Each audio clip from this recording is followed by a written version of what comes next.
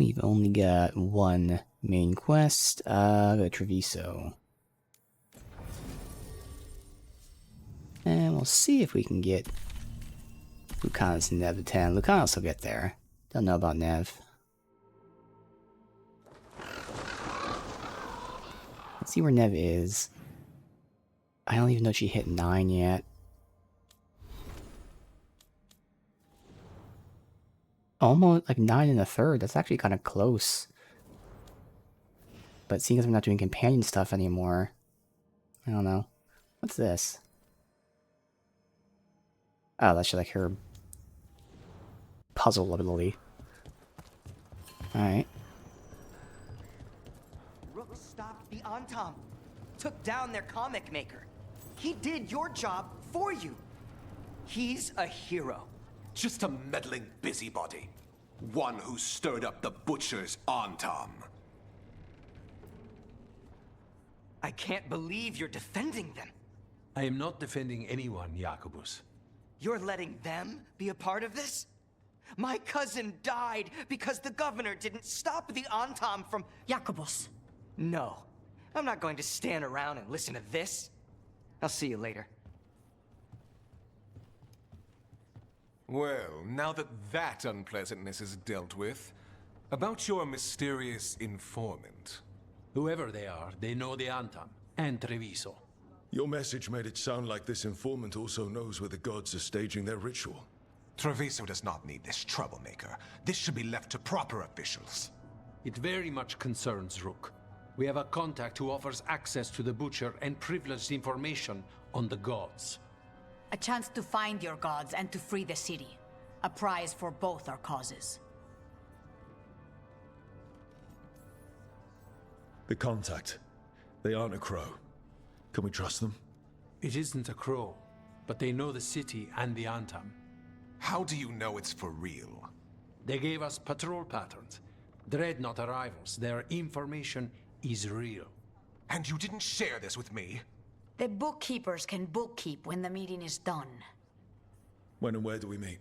They'll be in the market. And they asked for me. Not you or Viago. You helped this city, and you're helping all of Thedas. You've earned respect. We just don't know from whom. Yeah. Hypothetically, what if I'm walking into an ambush? I would prepare for one. Yep. Not like everything always. is an adder in the wardrobe. I said to prepare. I didn't say not to go. There's really no clue who it is. They're foolish enough to think crows are reliable. That's a clue about their worth. They promise help. So do you when you're not killing each other. Treviso deserves better. It's getting the best. That has yet to be proven. What about the human help the Antam was getting? You have any leads on that? We continue what you started. The other Talons are turning over every stone. You trust them? Not even your first Talon is safe from your infighting. We are all Antivan crows. And yet those of us sworn to Treviso are beneath you. I'll talk with this mystery contact.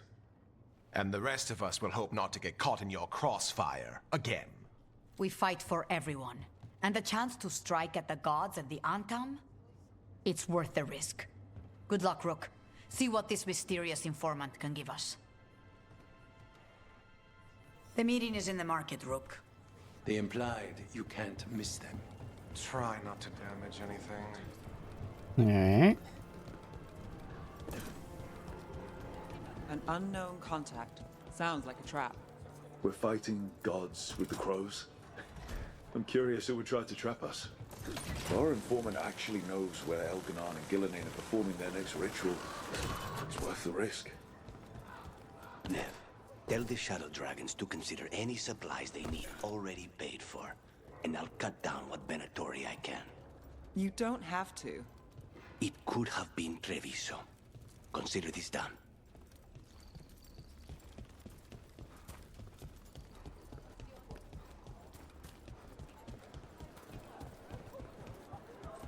So who's it gonna be?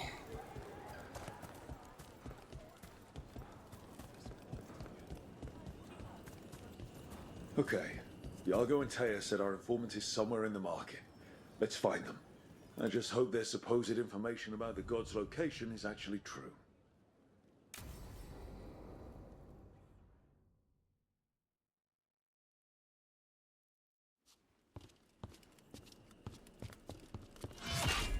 Rook, I presume.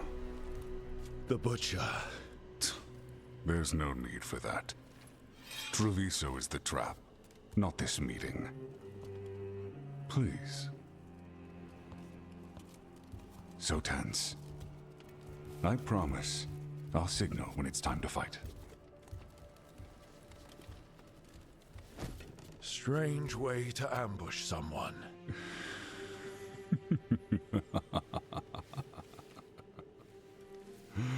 I don't have to ambush anyone. You think I couldn't just march on the crows? Scattered Antom flock to me. I have the soldiers to raise your casino and every inch of this city.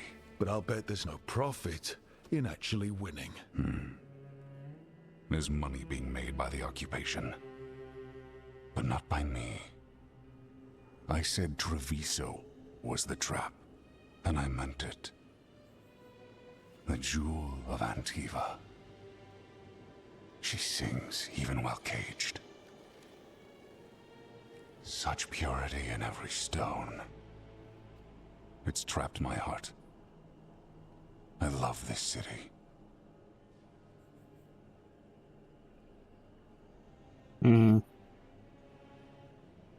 I'll play along. You have a strange way of showing your affection. I conquered it. I didn't betray it. Not like the cattle born here. You know there are traitors here. They ransom their own city. Literal gods stalk the land, but these filth worship their own purses. But you're different. You and the crows stay true to your roles. It means something when you die, and even more when you kill. You're as much a work of art as this city. And you want a secret from me.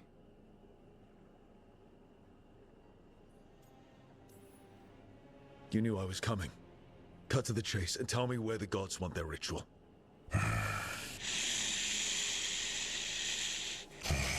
The gods, they give strength. But all they ask in return is everything. I can feel their corruption. I can hear their whispers. They're calling for a ritual. If I give in, I'll know where you need to go. But I will lose my jewel. My city!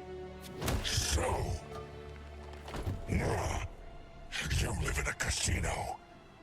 Let us make a game of this. I will become what the gods want. Welcome their whispers. Meet me and show me if the crows deserve my city.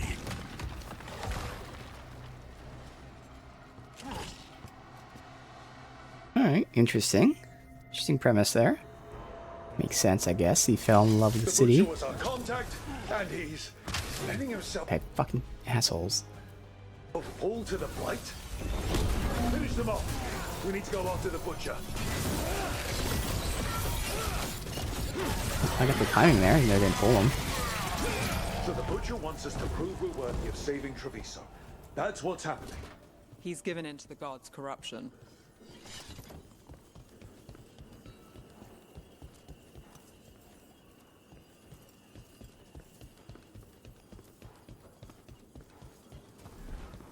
Everyone's acting like normal.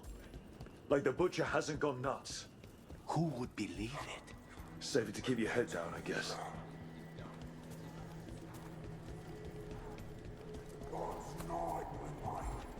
I see what you need. Prove you deserve it. Hear the shift in his voice? He's changing. Thank you for pointing that out. I definitely didn't notice that at all. I'll not abandon you to the traitors who gave you to me.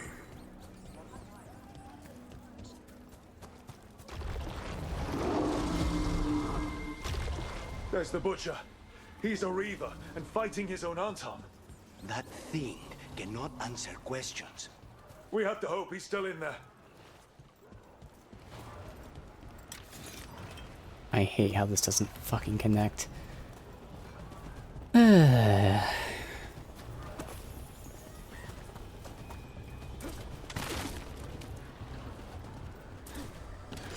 Trouble ahead.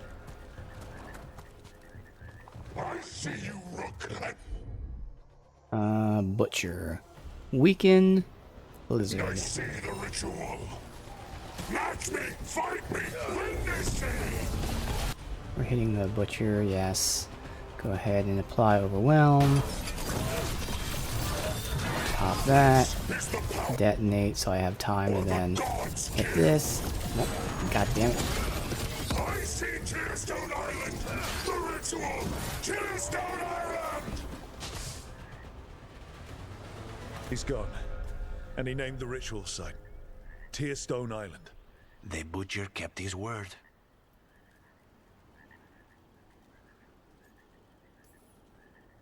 He got the death he wanted. Good trade, I guess. And he gave us the information we came for. Yes, truly the Butcher was a paragon of honor and virtue, and we are all devastated to see him go. Eventually. And now you have a location for your final pointless confrontation. The gods are at Tearstone Island. Isn't that what you wanted? A chance to die a hero's death? So go. Leave Treviso to those who deserve it. How do you know we were here? I was gonna say, like, I was hoping they weren't gonna make it super fucking... What? Yeah. Which one sounds...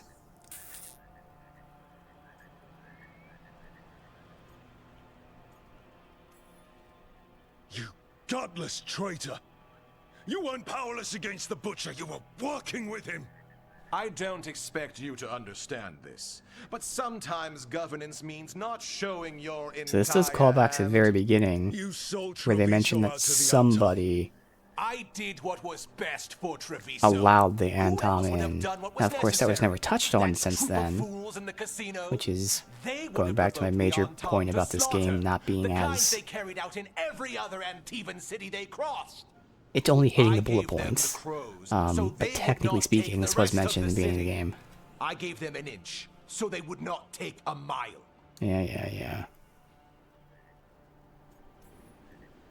You can't make bargains with evil, Eventually. It never holds up its side of the deal. And now the Antam are working with the gods. You didn't prevent a slaughter, you just postponed it. If you hadn't killed the Butcher, Someone else would have. He decided he wasn't their pawn anymore. The gods would have killed him. And then you would be ruled by someone much, much worse. you should have been a politician, Rook. Instead of, well, whatever it is you are besides an annoyance. But this city is mine. We need a real leader. You know who else wants a leader? The Antam. And if someone plays the role they want, they are very accepting. They also understand that bringing order to Treviso requires the purging of disruptive elements that cause nothing but chaos. So go to Tearstone Island. Have your little showdown with the gods, fight your pointless battle, and leave the city to me.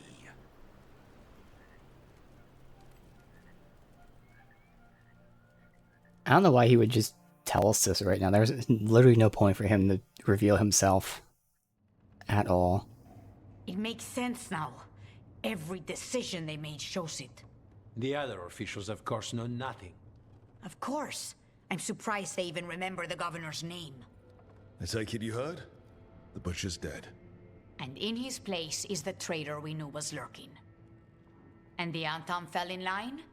Eventually is apparently playing the role they want. The governor has given them a clear purpose. They were more cunning than I thought. Yeah, but why did he publicly reveal himself? He could have just ruled from the shadows. It's so fucking... Surprise. Dumb logic. Let's see. No, I mean, it was pretty clear who it was. It's just that, again, they mentioned it once in the beginning, and then the entire game ignored it, and then now brought it back. Something always bothered me So we'll about pretend Avicii. that this is a Many normal things bother me RPG, about and actually Veilguard. spent the time to Yet I did keep not teasing spot it the and most mentioning it. important one. I would have This noticed. wasn't a failure. You gave us the name we needed. The hand that leashed Treviso. The butcher was the mouth, but the hand was Evenchi all along. They think they have the power in the Antam, and a network doing their will. But we have the face of our enemy. Evenchi will be hiding, so we will hound their Antam and make them desperate. When the governors show themselves again, we end this. Why would he be hiding? It's not like revealing himself was a stupid idea or anything. You're not concerned the gods will send the Antam more support? The gods might come for us, but they're coming for everyone.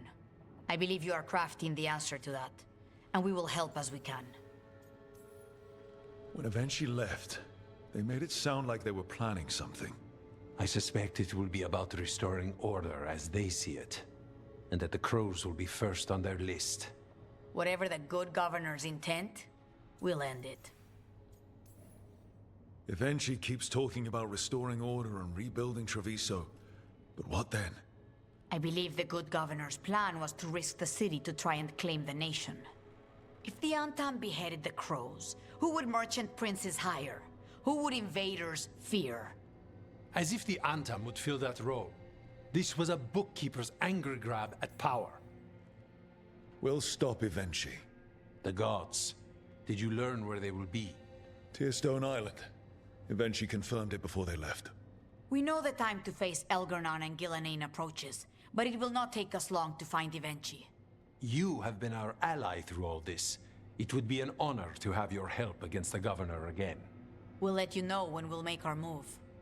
And after that, Treviso will be free. So here's something that's, completely irrelevant, but I noticed they keep referring to Evenchi as they.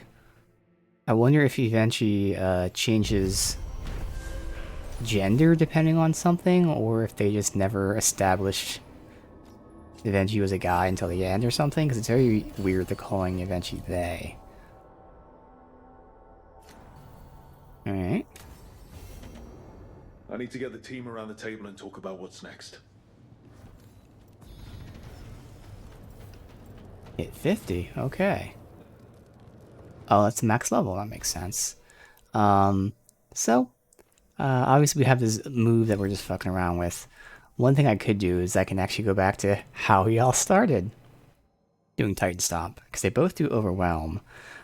This is a stronger, like way more damage single target, whereas this is less damage but AoE.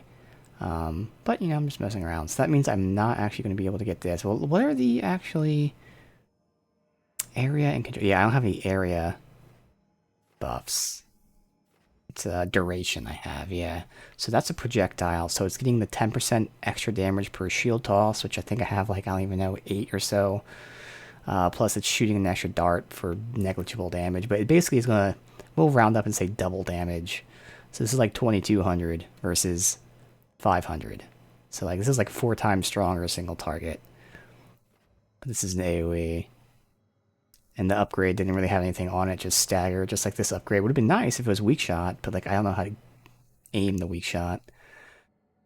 Well, I was gonna fuck around, like try to get this. But that was like negligible anyway. So nothing really stands out. I mean, this is obviously another way to get flame weapons, which is what we'll get right now, so I'm perfect. But otherwise, there's nothing really I'm gonna do of too much importance.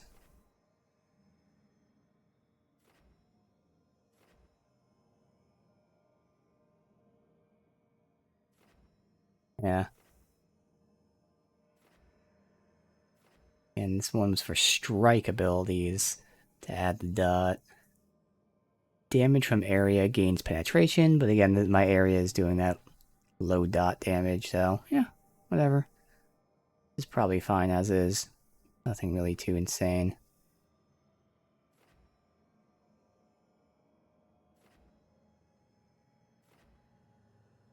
Yeah.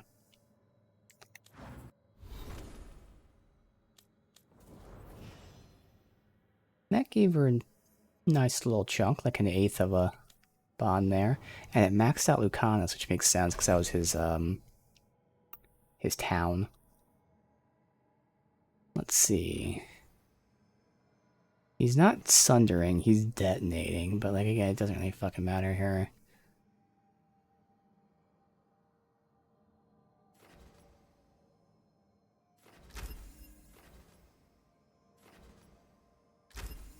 There. Alright, so let's see if we can get her to 10.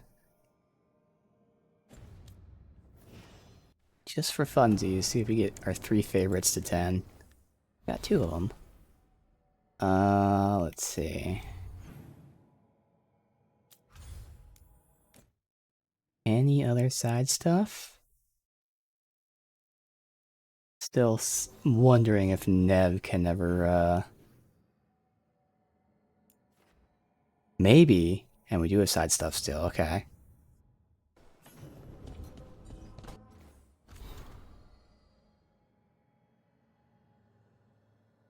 Darkspawn become a flood. Forced to abandon villages. Open remains. Okay. Oh, from the Inquisitor. Okay. Nothing too crazy or anything.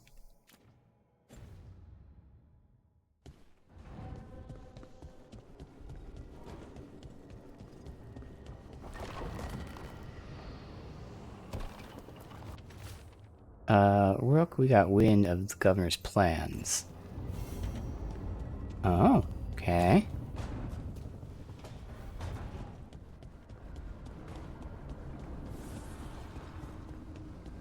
We definitely...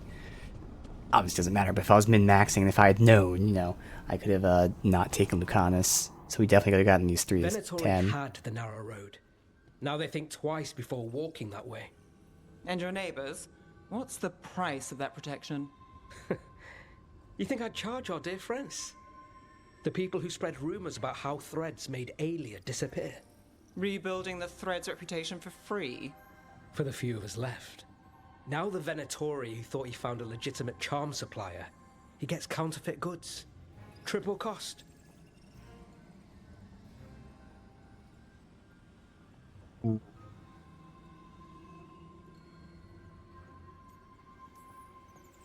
What happens when the Venatori are gone? Will you remain so charitable? Have you been to Minrathous lately? No point guessing it tomorrow. Anyway, Nev, I'm out of news. But the Threads are yours. You need something?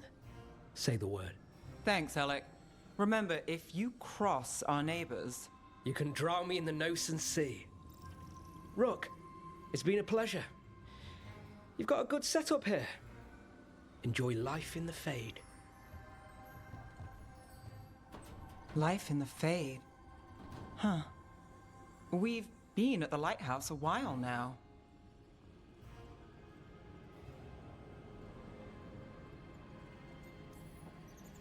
I don't know when it started, but I think of it as home.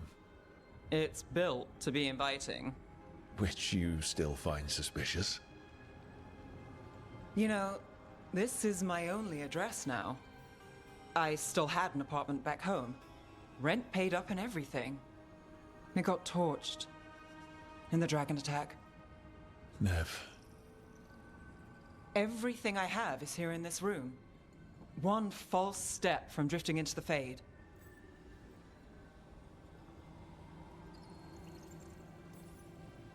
If you need anything, A tether? I won't let go.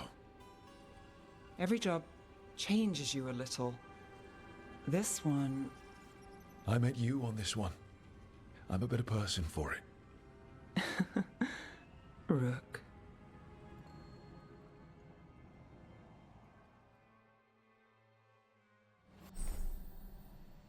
Oh, we didn't get a choice, though, which is interesting. Okay. Rebel's armor. Gotta see what that looks like. Enemies remain sundered when detonated, but cannot be detonated again. Sundered effectiveness increases. So Sundered makes them take more health damage. Good against like dragons and stuff.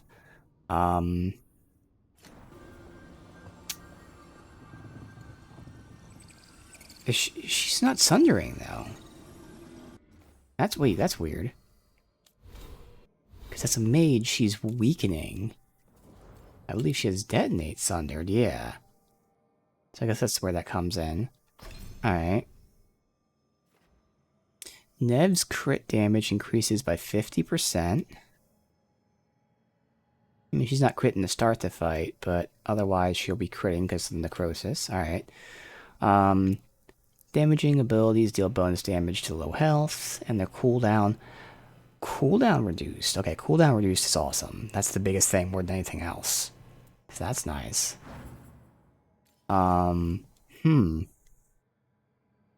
Detonations are wider. Next ability deals 15% damage per any hit by detonation. Again, assuming the detonations apply to everyone, I think I'd rather have the other thing, what she currently has on, not the new stuff. And she's not sundering in my play, but if that applies to everyone, I'm sundering. Yeah, I think I'm fine not switching. Alright.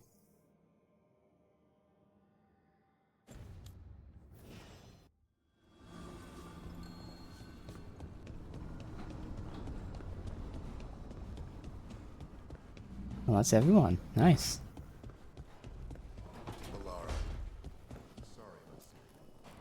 It's hard.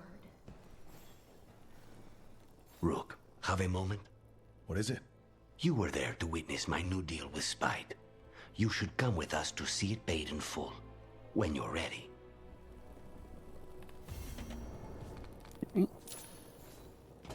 First, let me check out this cosmetic armor. Because based on the picture, it looked like it might be okay for a warrior. A little generic. But I get the feeling, like I said, there's a couple like good armors, like good metal armors with like shoulder stuff, that then have like cloth on their stomach, which just kills the vibe. And I feel like that might be the case here.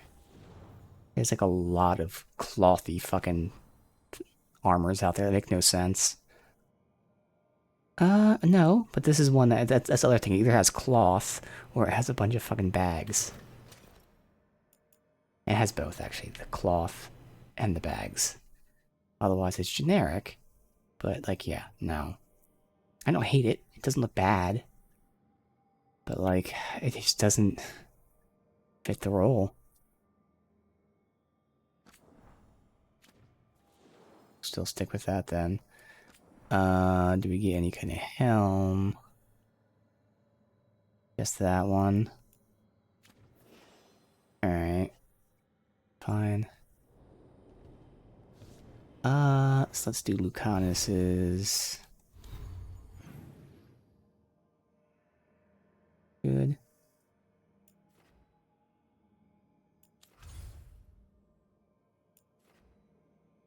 Oh, both of them are here, okay. That's right. Getting their thing done. Lucanus and Nev. Oh, that's right. I want to look at Lucanus. Since, again, the two skills, I either have super strong single target or weaker AoE. I know someone had some sort of thing where it's like multiple detonations.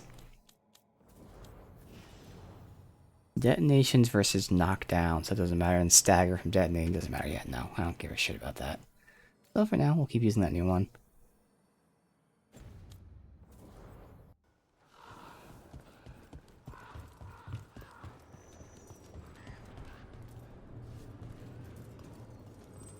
Now, if I got her armor, I guess it wasn't her specific armor. Because, I mean, his armor would look kind of cool on me. Because what does hers look like? Because the one I just got, I got 4 getting hers. Oh yeah, no, it doesn't look the same, okay. It makes sense, they have their own unique, but still, like, if I got that, that would still be potentially better than what I have. Obviously, it's very similar. That's the point. That's why this one I think is the best that I got with my roleplay.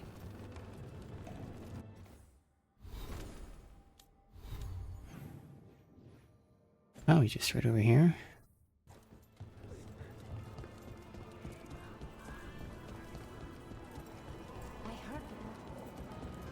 Is it not over there? I don't trust the waypoint. I'm gonna do this.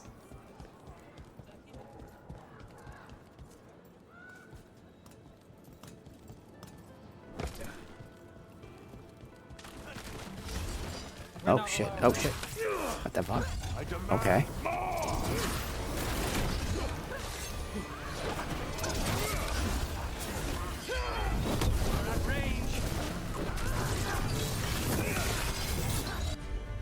Have him get detonated if I can walk onto him, which I can't.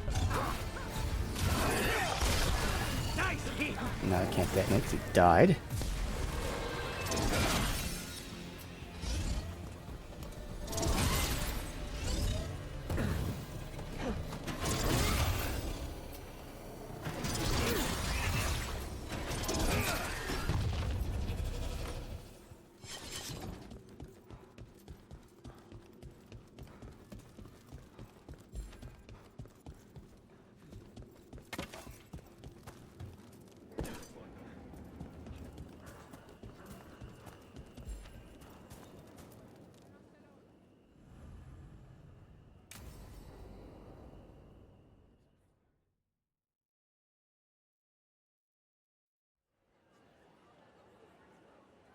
Do you think they're wondering why you ordered a drink for the empty chair? If they are, they won't tell anyone. The crows own this cafe. Smells like Lucanis. Just try it. So, you two okay now? Since you didn't kill Ilario, I mean. We still hurt him. That humiliation in front of everyone, he'll never forgive that. So there's peace, for the moment at least. How is your grandmother doing? You've met her. She was hewn out of Dragonbone. She's pretending not to be upset by Ilario's betrayal and my possession. Which means she's making everyone else as miserable as possible. Except Dea. She likes Dea. Are the other Talons okay with the whole abomination thing? Probably not. But they prefer me to Ilario or the Venatori. I suppose the crows have had worse first Talons. Is it strange that I'm enjoying being out with you and your imaginary friend? It isn't exactly normal. You try it.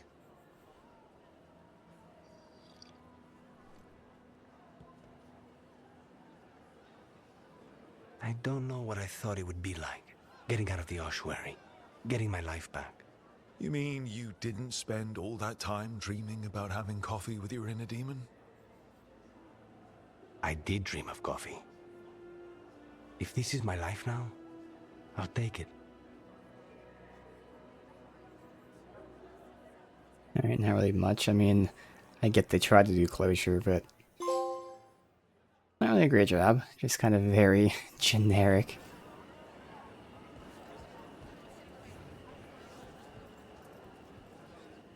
Alright, next we got... oh, that's right, while we're here. The governor.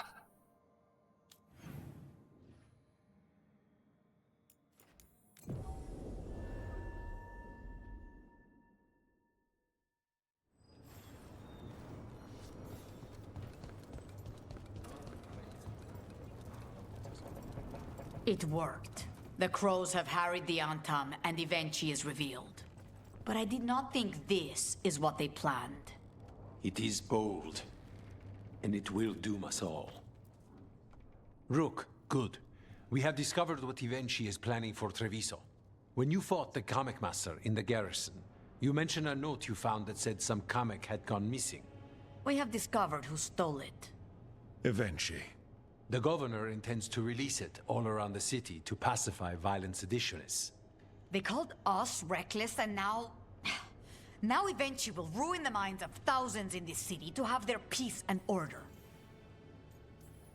Who is Eventually planning to poison with the comic? Aside from the crows. People who have spoken up too loudly against the Antam. Anyone too friendly with the crows. I doubt Evenchi is familiar with poisons. I guarantee the comic will spread to the rest of the city as well. We know about it, and we'll stop it. They will trot out some excuse to give to the worst of the politicians and the merchant princes. You say that as if those were different people. It is finally time to strike. Go to the garrison and prevent Evenchi from releasing the comic. Once you are there, Thea and I will lead the crows against the rest of Evenchi's forces in the city. Understood. One more thing. Jacobus stormed off earlier, angry at Evenchi. We have not seen him in some time. Look out for him, would you? Of course. We'll head to the garrison. Some of the merchant families have fled. They got wind of Evenchi's comic and suddenly worry they are not on good terms with the governor.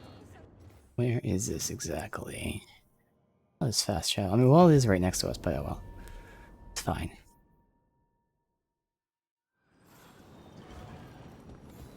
There's the garrison.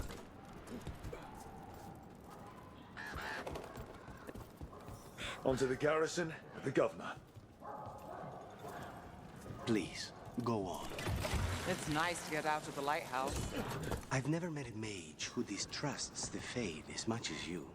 Source of magic, sure. But it's also made of tricks, dreams, and unanswered questions. It pays. We clear the garrison this time. And anytime we have an objective right next to us is when they start their stupid fucking conversations. You gonna finish? Maybe not.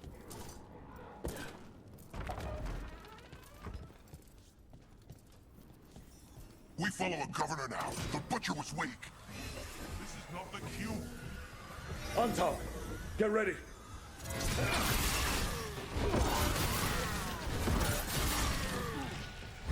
The Anton aren't going to make this easy. Oh, so this is what we saw from above before. That's cool. It's a courtyard. I don't think we ever got into here. Jacobus. Me and my friends are sick of doing nothing. Eventually's got their comic past the courtyard, but they've locked the gates. We'll break into the garrison and get them open. Be careful. The Anton. We'll stay hidden. Good luck.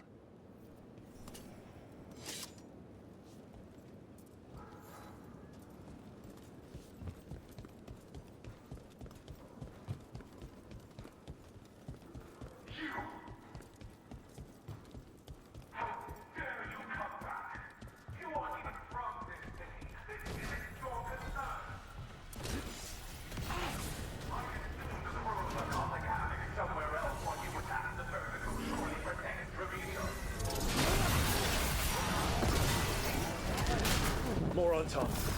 Eventually's throwing everything at us. Oh, I'm throwing my shield at them. And look who comes through.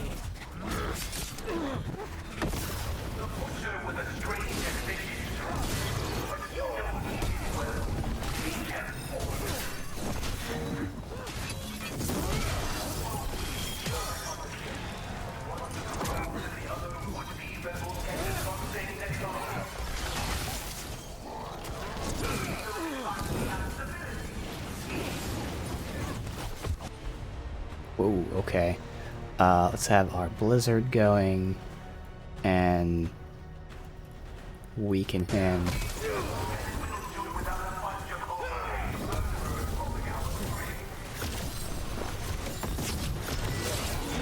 Not a chance.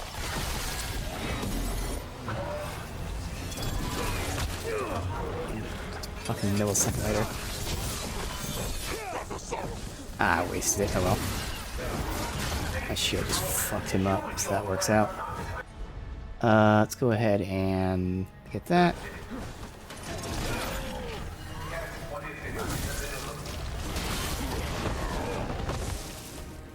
Okay.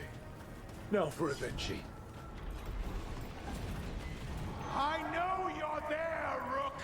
I'm ready for you. Come face the ruler Treviso deserves. Though he definitely has some sort of transformation. I don't know what it would be like if he's working with the gods now.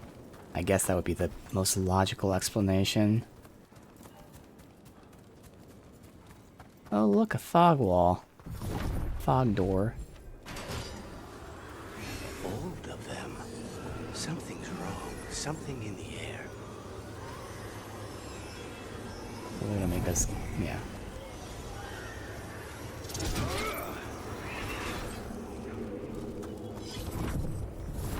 Wait, are these Antom real? I see the comic is working. Grouped up. Good. Blizzard. That's got it.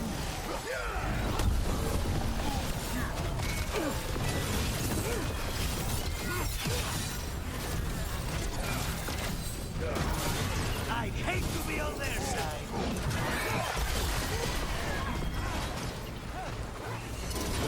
You're a fool to fight me.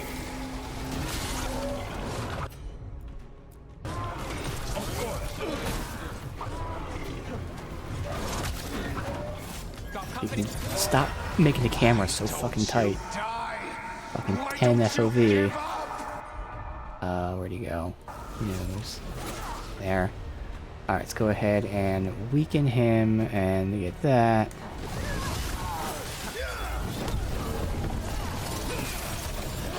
Alright, so we have multi-form. That's okay. I dotted every I, weighed every measure, and you. It's weird that the bosses go down quicker than the enemies. Fuck you like a crow. Antea, Viago, Jacobus.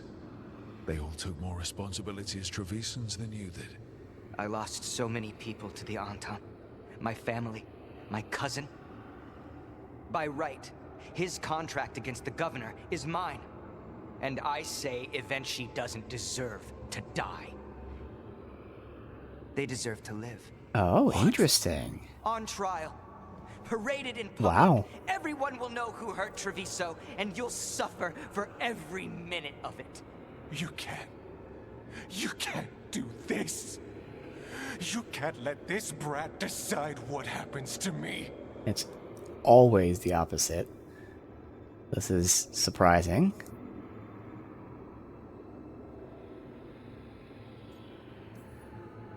Yes, I can.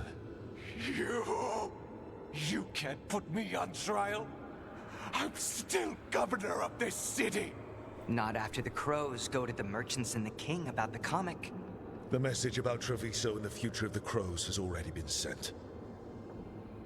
Your contract is due, Evenshi.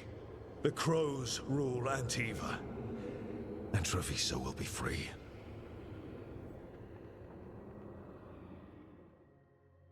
It says that I ensured it, but like I literally didn't have a choice. All three were agree with him. Now, we only had that choice because we helped him in a side quest, but still, like, it's not like I actually got to choose.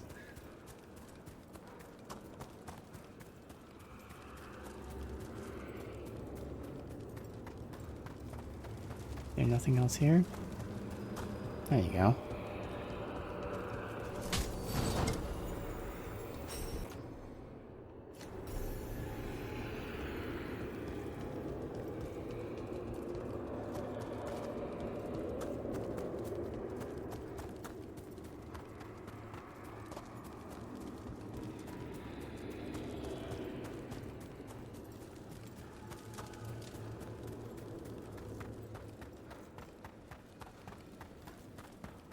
Just fast. Oh, I probably can't fast travel, can I?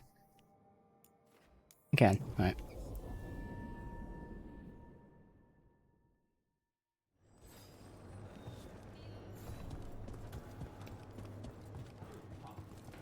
You are certain of this path?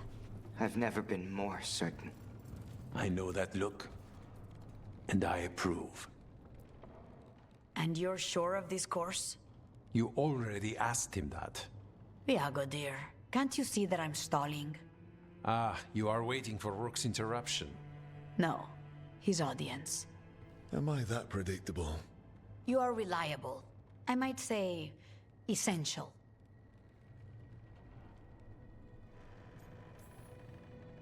Rook, the essential.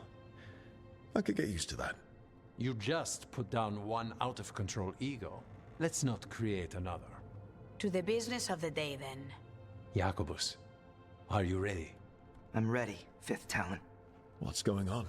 We accept Jacobus's right to the contract on Evenchi, and his decision to spare the governor. It sent a stronger message than killing them. Their crimes will be aired, their reputation blackened. And during these punishments, the former governor will live with the fear we may still one day end them. For his help, and proving he has sound judgment, Jacobus is becoming a full Antivan Crow.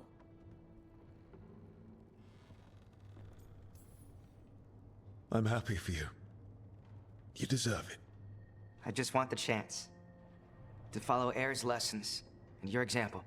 I only got this because you went out to face Evenchi, Rook. I couldn't have done it alone. I want to find others like me. Orphans. People with no more homes, under a new house name. Neri suggested Igrativi. It's old Trevisan, sort of a grateful life. I'm honored, Jacobus Igrativi. You and your new house will do great things as crows. The Fifth Talon agrees. As does the Seventh. Rook, all of Treviso is in your debt. For what you did out there, and for the future you have inspired. You have powerful enemies. When you decide it's time to put them in their place, we'll be there.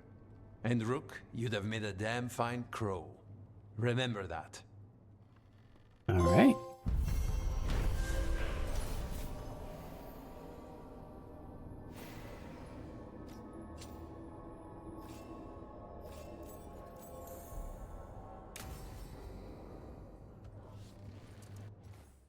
Is there anything in any of these areas?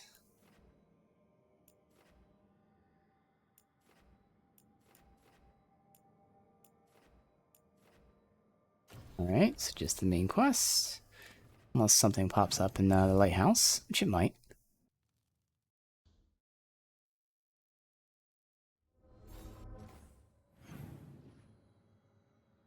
Alright.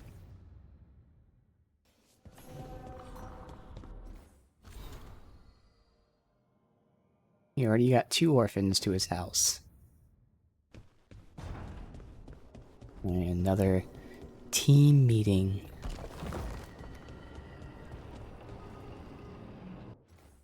Get a save.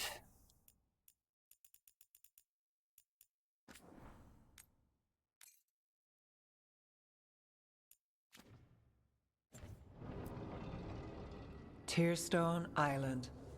That's where Elganon and Gillenane will perform their ritual. With an eclipse, those two can finish their dagger, then tear open the Fade. After that, we've witnessed the horrors Gillenane creates with even a trickle of the Blight. What happens with a flood? Next eclipse is a month away. That's not a lot of time. Getting past the Antam Navy won't be easy. They'll be on high alert. We'd need our own fleet to get past them, which we don't have.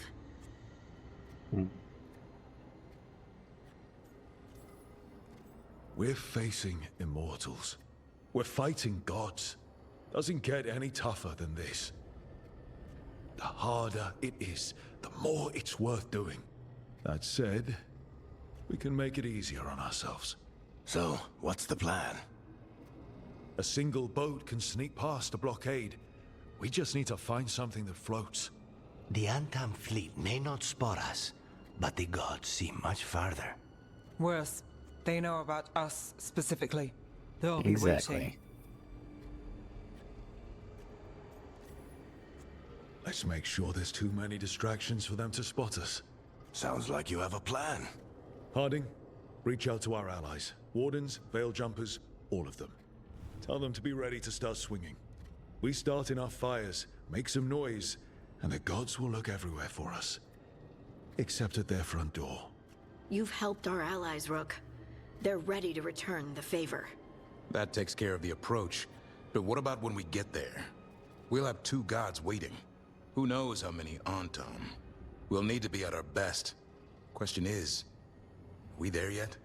We are ready as we'll ever be. I'll send off messages to our allies. They'll be ready. For something like this, we'll need everyone we know. Would Morrigan help? Could Morrigan help? The world's ending. That's when Morrigan does her best work. Great. Tell Morrigan the plan. See if the Inquisitor's willing to help us. I know she's busy leading the fight in the south, but she knows this blight won't end until the gods are dead. I hear that we're as ready as we'll ever be. But we can always be more prepared. Weeks until the next eclipse gives us time. Let's use it wisely. Agreed. Get some rest, then we'll take care of outstanding business. So this is, I think, the point of no return based on what it sounds like.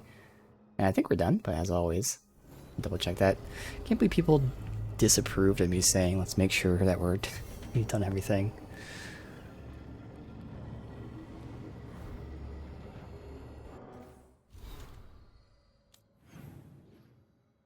Alright, so I am going to go ahead and check the merchant here. Because again, this is the Shadow Dragon merchant. And while I can donate to them, which then gives us their faction, I can't remember what it's called, we'll just say like their favor, it doesn't actually rank up their shop. I can no longer rank up their shop, which means I can no longer get their gear. But I have been at random intervals getting like new gear to the stock.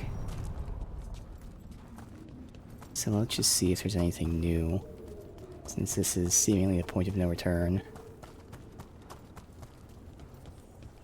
Again, they did have cool cosmetic gear that, unfortunately I couldn't actually see. Nope, looks the same. Balara, I'm sorry about Syria. Yeah. It's hard. Fine. At least I got to talk to him at the end. We'll The listen real to him. this. That's something. But I'm sure it still hurts. If anything happened to Hassan. Cherish him while you can. That's the truth. Okay, anything at the lighthouse? Otherwise, again, sounds like the point of no return, so just main quest from here on out. Alright. So again, let's save over this.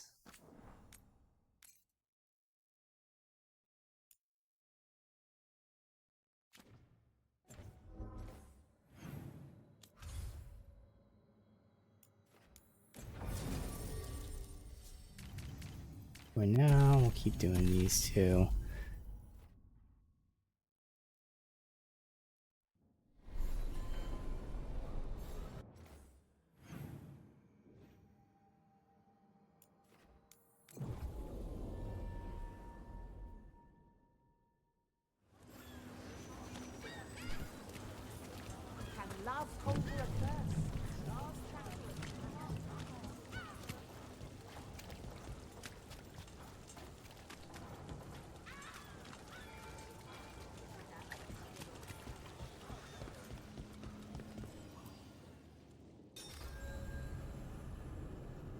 There you go, they're telling us point no return, okay. So yeah, I have my heroes of Veilguard, everything's done, and with your help, most allies will support you. Okay, sure.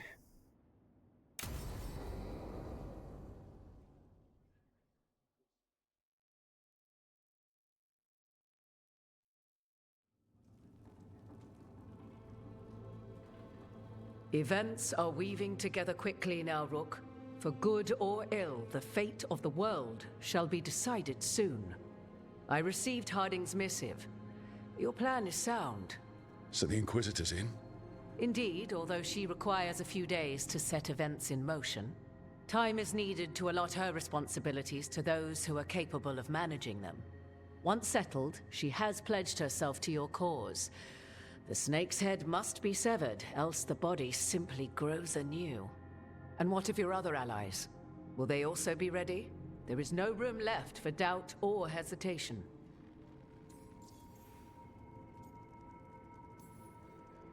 Only one of us has a fragment of a god inside them, Mythal. I carry only her memories, not her strength, nor her capacity for strategy. Well, either way, our allies will be ready. As they must be. There will not be another opportunity to foil the schemes of Elganon and Gillenane.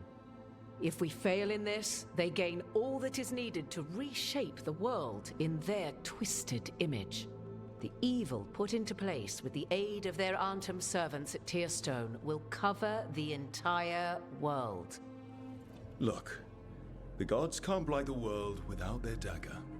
And they can't finish their dagger until the eclipse, which isn't for another.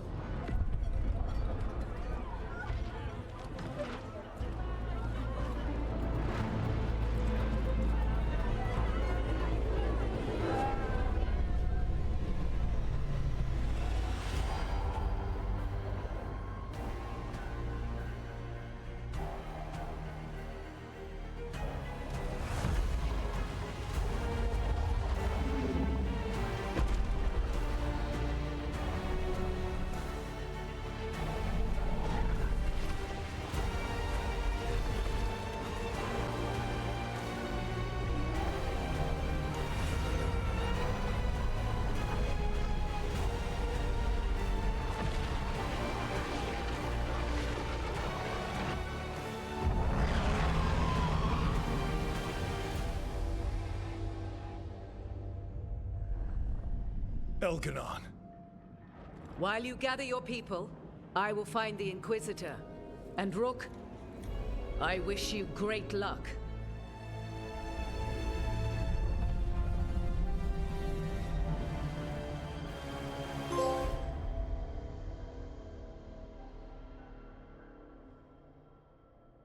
Elgernon just caused an eclipse. The gods can finish their dagger. We need to move now. But we were supposed to have weeks to prepare. How much time do we actually have? It's not weeks, I can tell you that much. The eclipse is slowly forcing an alignment between the stars and powerful currents in the Fade. Which means what? I'm afraid we've only a few hours until the gods complete their dagger. Lucanus is right. We have to go now. No time to scrape up an army, even if we had one. You think we're enough? What will we be facing on the island? There's gonna be blight crap. And where there's blight, darkspawn. Right. Tearstone Island's also crawling with the entire Antam army. They've had time to prepare. It'll be brutal. So will the gods. We're walking right into their lair. We may not all make it out again.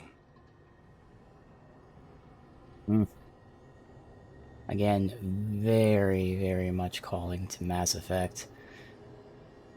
Okay.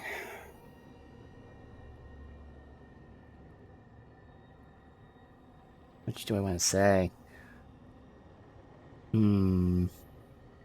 Obviously the badass make them hurt, but we are a family. Ah, badass. Yeah. But if we're going down, let's go down swinging. So let's stop the gods. Whatever it takes.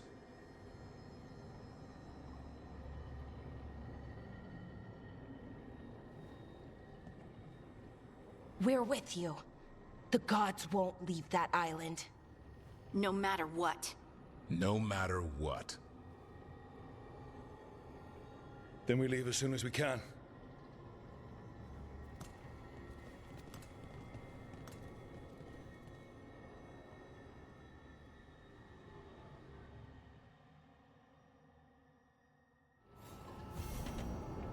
So is Vera gonna just sleep through all this? See how she's doing. Wonder if this is checking in with your romance.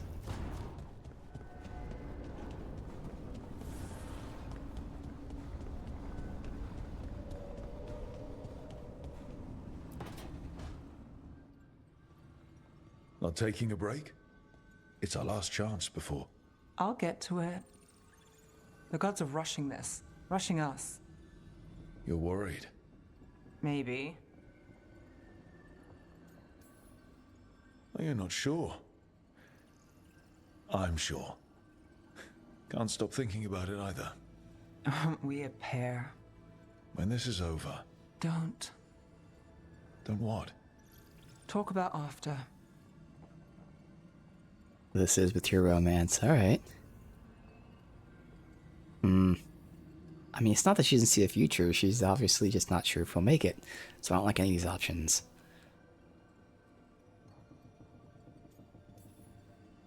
Something's wrong. It's not just the gods. Well, look who's got the read on me. You want to tell me the rest? The job? I know one will get me eventually, but you... I can't think about after and you. Not when... If something happens. Nev. Oh, I knew you were trouble. It's one lucky break and close call after another, and you... I let myself... When do the tables turn, Rook? Because they do. They always... I'm here for you. I meant that. I still do. The gods can break that promise for you. You're acting like they already have, like I wouldn't try. We've been in danger since we met. What's different this time? This time I know I... Why can't you say it? What if I can't tomorrow?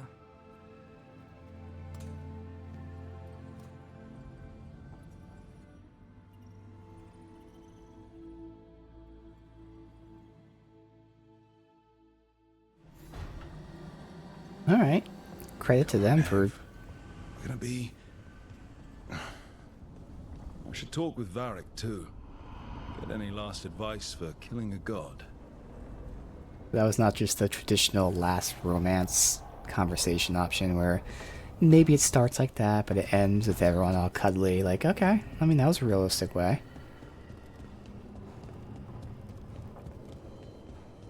Alright, Varric, the one of many disappointments of this game, immediately sidelined and then just stayed here the entire fucking time and barely had a role in anything ever. The gods changed all the rules. We're going in blind. The whole team is pretty sure we're going to die. And they might be right. Weird shit is happening. Of course the team's on edge. It's not a personal failing for you to be scared either. I think at this point, like, I'm not. I'm not. You're in uncharted territory. It's not like anyone has experience fighting gods. Well, maybe Solus does, but you really don't want to get him talking about it. Too late. My point is, you're doing the best anyone could do in this situation. Yeah, so I think my character's point, it's not that, like, you know, he's so brave, it's just, like, he's kind of, like, numb, which is why, like, you know, he's not scared, he's just acting and, as in, like, you know, doing things, acting. Again, it's, like, numb to it. I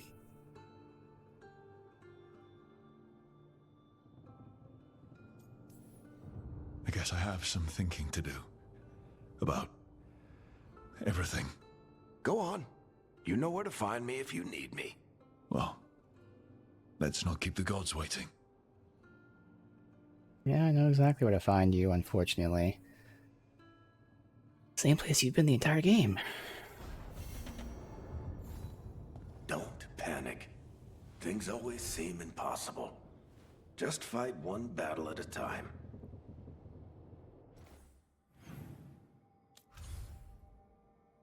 Alright, so we have to take the Illuvian, makes sense.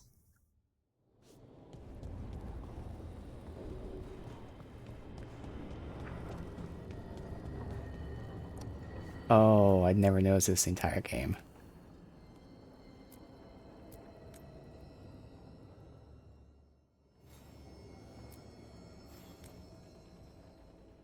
Not like it matters. I knew there was like certain things I was buying, I didn't know where the fuck you made them.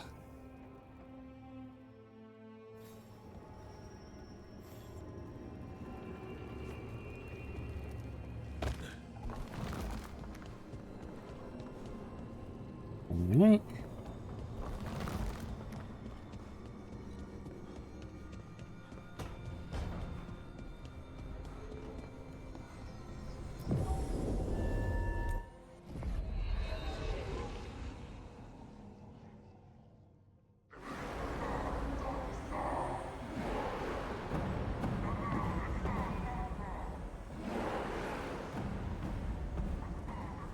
It's fortunate we weren't spotted coming in. A lot of dreadnoughts. One shot is all it takes. Now we just have to deal with that. Morgan didn't exaggerate. That's the entire Antom army over there. At least the gods are taking us seriously. I could have lived without that. The gods will know we're here soon, and so will the Antom. We need a distraction. One team to draw off that army, and another to stop the gods from finishing their dagger. I'll take half the team and cause some trouble down by the Antom ships. Wait, I'm the scout. I can get us around this place faster. There'll be Blight farther up, Harding. And Darkspawn. I've fought them before, and I've got the stone on my side. Lace? Hold on. Someone has to do this, Tosh. So who will it be? Again with the whole Mass Effect thing. Yeah. So again, like I vaguely remember them, either them or at least someone like an article mentioning how they were doing that, and you can see it in the combat. Which again, the combat is a shittier version of Mass Effect. And again, there's nothing wrong with doing this. It's actually kind of rare for you know, games to do this. It's not like it's been done by a lot of people. It's just been done by these specific devs. More importantly, it's been done in much better game. But you know, all right. So we were doing the distraction. I mean, they both kind of would work because they're different. They're different modes of distraction. Like he's the more flamboyant, shock and awe type of thing, whereas Harding, as she said, she's the scout, stealthier, or at least, you know, I don't want to say smarter in the sense, but I'll just say smarter. So both work. I think we're gonna go ahead and send Harding. I feel like again she'll be able to like Harding's pick and right. choose, and This requires a good scout. it's not like I'll take care of it. Davrin's like, you know, I promise. hot-headed, but still. I'll take the rest of us and get to the gods before they finish their dagger and cut open the Fade. Once we're in place, Lucanus will take Solus's dagger and ambush Gillenane.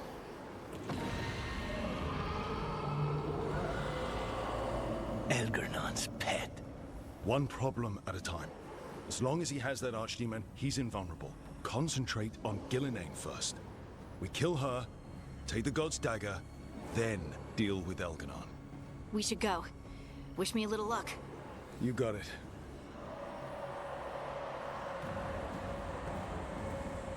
Harding. Like you said back at the lighthouse, Rook.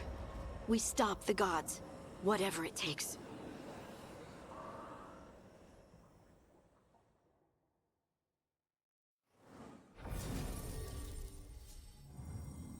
No, I'm wondering again. I was just fucking around, seeing if I want to get Nev max. I mean, we should be able to change parties, and even if we don't, like if I'm forced to have this again, I have a 3-member main party, so it's okay that we don't necessarily have Emmerich at the moment. So we'll still try Nev, I guess. Yeah. All right. Well then. Let's see. Oh shit, wait a minute, hold on. 1 second here. I just noticed something here with my OBS. Why is that? That better? Alright. That was weird. I'm sure it's just... probably just the way it is, the monitor. I noticed when certain things were moving, like for OBS, it was choppy. But I'm assuming that's just the OBS. I'll have to watch the VOD back over, because on my screen, it wasn't choppy. And I'm sure on the VOD it's probably not. It's probably just with how fucking...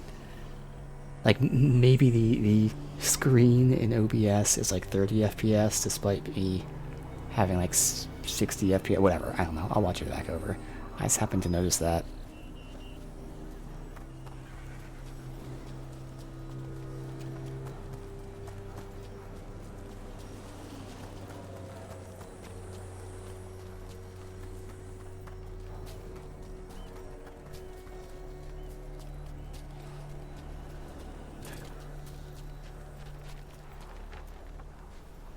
All right, not the quickest path ahead, but we might reach the gods before we're spotted.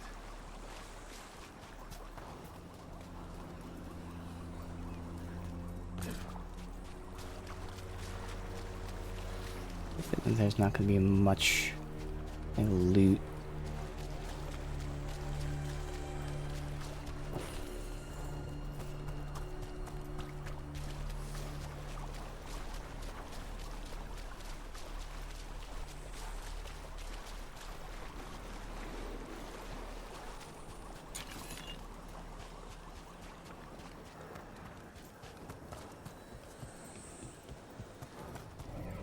There.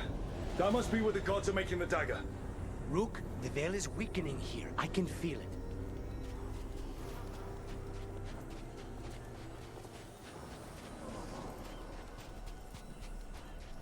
it. Well, so much for that. Take them out fast.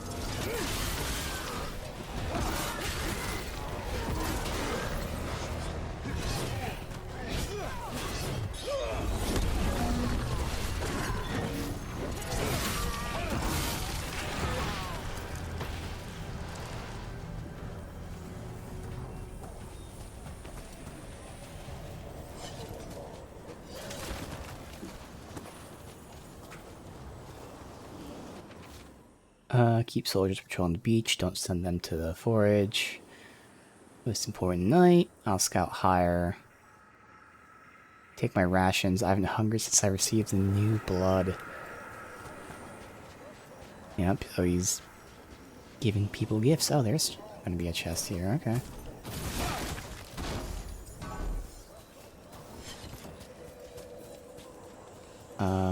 Where the fuck is this chest? Is it up there? Has to be.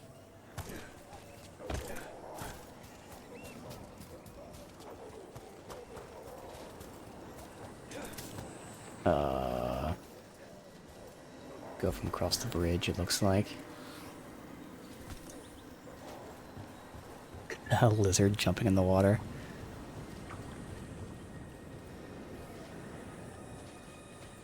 Why is this area here?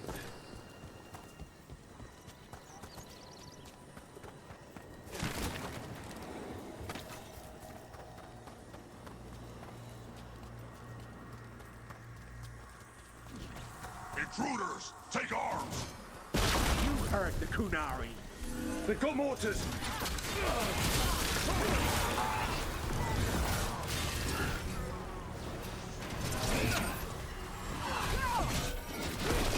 So they hired human mercenaries. The Untarm aren't taking any chances.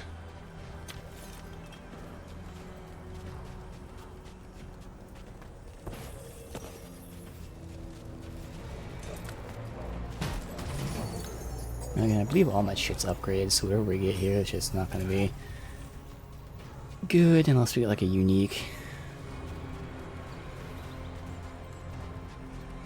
But I can't not loot everything.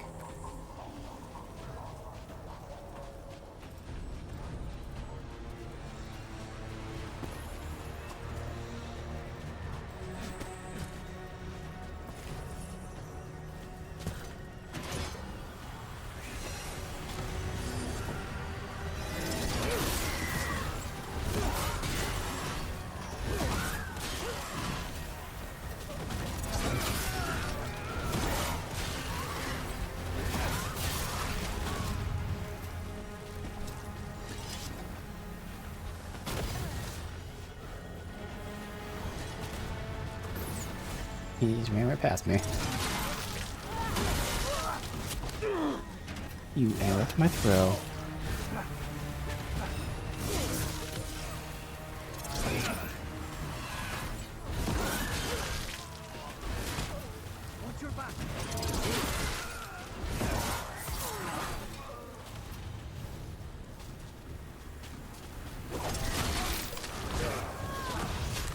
Seems like they're just gonna keep showing up, so he's got to push.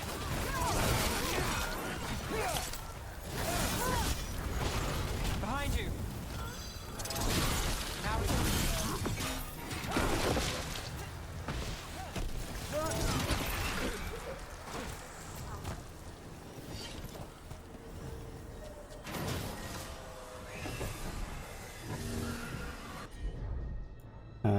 Nope. You attack. You blizzard.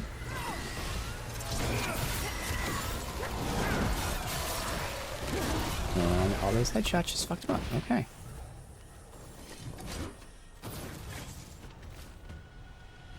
No more complaints. If those of you from Treviso have killed more crows, gods wouldn't have demanded you.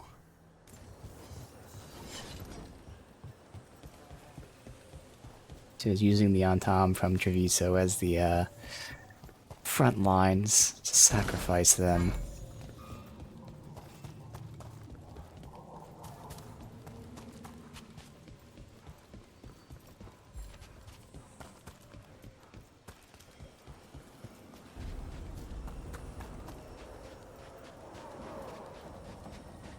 Sounds like a lot more Antam across the bay.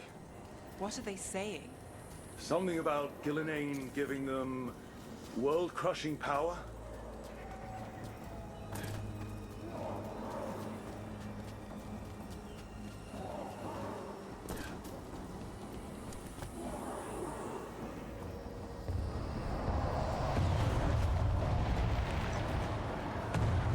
Must be Harding's team distracting the Antam. Hope they're all right. It's down here.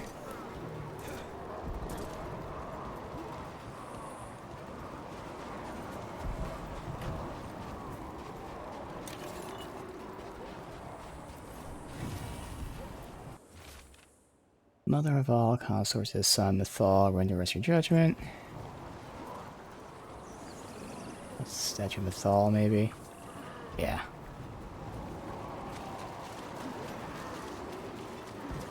And the big boy chests.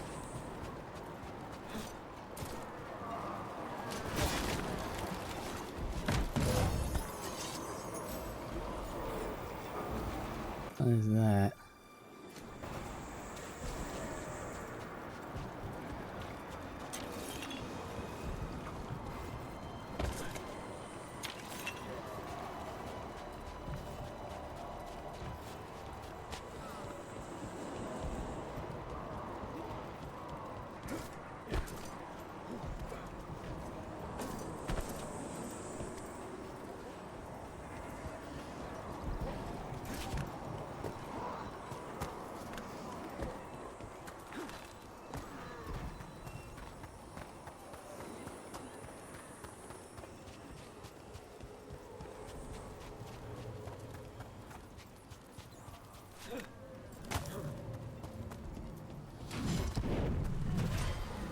Mercenaries again.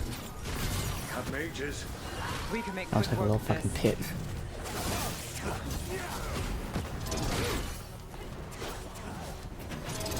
Got us in a distance.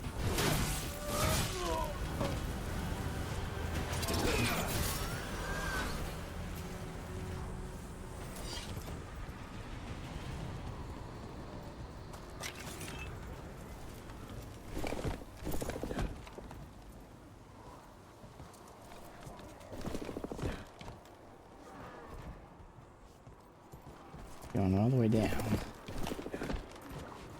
Okay. What's down here? There's... Okay, just a note. Warning against desertion. Really, is that all that's down here? Okay.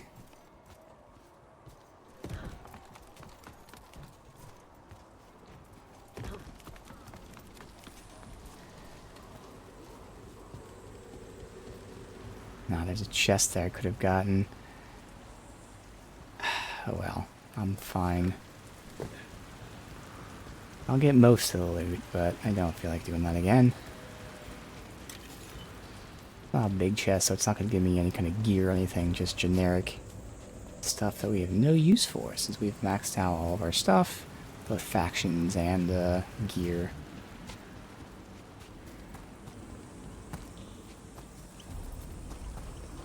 There'll be a fight here. Tom Reaver. Alright. Bam. Bam.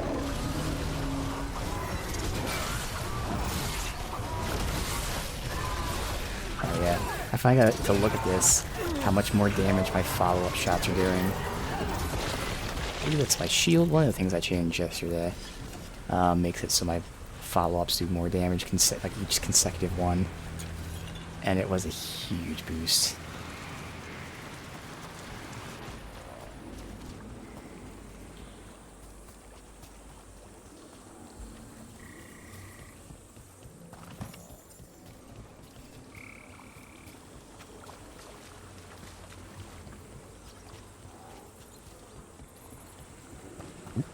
Okay.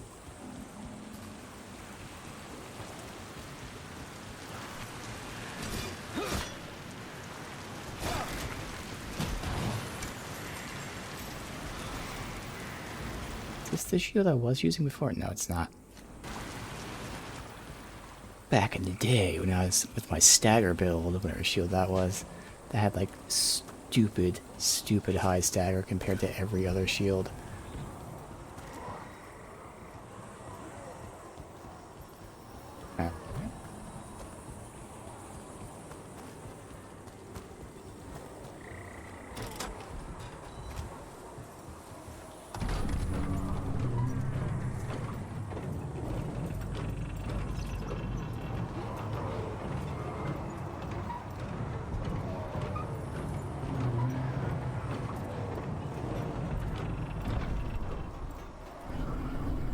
How brave of you to seek me out, Rook.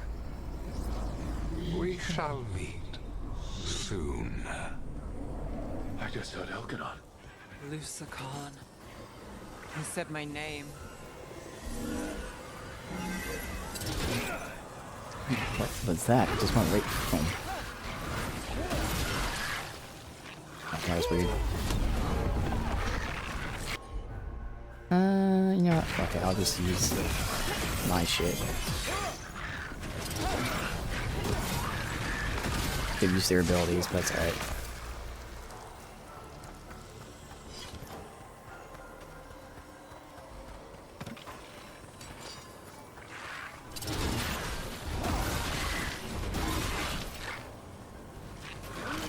Dude, the follow-up does like at least twice, if not 3 times as much damage. It's so good. Like, watch the damage from here, from the first shot to like the second. Okay, you fucker. Do it again. Yep, it's double the damage.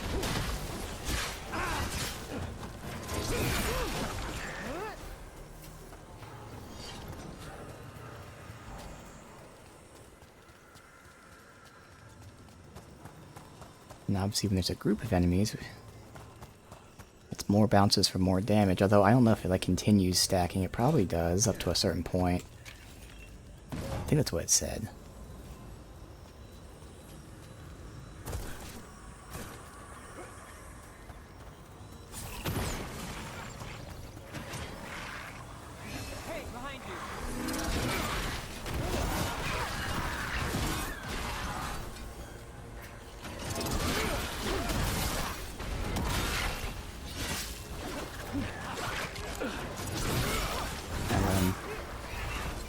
Poisoned himself to death, but he fucking survived.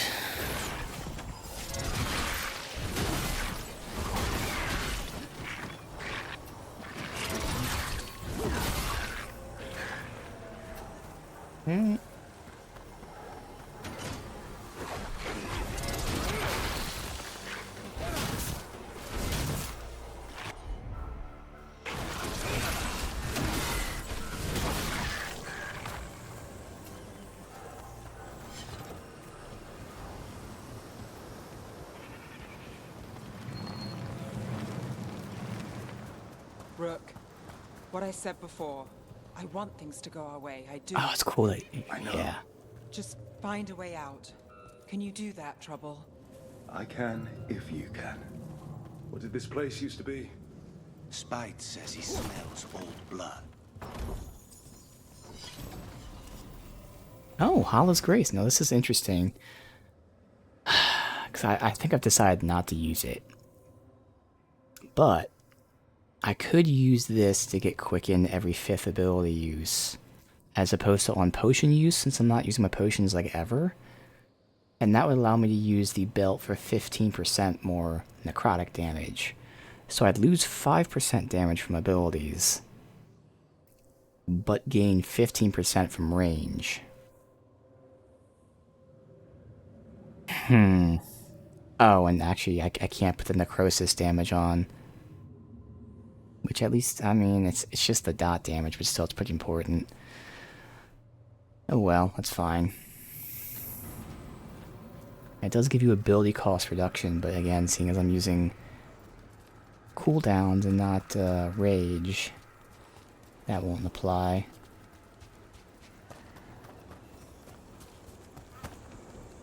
Another group of mercenaries! We can't let them slow us down.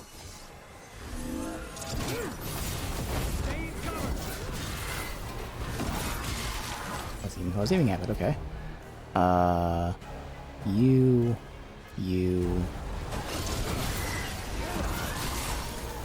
Someone else?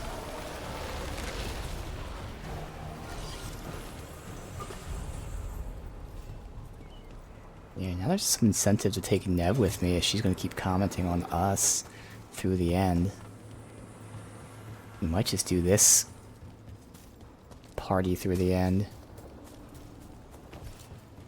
I do want Lucanus just to detonate. So while Emmerich would be able to make them even more vulnerable, Lucanus is making them vulnerable on his own, and Nev is freezing them, which is reducing their resistance by 25%. So I think that's actually more beneficial, since again, he's already making them vulnerable. Now technically Emmerich is making the vulnerability better, but still, why am I able to come up here? Yeah, I think I might just stick with these two. Just to have her comments with me through the end. Light. Well, we're getting closer. If the gods finish their dagger, open the Fade, and unleash all the blight. Even Solus was terrified of that. He has some sense.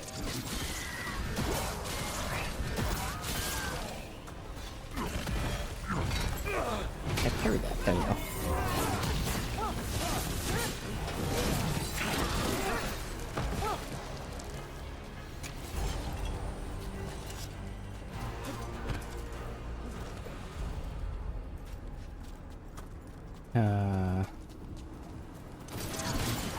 It's not explosive, okay.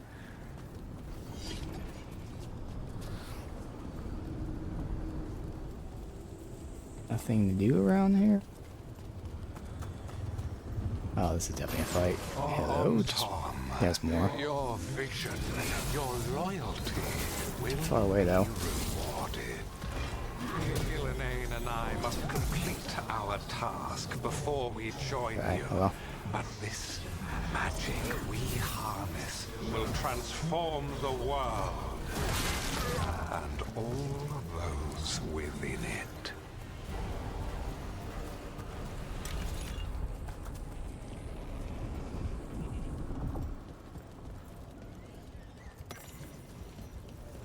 Elganon handwritten account. What's this? I remember the Dragon of Night being larger, more grand. Perhaps those centuries diminished him. Instructed Gillenane to apply a craft to Lusican. Simple transformation to return to former glory. To my surprise, she was bewildered, believing Dragon to still be as large as he once was. Huh. Gillenane must be mistaken, but I will extend her grace. She mourns the loss of her own creature. Perhaps I can move her from listlessness by suggesting she give Lusican additions of her choosing. Oh, great. I could suggest more teeth or extra mouths. Alright.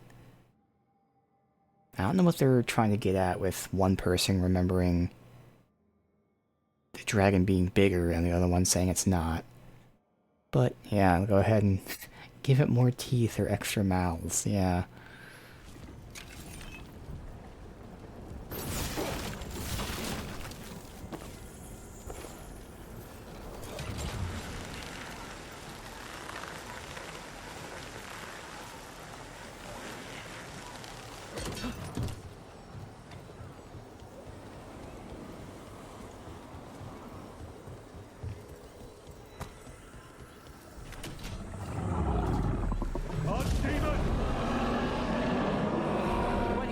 this it? Come on. We're getting closer to where the gods are making their dagger.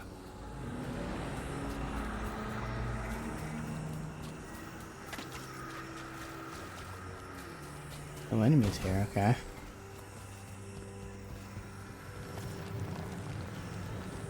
But soldiers' armaments.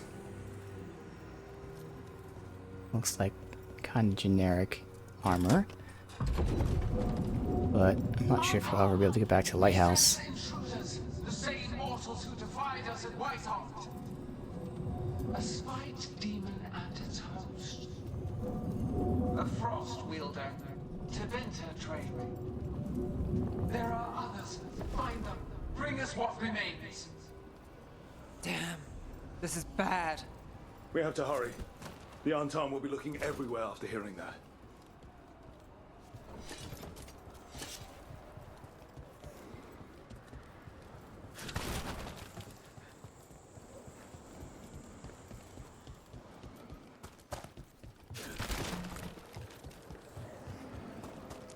Hey, they're giving me a lot of health here.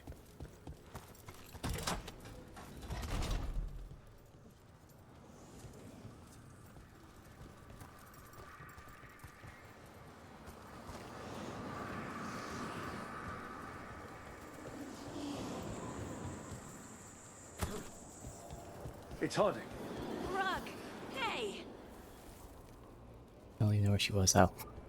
Harding, are you okay? We drew off some on Tom, but you have to hurry. More on the way. Can you open the way out of here? I think so. Let me look.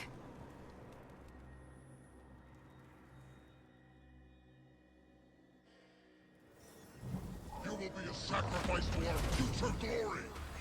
The crows say otherwise.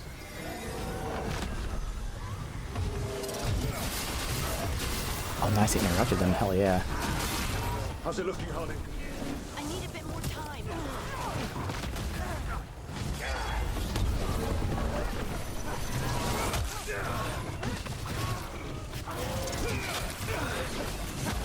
Yeah, I can't see anything that's happening right now.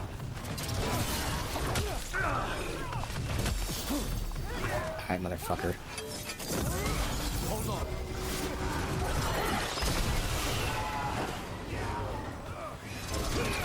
Oh, he's a dodger. There, the doors are open.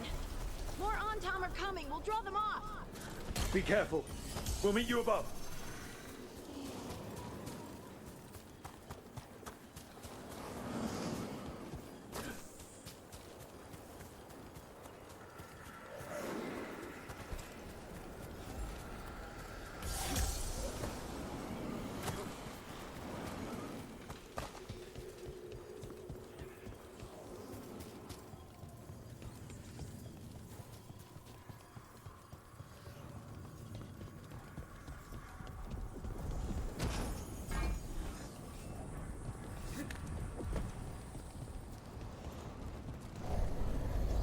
There are things I would have of you, Rook.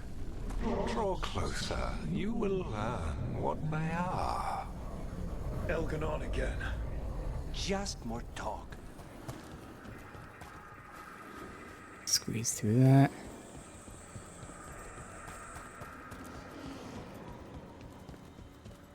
There you go. Okay, just a simple walk over to it.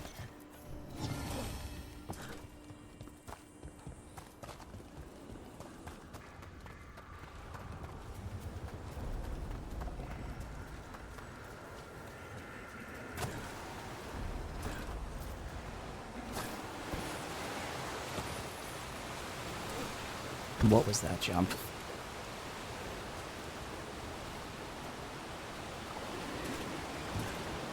A ladder there, and you jump to it. Otherwise, anything back here? This keeps going. Fuck. So we'll keep going this way first. It is right that we abandoned the coon, for which rules were lies, but all we've done is pillage and wander. Others feel my shame.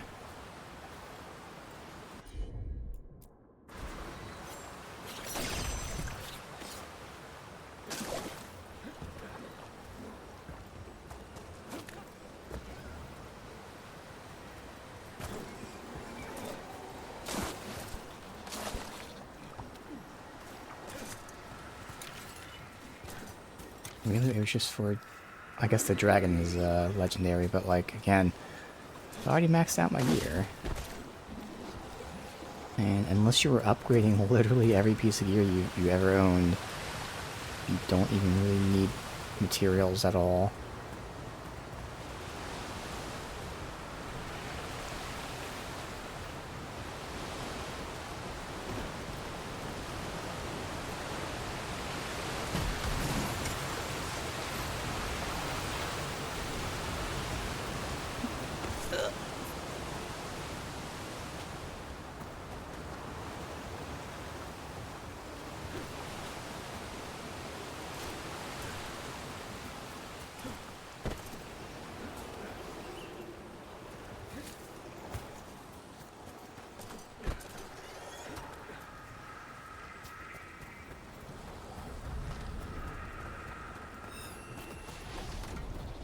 Clear out.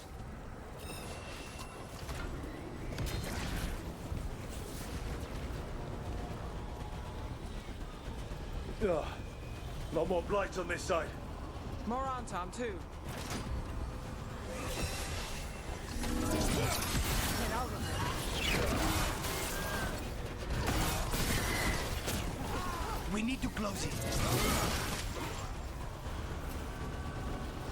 Good. And then melt. Alright, so we're supposed to go up the ramp.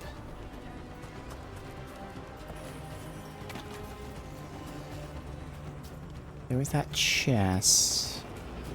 Hopefully it connects to here. Oh, we know we're supposed to go this way. Okay. So now I go up the ramp.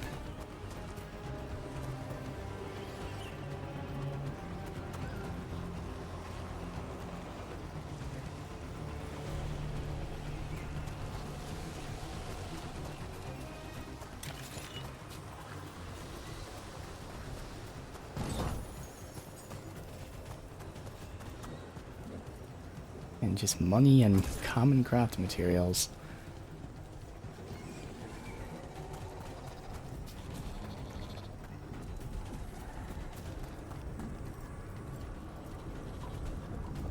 Unharmed, the intruders remain. One bears an instrument from the Dreadwolf. So the gods know we have sown the citadel. Our ritual gathers momentum. Power. It cannot be interrupted by mortals. I will send my creations to assist your hunt. Oh no. Dogs! Spawn.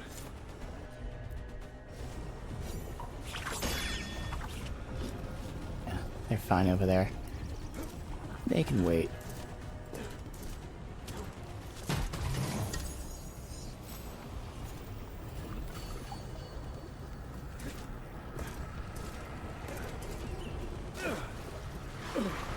Love the jumping in this game. So well designed, so fluid and natural.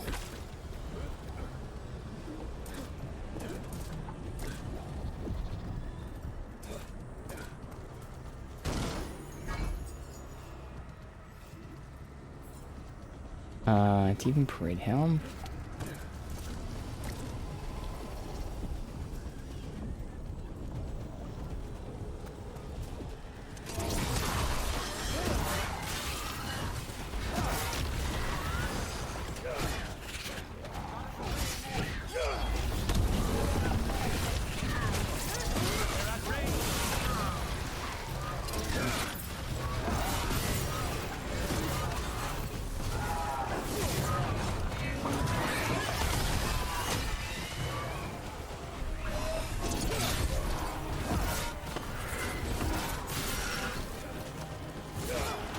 There's probably another one somewhere. Yes.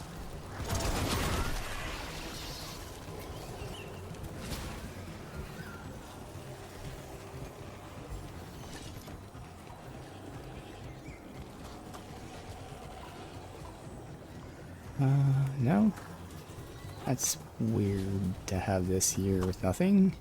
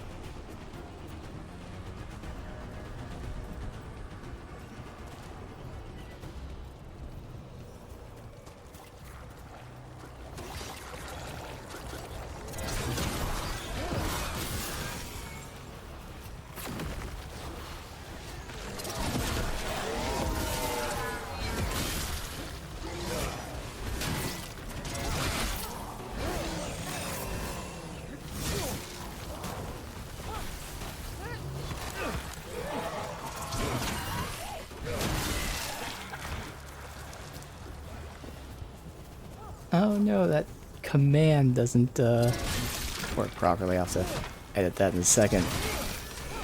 It's weird.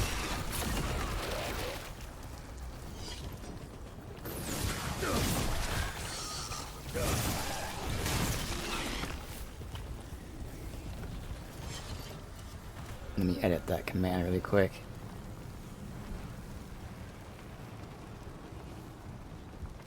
Let's see.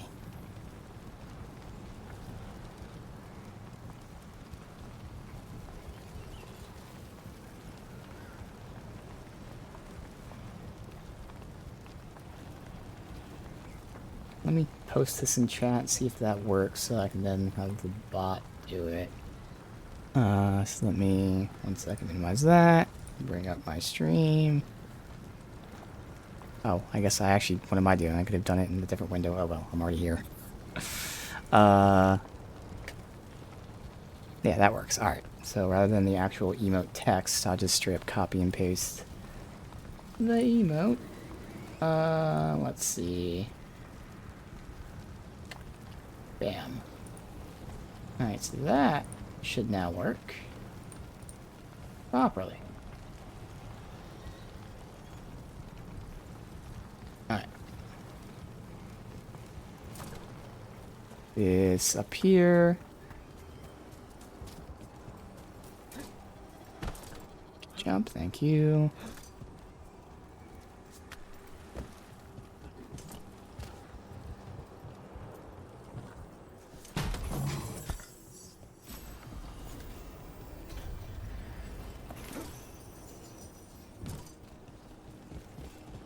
Be everything.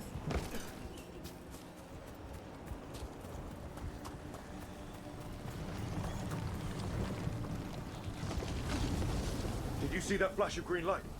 That's a tear in the Fade. A fade tear. Don't tell me the gods are that close. Gods might be close, but they'd be gloating if they finish their dagger. If we kill Gillenane and steal that dagger, then Elganon can't unleash the Blight.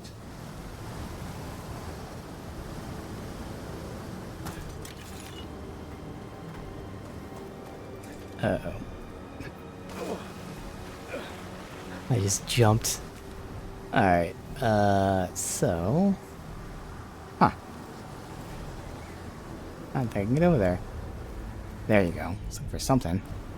I'm on it.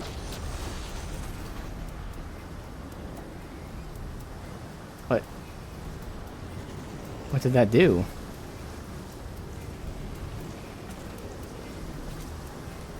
The fuck did that do? Oh, is this? Say, they're usually purple when they spawn. Not normal color.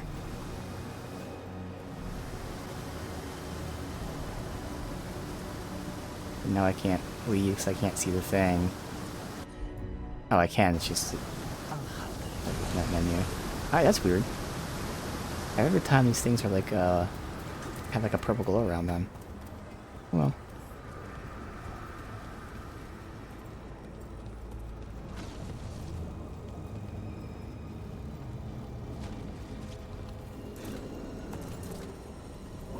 I'm on top of with the goddamn rail, man.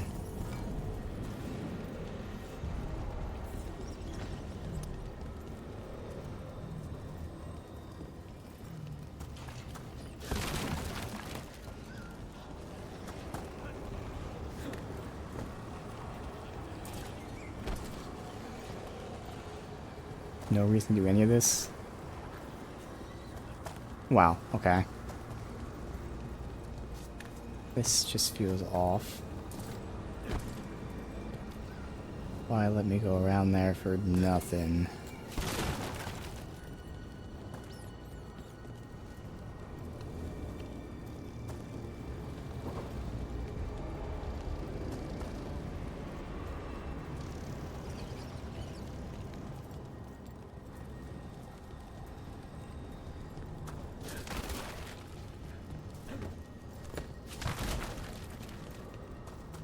Oh, whatever.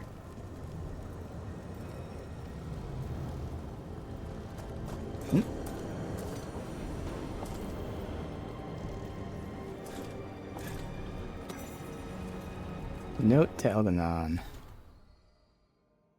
I am not soft of heart about any of the former creations, wish to evaluate the current state of the Hala. However, the end of your human servants who pointlessly slaughtered Hala at your temple is fitting.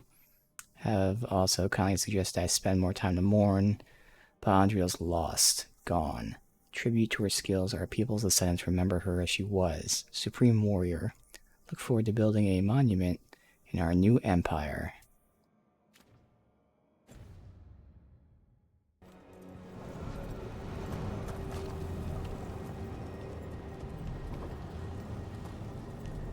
Okay.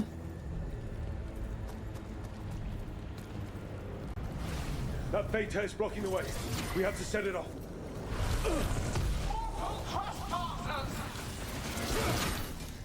That Fade Tear. Getting near it feels like being ripped to shreds. Gillenane must be affecting the Fade here, making the tears more dangerous.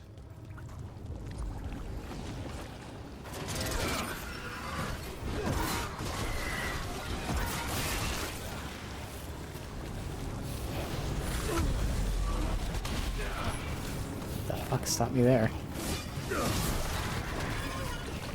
Got us at range. Watch it.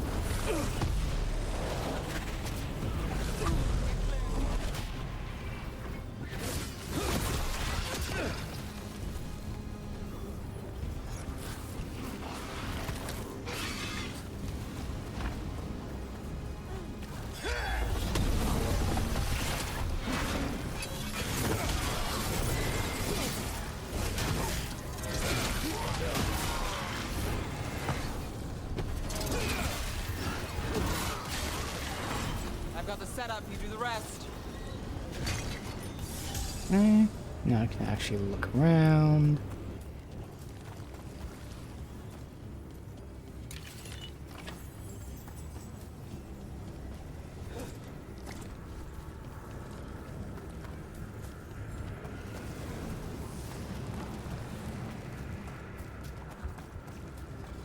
This one.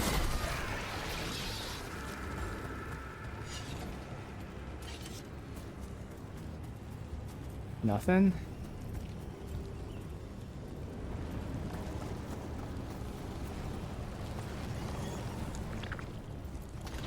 Rook, more Antom headed your way. We can't hold them off much longer. Do what you can. Meet us inside that building ahead.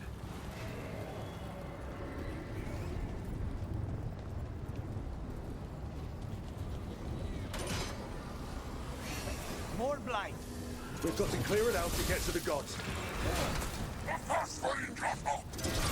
They're onto us.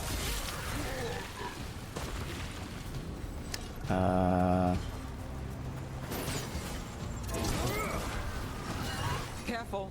More Fade Tears. Remember to keep your distance. No, we actually go to them to proc them.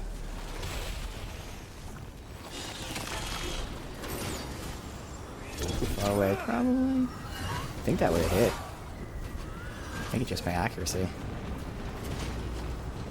We need to close it. Yeah, my accuracy. Oh well.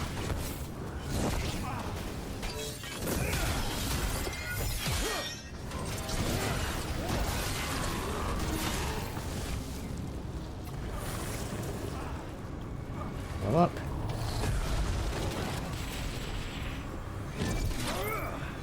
Okay, that's 100% hitting it. It's just clipping through, so that's a weird bug.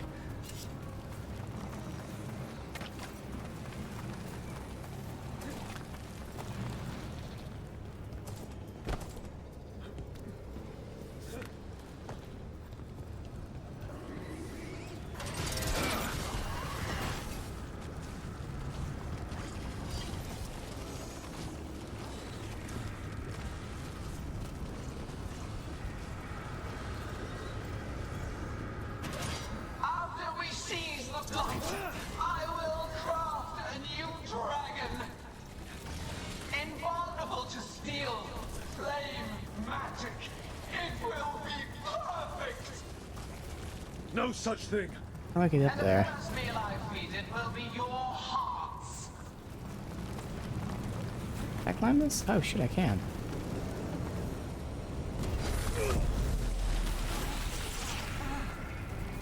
That destroys that, okay.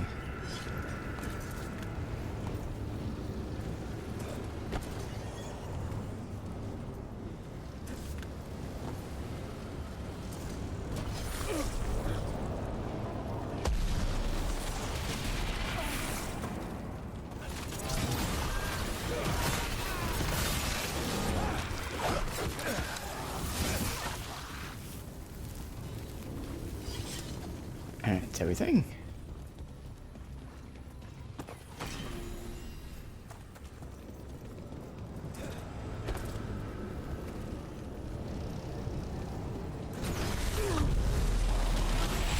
Oh, because he didn't roll off the ledge.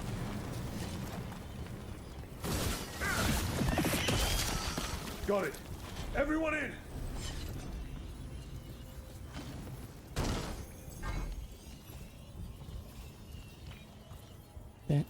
Okay.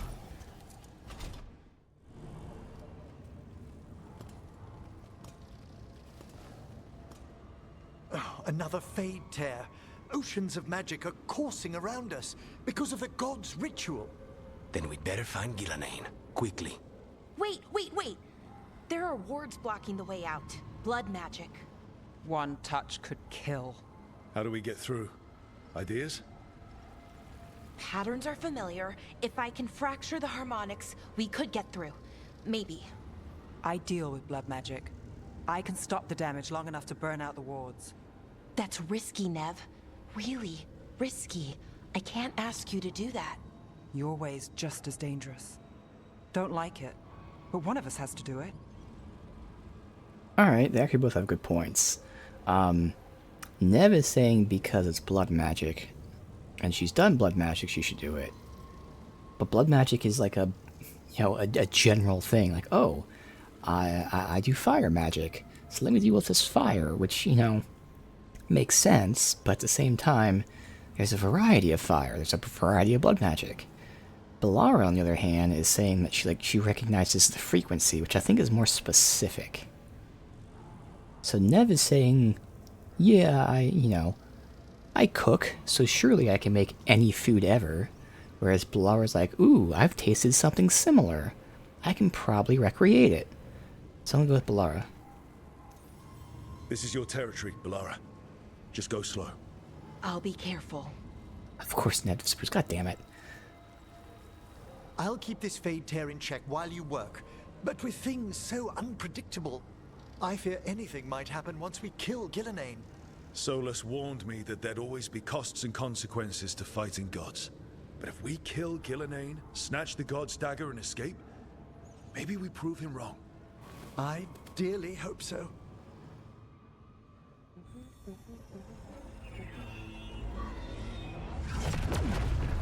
And there. Great work. Thanks. Be careful. The gods might know we're here now. That is a certainty. Bellara! The Elven are a scattered people, but fret not. I shall bring your mage gently back into our fold. You can all be forgiven by embracing the wisdom of surrender. Continue, and even the dread wolf will regret what I do to his pawn. Come on!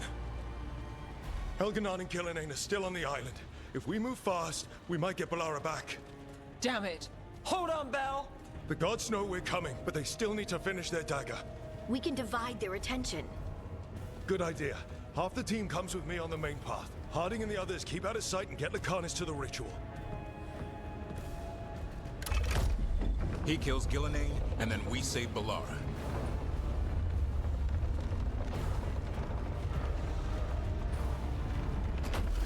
All this magic, it feels like a storm. Which means Elganon's almost completed the dagger.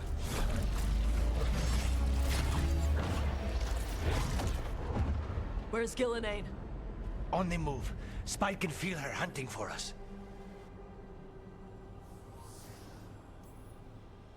We didn't come this far for nothing. Everything the gods have thrown at us, it's all because they know we can win. We'll kill Gillenane, we'll get our friend back, and then... And then Elgarnon. We'll hold Gillenane's attention until Lucanus has a clear shot. Good luck, Harding. Like we said, whatever it takes. It's all yours. As is Gillenane. Does that mean he's not with me anymore?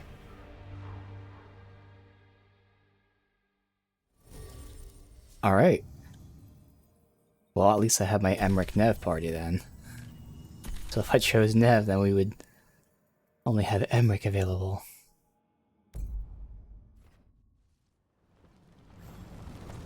Now, was I doing anything special with Emmerich now? Their traditional shit? I think his thing... detonating a Sundered. So I have him detonate. Alright. I think that's what we were doing anyway. Let's see. That's where we came from.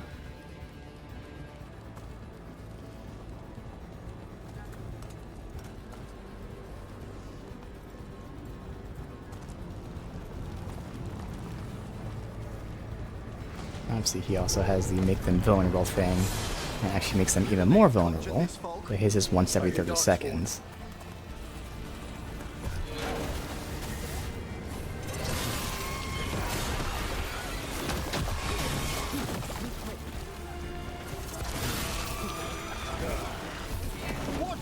On range.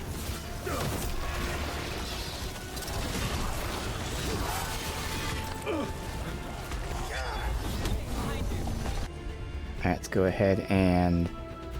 I don't think we need to go all out for this, so we can Sunder. Go ahead and detonate. Time of conquest. The second age of gods saw wonders built. Wow, that radius. So he blew up here and it killed this guy over here. And that's because of Nev's detonations have 50% bigger radius.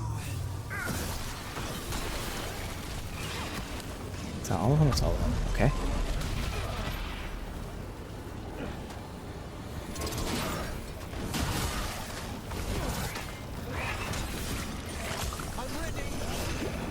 What are you?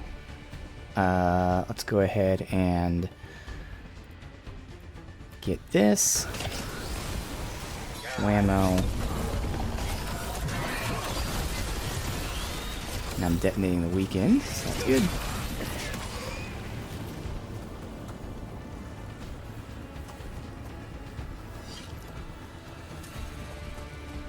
And Nev being able to weaken automatically once every 60 seconds and being able to freeze the group, thus reducing resistance.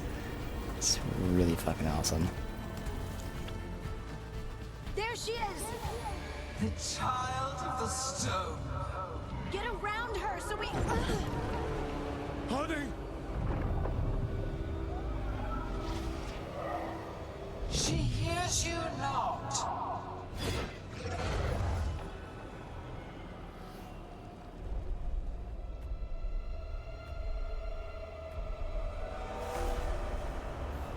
Alright.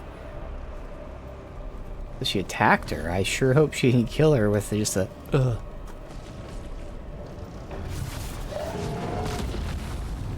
Alright, you just him, so fine.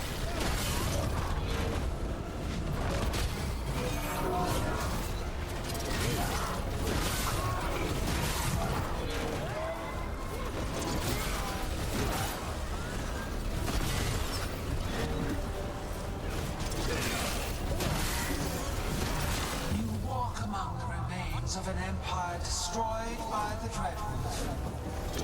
Solus is cunning, persuasive. He is loyal to nothing but his own fears.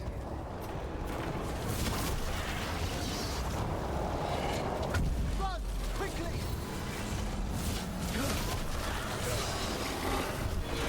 Can we just hop these first?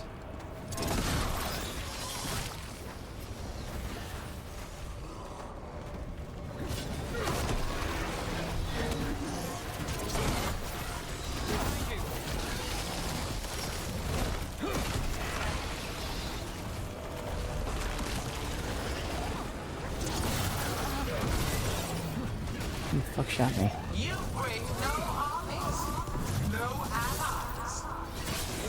My servants are endless, renewed effortlessly, perfected with each iteration.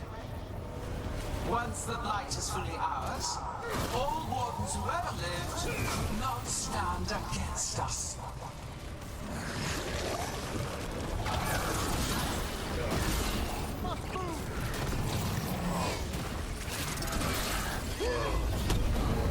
Oh, I saw her behind me. I thought that was the third guy. I was like, oh, we can pop this now.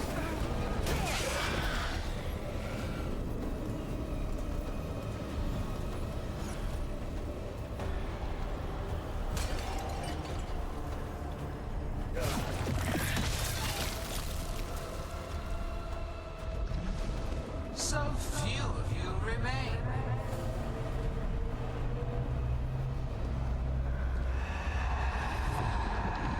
Small. Emmerich? Desperate. Nev! Fearful.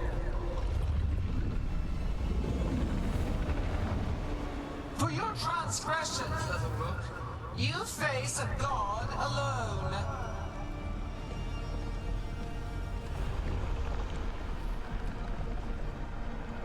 There's Harding. Lucanus, okay.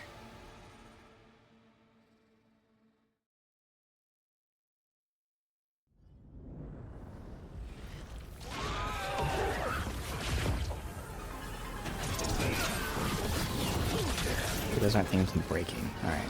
Breaking these. You have destroyed treasures of the ancients. Set back our work. I will perfect this world, but you Any more back shall there? never No. see it.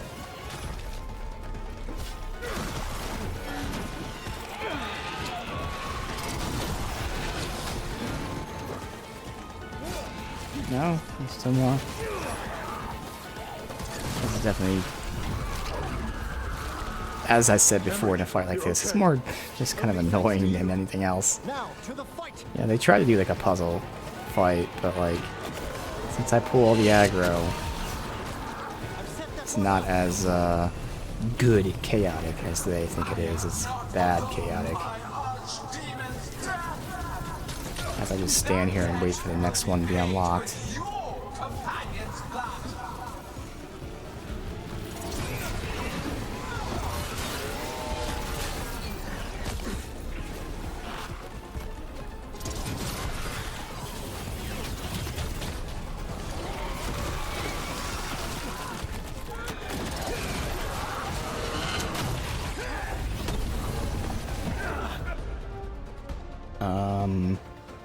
I'll go ahead and pop that. Excellent coordination. Nev, are you hurt? Not a scratch, Trouble.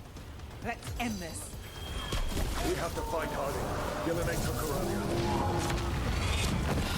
On your right! This struggle is heartless. Might as well pop this now so I can re-up it as we're fighting.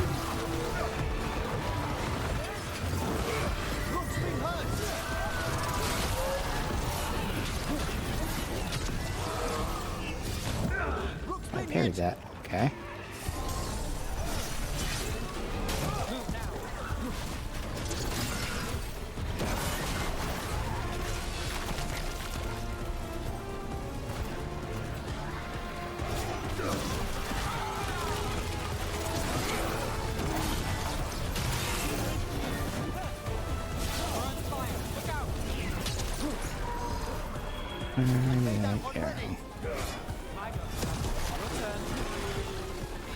Then that unlocks that.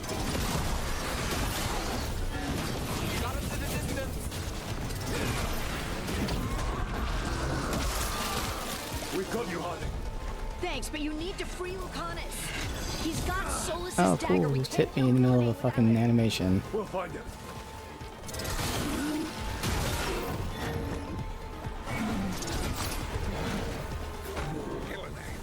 Right here.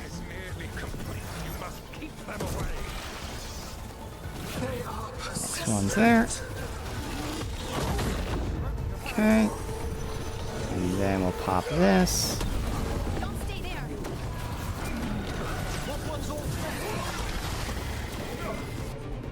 He's dead. Alright. Which one just unlocked? Up there. I gotta wait for the next one to unlock up there. And the next one.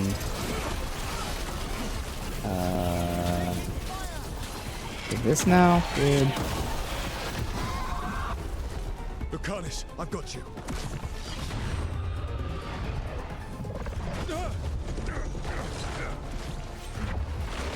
Oh, see, I was gonna take the shot. Redemption. Behold your current age! Fragile, aimless, lost!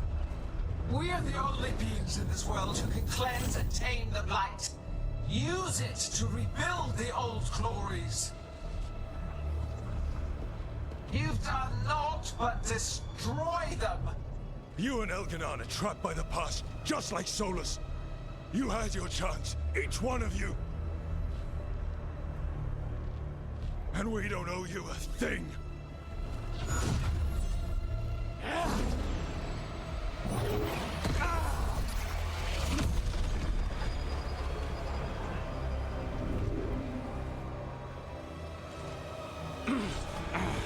Whatever it takes.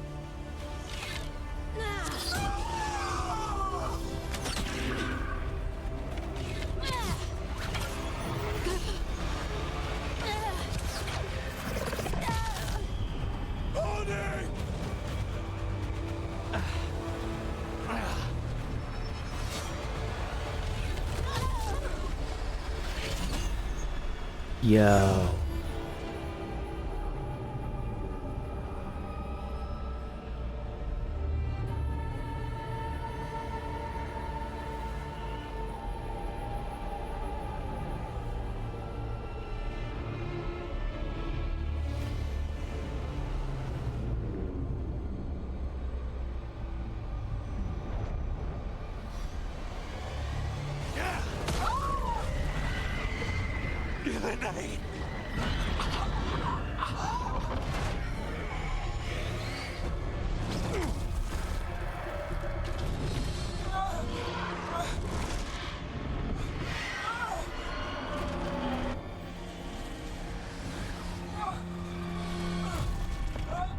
Dude, what a moment for fucking Harding. Holy shit.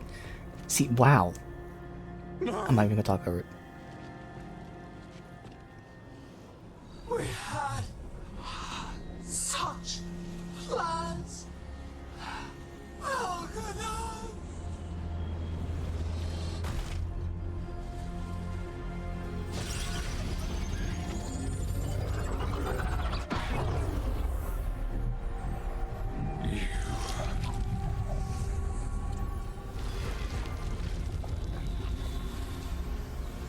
You will regret this.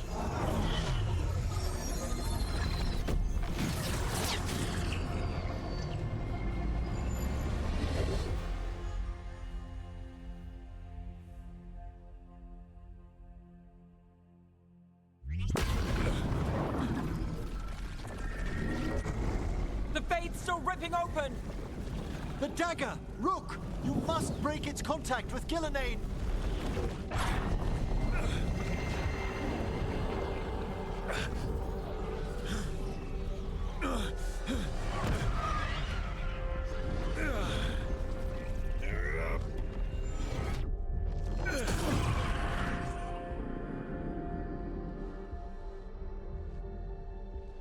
Lucanus? Lucanus!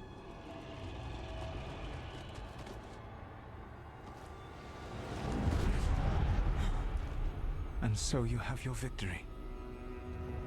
You live, and Gillenane does not. Are you not proud to finally reach this moment? Or did you think you'd win the day without some painful sacrifice?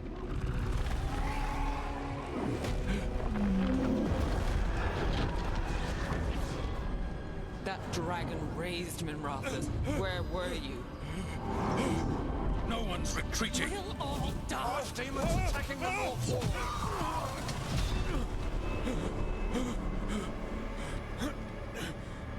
You and your friends stood against the gods. Your courage is laudable. Solus! But mortals cannot win this battle.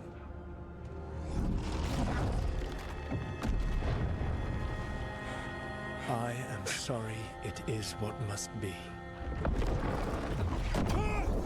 I did everything for you, Rook.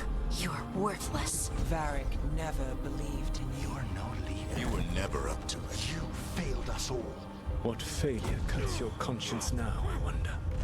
Bellara. Your friend is dead. Dead and gone. It's your fault. Your fault. Regret, like all emotions, is a powerful thing. It can bruise us, break us, or blind us to the truth. Regret is even strong enough to serve as the lock on a prison built to hold gods. But such a prison can hold any captive. Even you. No. You were never ready to make the sacrifices that leadership requires. So through our connection, I molded you into someone the prison would accept in my place.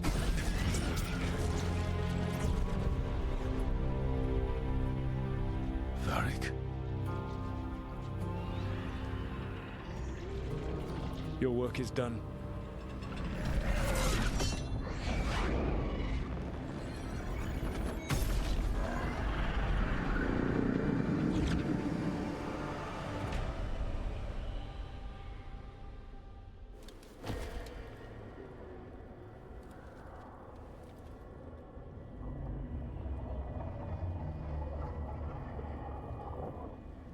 What? This is...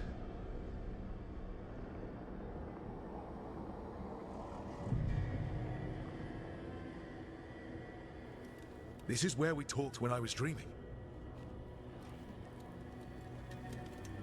But I'm not dreaming.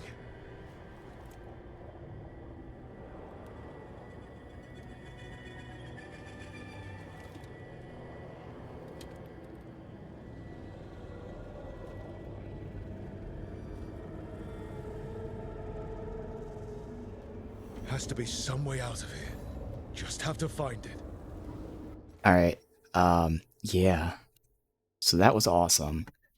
Again, they had the ability to make this game what it should have been. They had the lore. They had the moments. And this shows what they had. That was a really powerful and awesome sacrifice there. Because it showcased multiple things. First of all, it wasn't a stupid, unnecessary sacrifice. It was earned. We needed that. Not just in the moment, but, you know, calling back to before, oh, Lucanus is going to get this done. He fails again. But then, the fact that she got stabbed not once, not twice, but 3 times, and each time kept going, like it showed like the badass moment you want from her. That she's not only, like, you know, there's two types of the badass.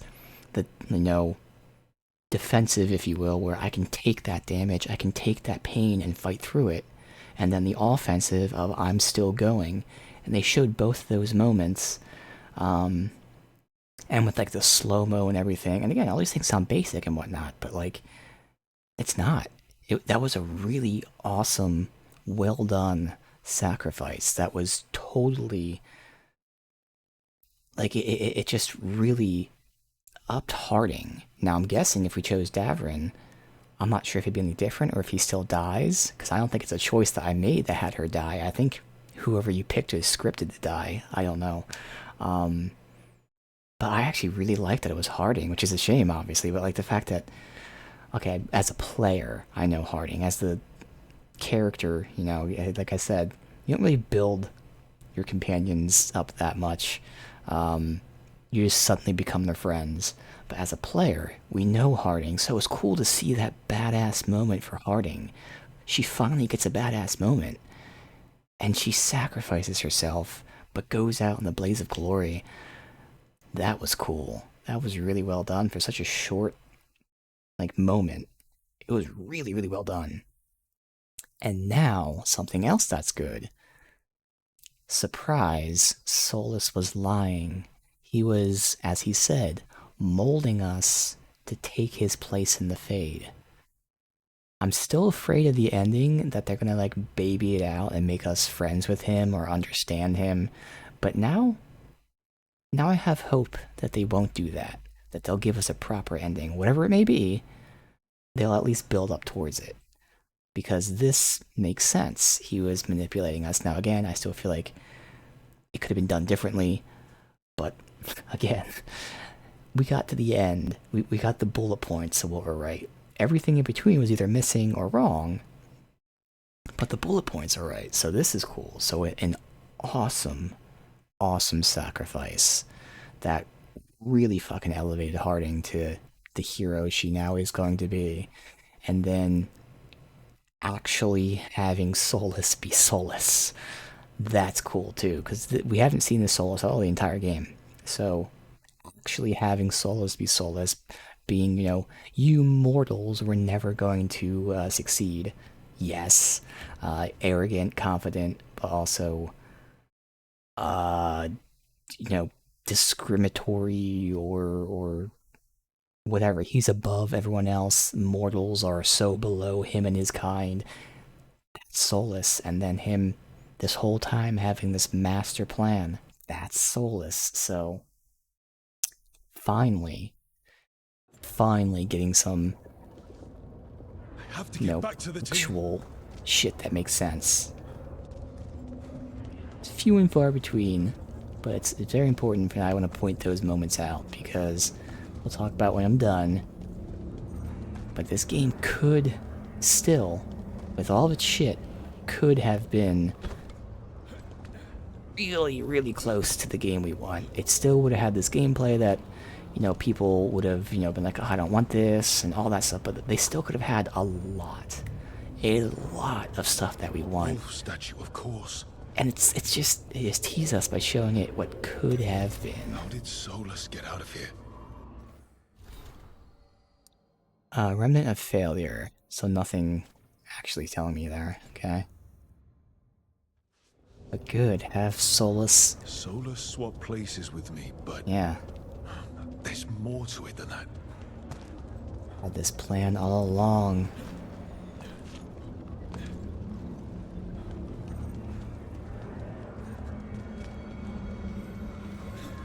Okay, gotta go to each one. I see.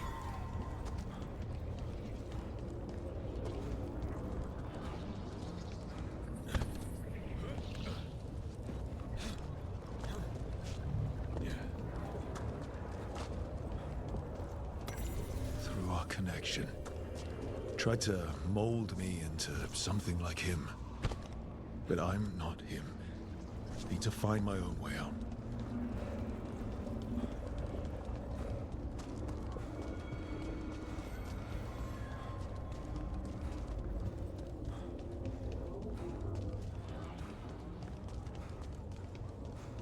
Hey, kid. Come on. Solus found a way out. Now you need to find yours. Varric? He's not here. Of course he's not. So how do I get out? Feels like this place is taunting me. I need to get out of here. I can't waste time being stuck. Find out if Lucanus is... No. He was just knocked out. He can't be dead. I have to get out. Yes, we know we lost Harding, but Lara was taken, and then Lucanus we don't know because we can't trust anything that we saw. But that doesn't help me get out.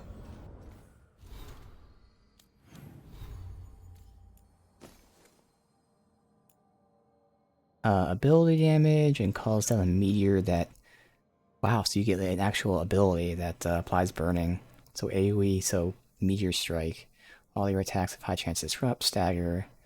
Throw down a flask of bottled lightning that explodes, unleashing storm of pain. Deals damage in a large area, creating an aura that deals electric. Applies shocked. Weak point damage. Charge attacks, do more, and stagger. Alright, weak point damage... I guess ability we don't really need. I'd rather have necrotic, because that's both range and ability. And then just raw damage, yeah. That's all fine. Because we've got the general damage for the same numbers. They probably should be different. Like if it's 10% damage, probably should be like 5% damage. This increases everything. Now I'm fine with it, but there's no reason not to keep that, you know.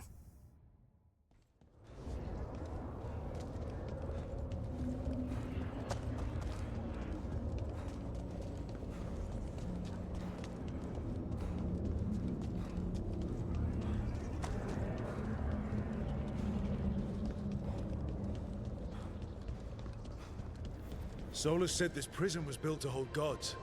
Lara. Built to hold gods. And locked with regret. He said that, too. Lara. Rook. I was supposed to find all the secrets of the Nodus Trithallan. I'm sorry to make you sad, but I told you the enchantments were dangerous. You chose me anyway.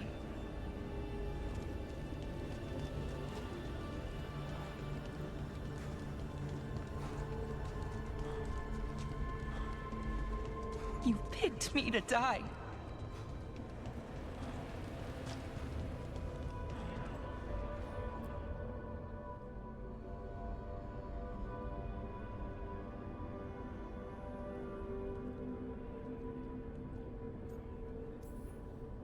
No, you're wrong. My friend, she knew the risks, and she still volunteered. She chose as much as I did. We all believed in what we were fighting for, what we're still fighting for. And Belara knew what it might cost. She did, kid. We all did. Because you always chose the hard truth over the easy lie. Solus, on the other hand.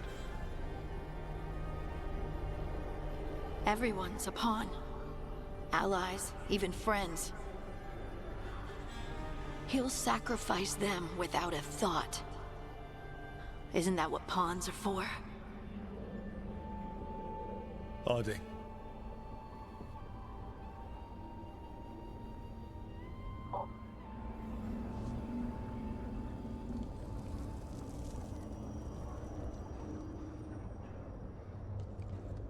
Whatever it takes. Your words, weren't they? And you were right. You gave so much to all of us.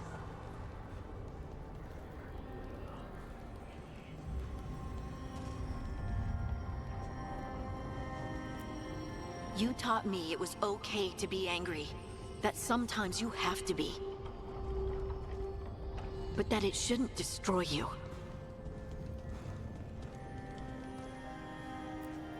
You did everything for the team. Brought us together, held us together when no one else could.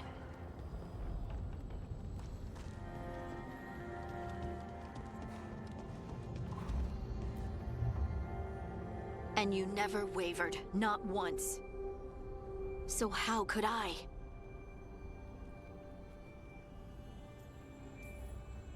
You gave your life to save the world, Harding. But the world's still not saved. So I'm going to get out of here, stop Elganon, and stop Solus. I'll make sure your sacrifice was worth it. Great job, kid. Now, what about mine?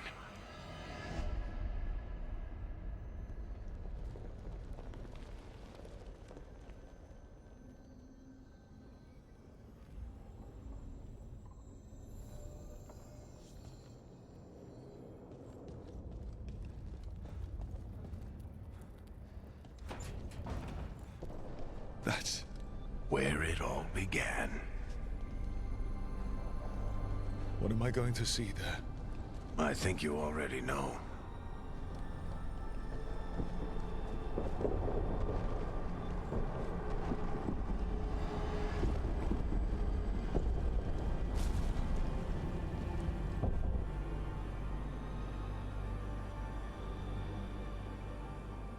Come on, Varric.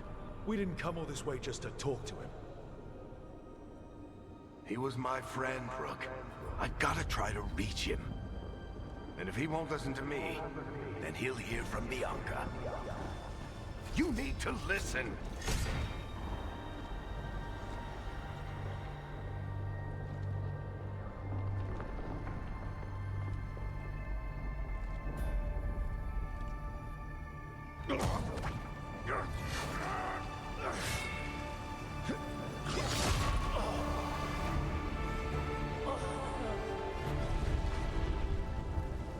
Varric! Varric!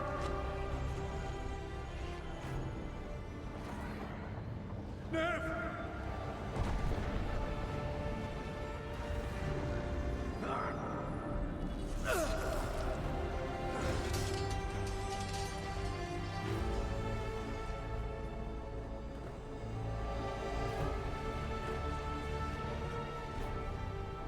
Rook.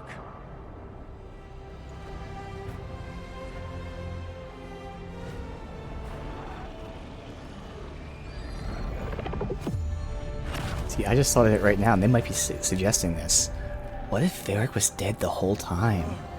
And I was only seeing, like, you know, it's not really his ghost, I don't know how you want to call that, because of my connection to the Fade. I was just thinking that, and they actually might do that, which would be really cool. And it would excuse, kind of, how they treated Varric. He still should have been included more, but it would excuse the non-combat stuff.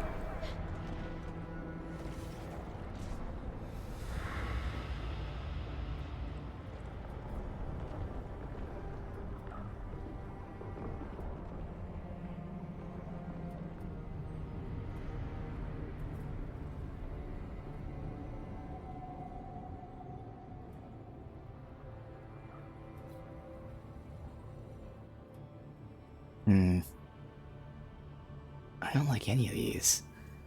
I guess this.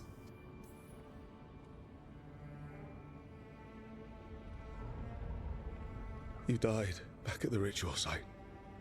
You've been dead all along.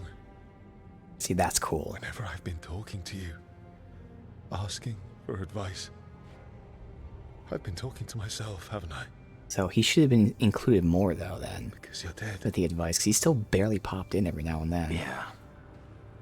Sorry about that, kid.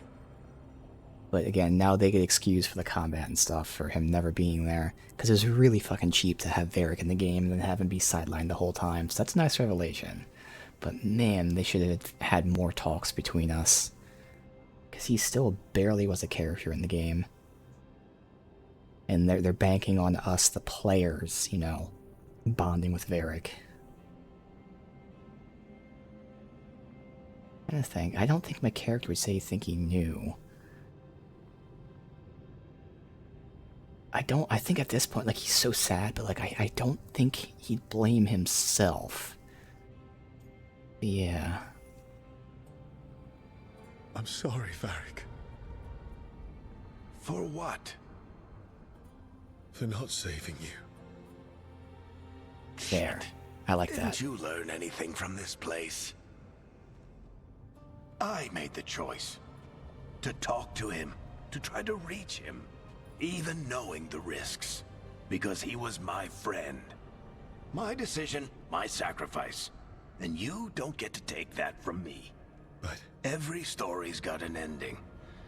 This one just came a little earlier than I'd planned.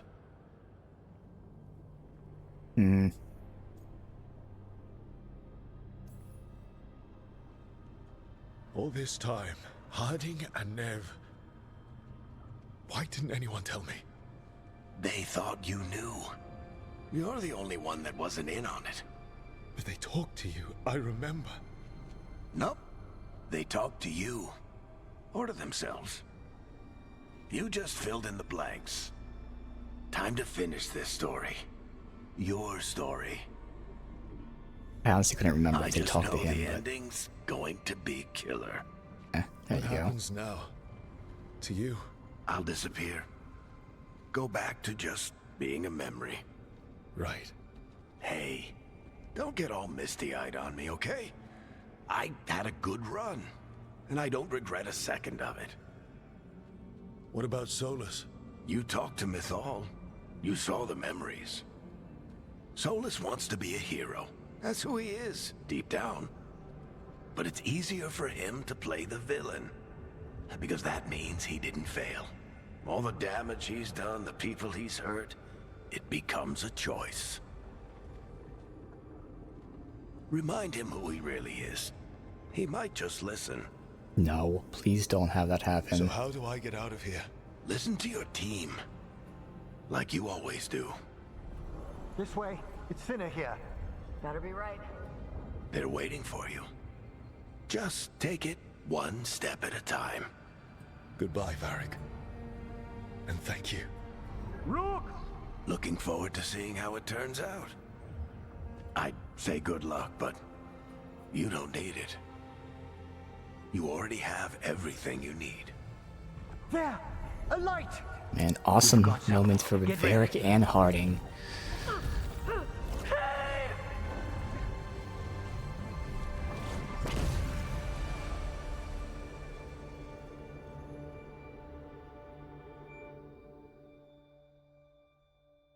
I don't know, something tells me that they actually cared about the ending of the game, which is gonna be good.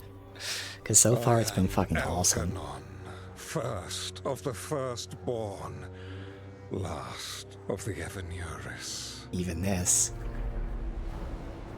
Come to reign over you with fine and gentle hand. Citizens of Minrathous, give yourself to me. Together we shall unleash magic so glorious, so limitless, that all the world will be transformed.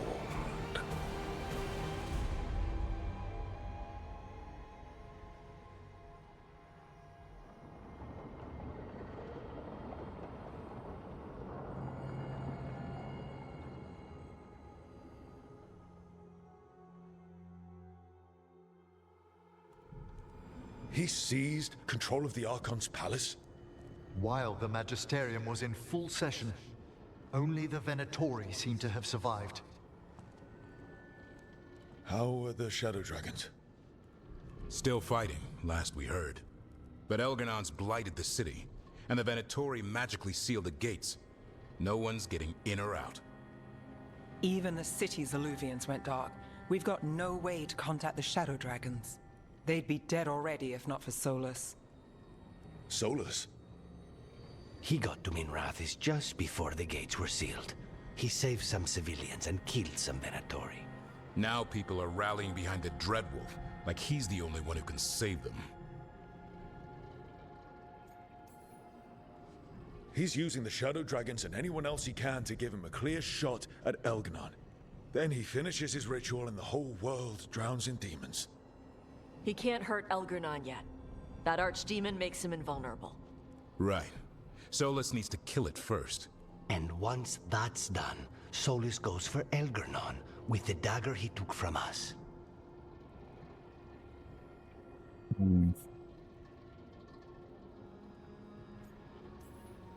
We can't stop Elgarnon and his archdemon while Solus is out there ready to stab us in the back again. Solus is not going to be happy when he sees you've escaped from his trap. He's got the dagger. There's no way to kill Elgarnon without it. We did attempt to create a dagger to replace the one Solus took.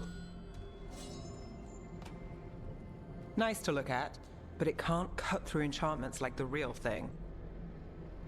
So it cannot kill Elgarnon. Looks real enough. But it is not. We don't have the right weapon to take down our target, and we lost too much killing Gillenane. We have no idea where Bellara is, or what Elgarnon is doing to her. And Harding is... she's gone.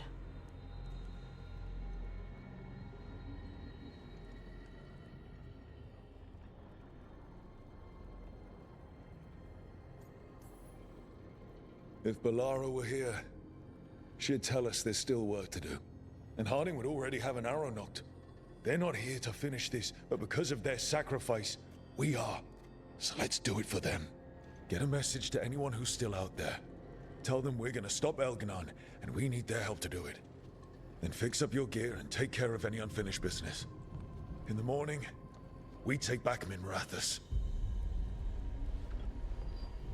Hey, are you all right? No. But I will be. Look, we can handle getting word to our allies. You go take care of yourself. I'll stop by your room in a bit. Make sure you're still there.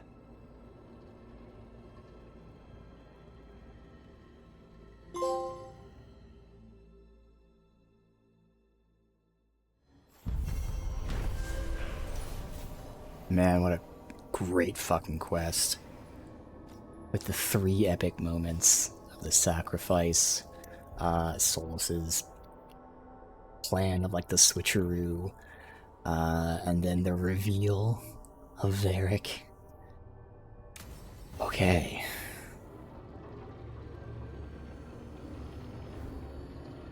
Alright. Let me save. And then I'm going to go to the bathroom. And we'll continue.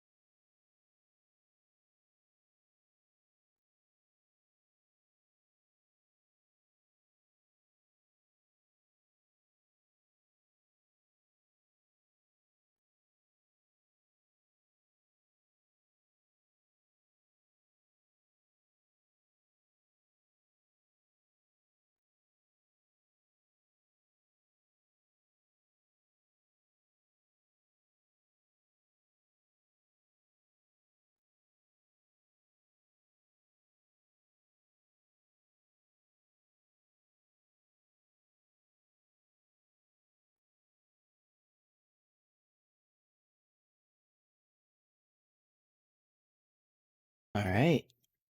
So I see we have optional objective. So, are we talking with everybody? Yes, indeed. Alright, we'll talk to everybody. Averin got the 9. Again, like, we never took him anywhere, and he gets the 9. Doesn't really matter.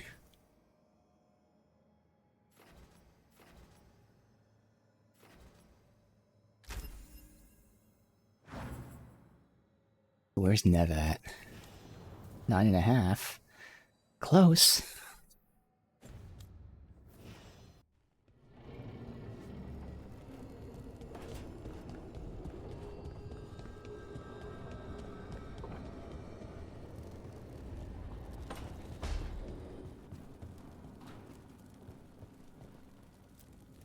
She saved us.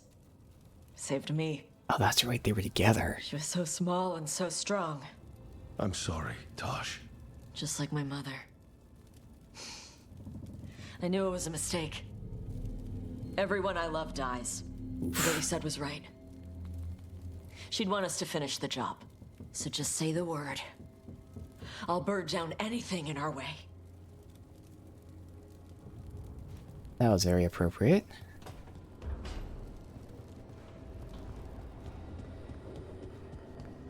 Let me look at the new appearance that we... Wait, is this not my room?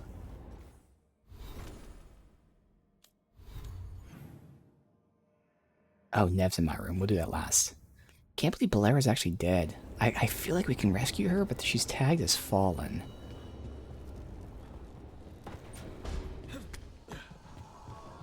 We'll see. I really feel like we can still rescue her, because I don't think it was a wrong choice to choose her.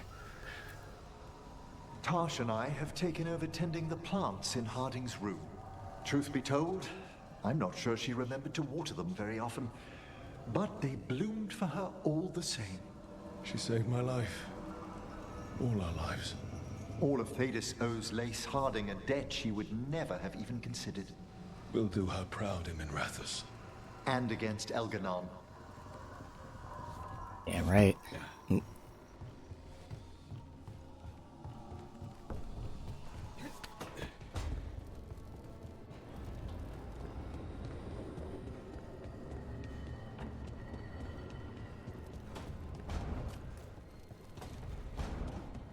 Balera's gone, Harding's gone, Nev's in my room.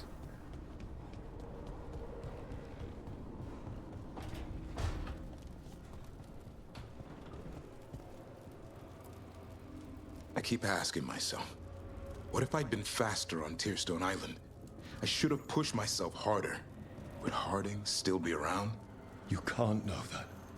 None of us can. She's a hero. Without her, Lucanus would never have gotten his shot at Gillenane. And Balara. If she hadn't gotten rid of those wards, we wouldn't have made it in time. We'll get her back. Whatever we do. Good. Damn Yeah, see, right we don't know she's dead yet. Good, good, good. Good, good, good. Lucanus is gonna blame himself because he missed again.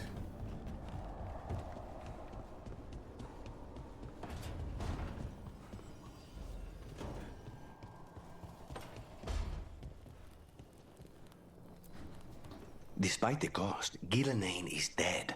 We should still count it a victory. I knew you wouldn't miss twice. Are you okay? I'm well, though that was no ordinary death blow. I assure you that striking down a god is not something any killer can mistake. That is worth remembering, given we still have 2 gods to destroy.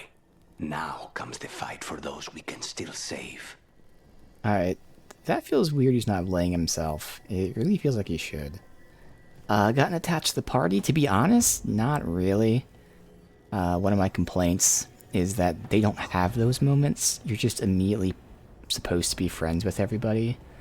I've gotten attached to Nev, not just because we romanced her, but Nev and Lucanus. Now, they both happen to be like my main party members along with Emmerich, but I feel like those two are like really one of the better established, most interesting characters throughout, not just through their companion quests, but like throughout the story. Davrin, I don't really care about. Harding is only because of Inquisition, so I definitely feel for Harding, which is why it was so epic when she sacrificed herself, but that's solely because of Inquisition. Emmerich, I feel like Emmerich's, I mean, he's a cool personality, and he's one of my 3 main party members, but if it wasn't for that, I feel like I probably wouldn't bond with him either. Tosh has done a decent job, I'll say, so I feel like 1 and 2 is Nev and Lucanus, and then a distant third is Tosh, and then beyond that, I don't really know how well they built out anyone else, but at least, you know, Emmerich has like Manfred and stuff. But yeah, I don't think they did a great job of Dragon Age fans caring about most of the characters in this game. Yes, that's why I care, because I want to try to have no one die, and we already have 1 death. That's why I'm hoping Balara didn't die. I guess to be fair, but Balara's character is pretty well designed. I think Balara by far suffers from bad dialogue, 100%, and also a poor choice of the voice actor choosing that voice. I get what they were going for, but most of the time it doesn't work. So not only do you have that voice combined with the horrible, horrible dialogue, so I think she probably should be amongst the best of the companions, to be honest, of how they establish her. I just don't care for her because of that. She's too fucking aloof to be believable. But she does have a really good arc. So, you know what? I'm going to throw her up there with the top 3. Her, Nev, and Lucanus. I just don't like her, unfortunately, because of the stupid aloofness. But she at least has the character. The progression and all that stuff.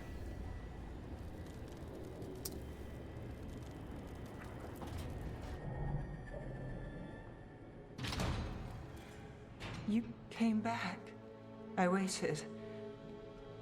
Finding you was a lost cause, but I'd catch myself waiting. And you came back. So, look what I know.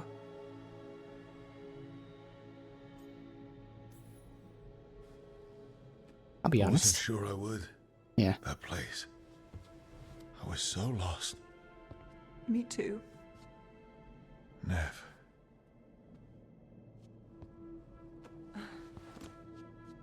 Bring her down. Kiss me, so I know it's real. That was awkward. They had to lower her, but they made it so fucking weird, because clearly you're supposed to like raise her and you pull her in.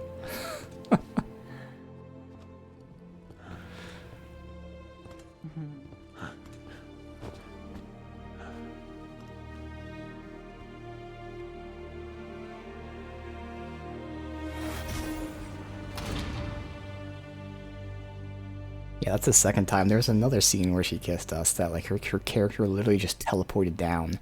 No animation or anything. I could stay here longer than I should. Hmm. Who says you have to go? You know you're distracting. Yeah, I do what I can. I thought you were gone. Minrathous is more lost than usual. Me too, if I'm honest. There's always something slipping through my fingers. All I know is, if I don't say I love you this time, I'll regret it. Yeah, 100%. I think the writing is really bad for a lot of people. Voice acting is pretty solid across the board, with the exception of Balara for sure. And honestly, Nev, 90% of the time, Nev is great. But you can even see it like with this previous line. When she's supposed to convey emotion, she comes off as very subdued, almost bored. And I'm not sure if it's just the voice actor's, I guess we'll say accent, or like the way she, says her lines, like the way she says her words. But she doesn't convey certain emotions well at times. Otherwise, most of the time, she's a great voice actress. But otherwise, other than those two, yeah, the rest of the voice actors are great. Dialogue definitely suffers, and I have a hard time explaining what I'm trying to say here. The metaphor I've come up with is I feel like this game has the right like goods to sell. They just chose the wrong transportation for those goods. So what I mean by that is they hit all the right notes. They hit the bullet points from A to B to C, but they just go from A to B to C. There's no in between. So this game, like, they're trying to tell an RPG story with an action game, like, method of telling story. Like in other normal RPGs, you spend time learning about the zones, learning characters and all that.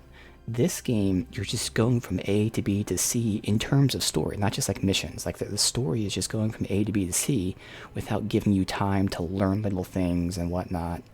Again, it's very hard for me to explain, which is why I just come with that metaphor of they have the goods, they just chose the wrong method of transportation.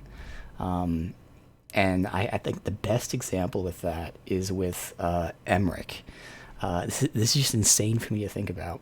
When Emmerich tells you about the liches the first time, this is the very first time there's ever a mention of lich. Ever. And Emmerich tells you everything about liches. All at once, in one mission. And that entire mission is literally you picking flowers. That's all you do.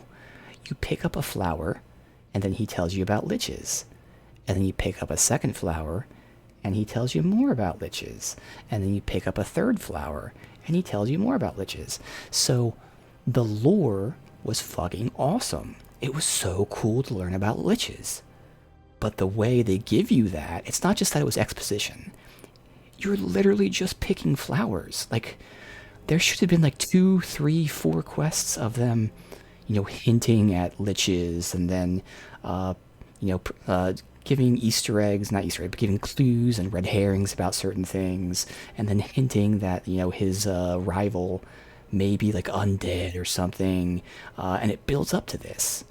Instead, they give you this really cool information, rapid fire, in the most shitty way possible. It's just, man, it's so weird. Yeah, something like that, exactly. Like, it's just, that's why I'm having a hard time explaining it, but like, they have, like, the biggest thing about this game is, even if they kept most of the game the way it is, if they kept it this action-y and all that, this still could have been a pretty damn good Dragon Age game, because there are so many moments with the lore and then the story at times and that stuff, mainly the lore. The lore is all there. They give you so much lore that's genuinely world-changing to the Dragon Age world. That's awesome lore, deep lore.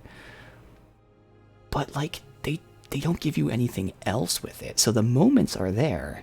I know they could have done much better. So it's sad to see what could have been, even in this same shell, this action Dragon Age, if they just redesigned how they told these stories, kept the stories the same, just redesigned how they told them, it would have been so much better. But yeah, I don't know. Exactly, doing something that has nothing to do with the scene. Yeah, exactly. That one was like the most jarring, and I'm glad I can use that as an example, because like it makes no sense. Very weird. Alright. Do we joke about this? I have to. You do? What? Nothing. You surprise me, Nev Gallus. Good. No, that wasn't a joke. God damn it. Look, I still can't bet on after, not for sure. But I won't live like we're not getting one. What is this? Okay, I thought they'd say like a consequence of choosing.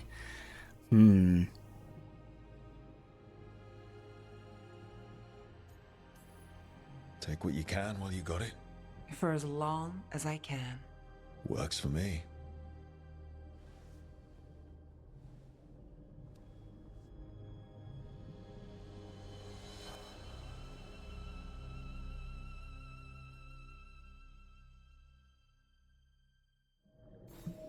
Alright, let's see about the any of this stuff that we got.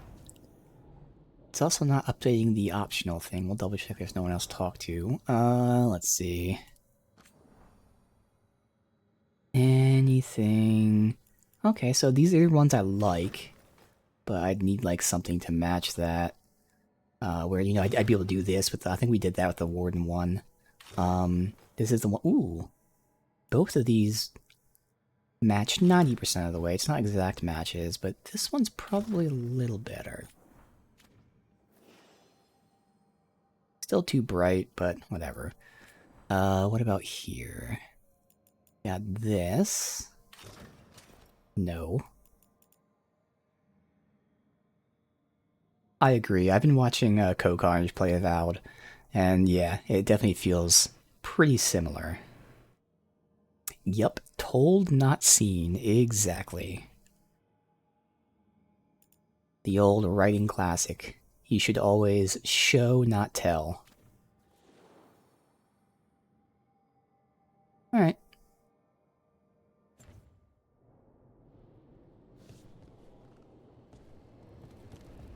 There's a lot of times they just don't let the moments breathe. Oh, Emmerich. Or no. Oh, wait. So we had the romance option with her and then the normal conversation with her, I see.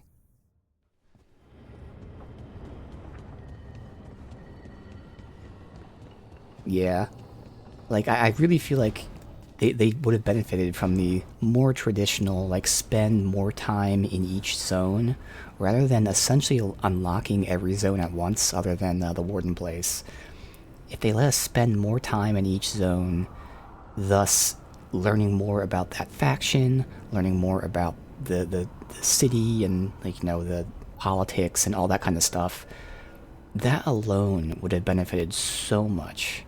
Rather than just scatterbrain, okay, everything's unlocked, here's everybody, because they still pretend they did that. Like, we just got done this quest where, it was the Treviso Crows thing, where it was revealed that the governor was the one who, told the Antom to invade the town. And what's weird about that is, they did mention that in the very beginning of the game. The Crows said, hey, somebody from the inside told the Antom all the details, which then let them take over the town. And that was the very beginning of the game. Probably like the first mission in Treviso. And then, between now and then, it was literally never mentioned again.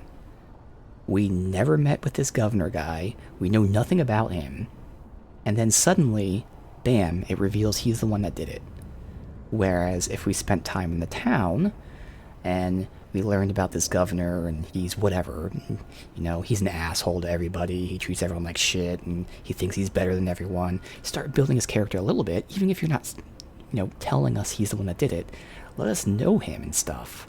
Instead, they mention it in the beginning of the game, ignore it for the entire game, and then reveal at the end. And it's like, what? Why? Huh, why is she here in Bellara's place? This is interesting. It's been days, but I still expect Belle to burst in here with a question or theory to share. And Harding. It was just you, me, her, and Varric. We're Oh the shit, that's only ones right. left who were there at the start. Yeah, holy shit. Dealing with this alone. There was so much to do, I had to get the job done. For you. For us, now, okay? I can work with that. Yeah, and it was such a weird reveal too. The leader of the Antom decides he doesn't want to work with the gods anymore. So he betrays them. And then after he betrays them, the governor just pops up out of nowhere and tells me, haha, I'm the one who was the real traitor, bye. And I'm like, why did you do that? There was no reason for you to tell me this. And then the very next scene is, oh, the governor's in hiding because it was found out he was the one behind it. Well, no shit, it was found out. He just told us. He could have not told us that he was behind it. He still could have ran the Antam, and nobody would know. There was no reason for him to reveal himself. It was so weird. Alright, I don't know why the optional objective isn't updating, but that should be everybody. And obviously there's nothing we can do. It's not like it maybe, I mean it's not tagged, but anything from him? Strength earns mastery. Alright.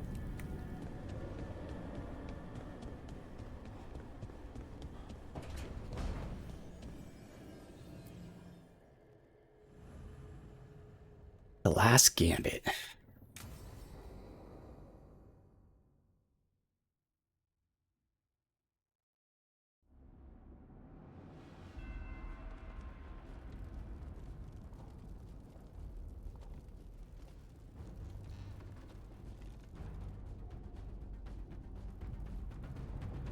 Thank you all for coming.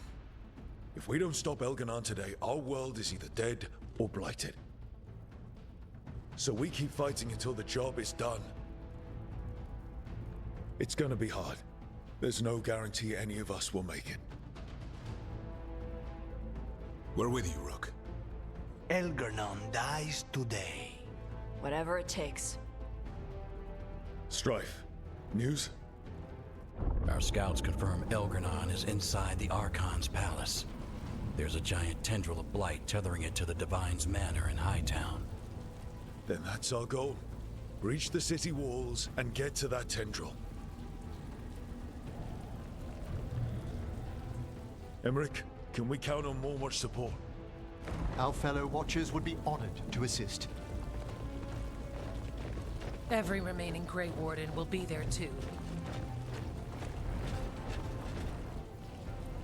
The Antivan crows are ready to pay their respects. And the Lords of Fortune will be there. For gold and glory.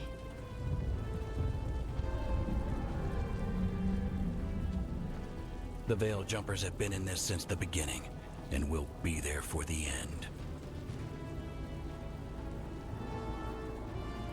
Solus is our first target. Without his dagger, we can't kill Elganon. Our scouts last spotted him working with the Shadow Dragons in the western section of Hightown. Okay, we go in through Hightown. How? Minrathus was built to fight off an army, even before Elganon reinforced the defenses. Every gate will be guarded. Worse than that. Our scouts reported that the Venatori sealed all the gates with those damn warding crystals. Can the Veil Jumpers disable them? Venatori magic won't be a problem. It's still likely to take time. You may need assistance or someone to protect you while you unravel the wards.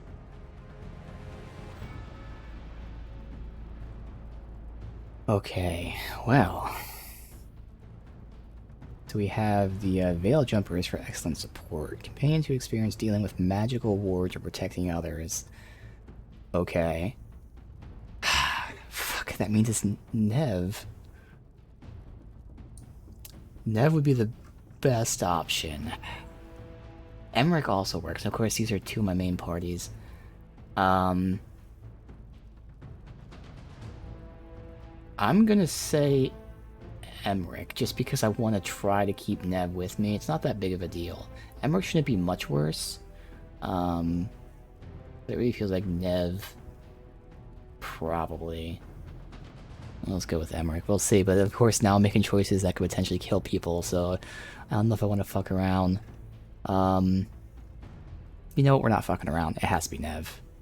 It has to be. Nev, I want you helping the Veil Jumpers. You've got it. I don't need to choose people based on my party. I need to choose people based on who's best. The gate will be commanded by a war mage. That's how they usually operate. If we get rid of the commander, the rest of the Venatori will scatter. Can the crows cut the head off the snake? Contract accepted. There's gonna be a lot of guards between you and her. The lords can clear you a path. And one of us should be there as well. Alright, well, this is obvious. Yeah. Experience fighting mages or surprise attacks. I wonder who can be both a mage fighter and a surprise attacker. Maybe the person known for killing mages and being an assassin? So that's party member number 2. So I'm down to only one of my main party members, which again, doesn't really matter. Lucanus, how'd you like to kill a Venatori mage? It would be my pleasure.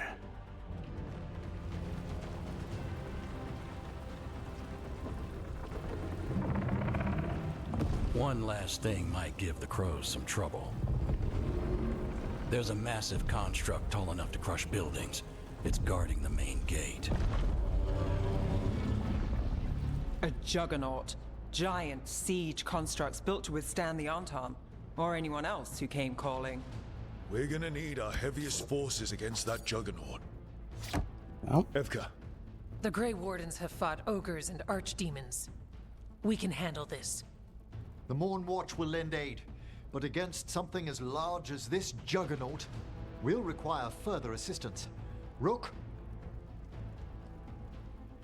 Definitely not Emmerich.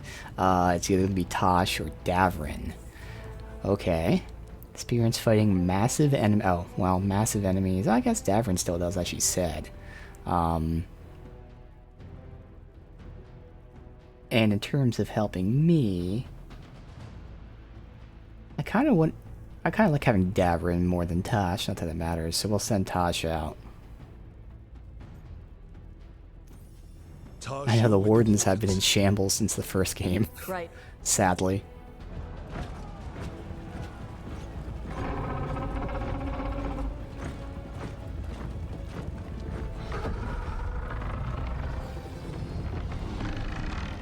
Davrin, Emmerich, you're with me.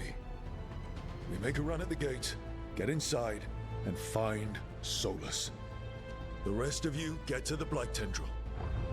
Once we've got the dagger, we'll meet you there and take the fight to Elganon. Yeah, I'm good. I believe in this team, in all of us. So let's get it done. We go on my signal.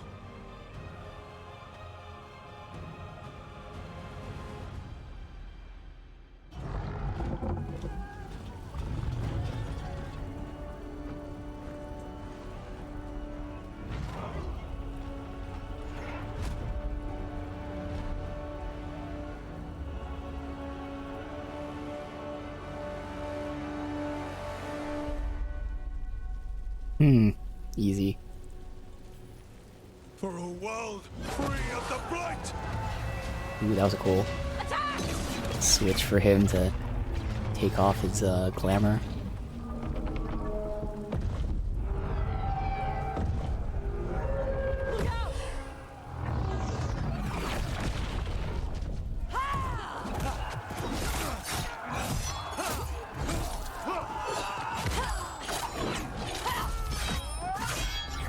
Destroy this filth! Get to the warding crystals! Over there!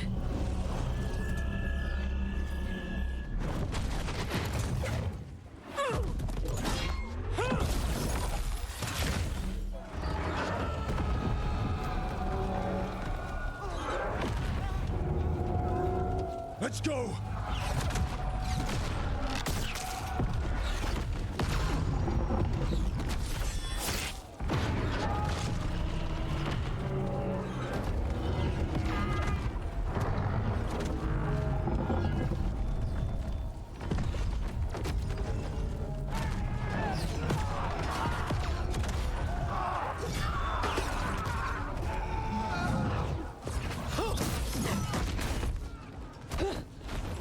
Focus on the wards. Yeah, at the very least with the Wardens, like they could have very easily gone like the Witcher route, where in the Witcher universe, you know, in Geralt's time now, there are very few Witchers left. The Witchers have just died out. They could have done that with the Wardens.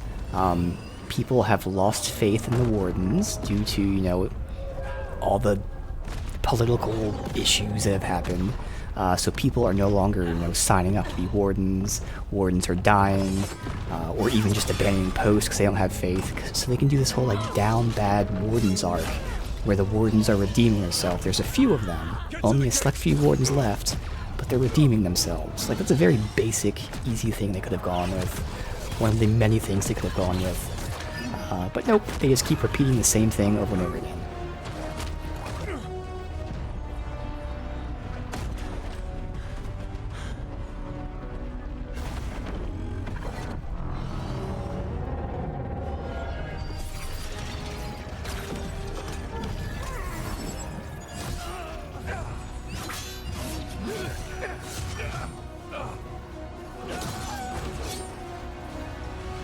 Damn it! Come on!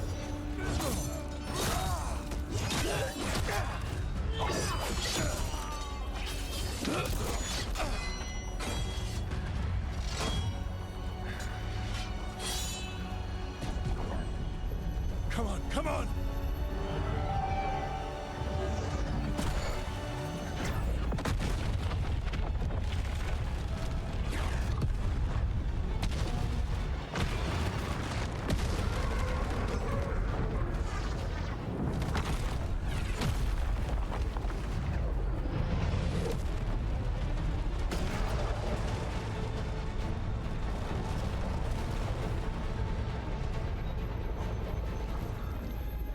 Cofus, retreat! I'm coming for you!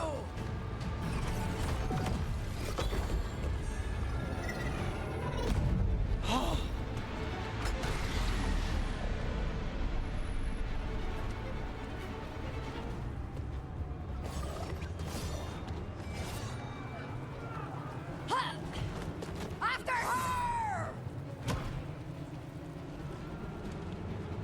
We must leave, Rook.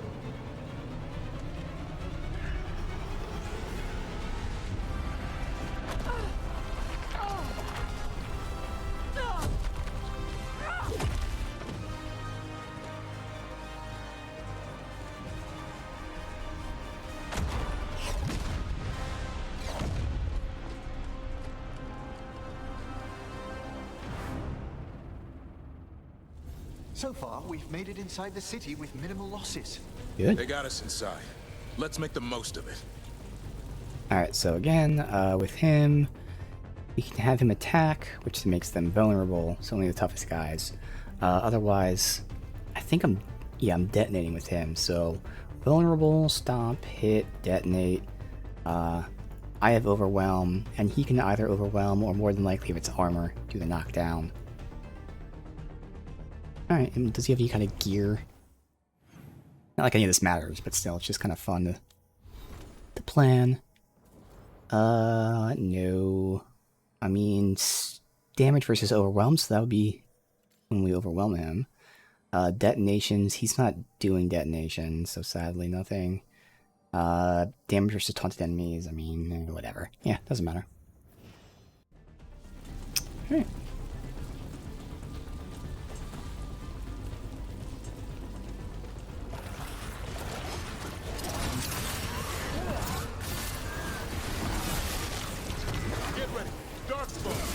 Take him down.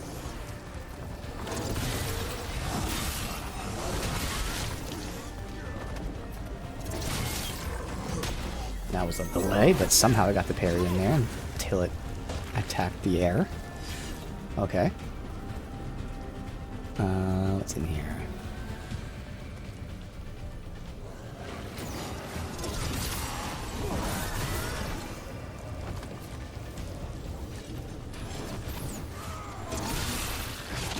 Ah, you dick.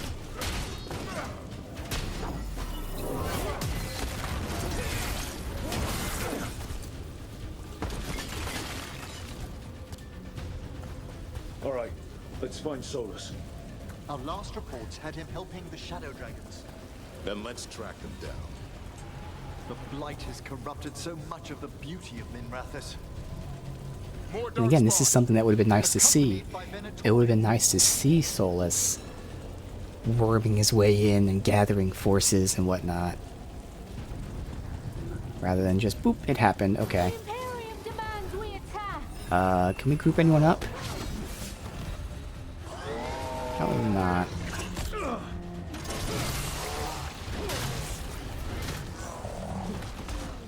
It's these two.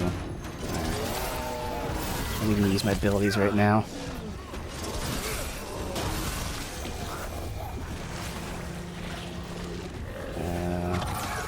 Alright, let's go ahead and get you. We'll go ahead and combo you real quick.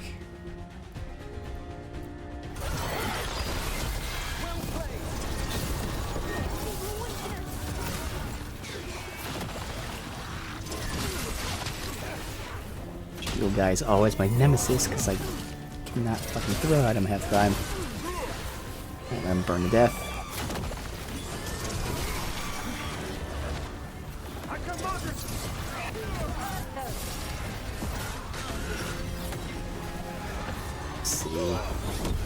Bam.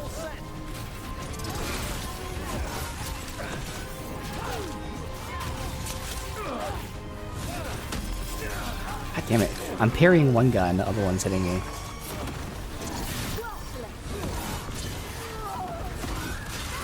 First Venatori, now Darkspawn in the streets. Nobody should have to live like this. Nothing here.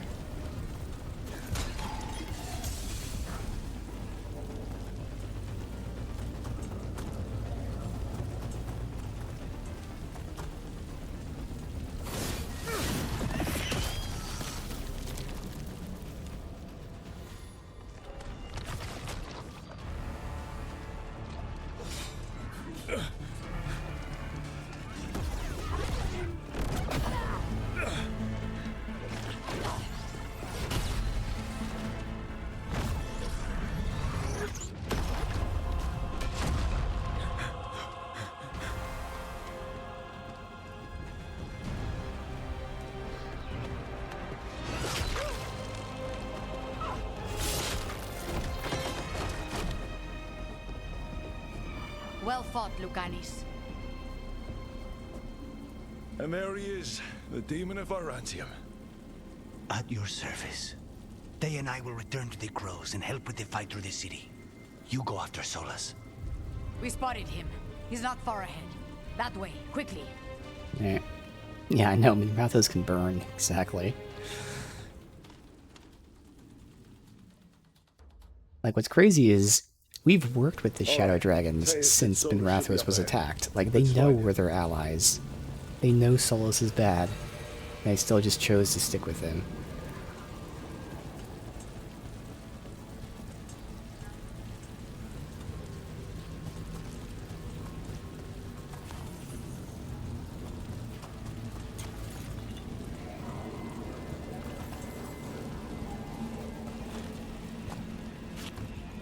This is an astounding amount of blight. And this is with Solus helping our side. How much worse would it be without him? Well, without him, none of this would be here, because he wouldn't have torn the veil. Venatori ahead. Unless I'm mistaken, the Magister... Ah, you fucker. By the power of Razikale. Alright, where is the... Oh, it's just you doing it, it's not Crystal.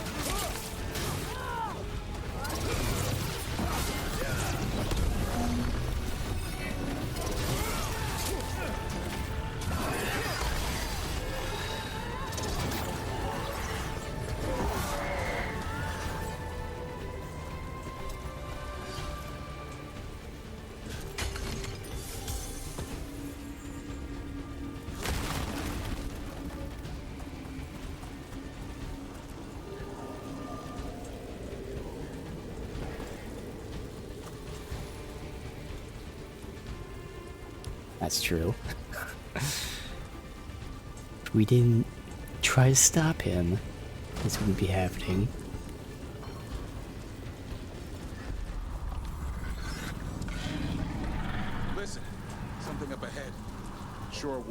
but it's which big. is yet another like big disappointment of the game. They didn't focus on Solus enough. Until the reveal that, thank God, he was manipulating us and, you know, making us switch places with him in the Fade. Other than that, the entire game, he's just been, like, you know, shown as, hey, I'm your friend. And most of the time, our character's like, okay, we're friends. Anytime I had the choice, thankfully, I made sure to say, no, I can't trust him. But, like, there just wasn't really much with Solus until that reveal, which is just, like, missed opportunity. Why? He's supposed to be the villain. Now I get like these guys, that's fine, but they just kind of neglected Solus completely. So if there's more of that, you know, him throwing that on us and things, would have been nice.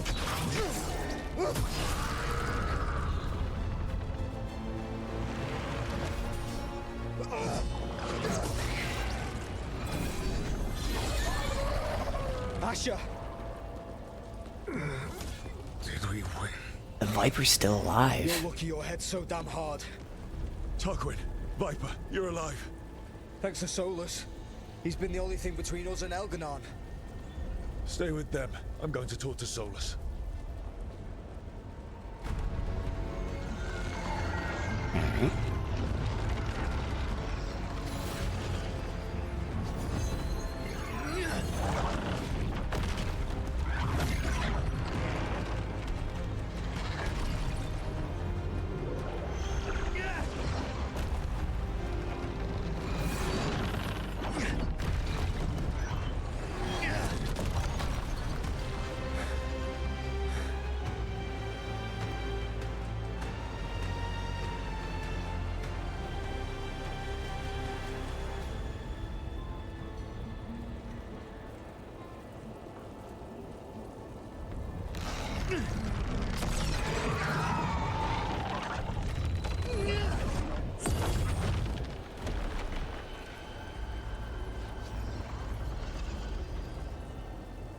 You are as surprising as ever.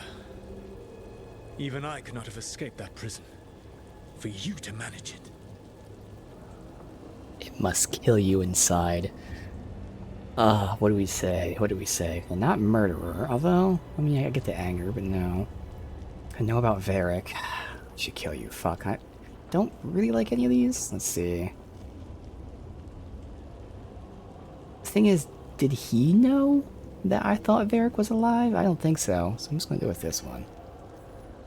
I should end you right here. I understand your anger. If there had been any other way... No. There is no other way with you. Yeah, exactly. It always ends with someone else paying for your mistakes. Me, the Shadow Dragons, Varric. You did something to my mind to make me keep seeing him. Yes. I was wrong to do so. Okay, see, I didn't realize that. I thought, like, I knew, like, my connection to the Fade was because of him. Obviously, he was pulling us in. But I kind of thought that Varric was because of my connection.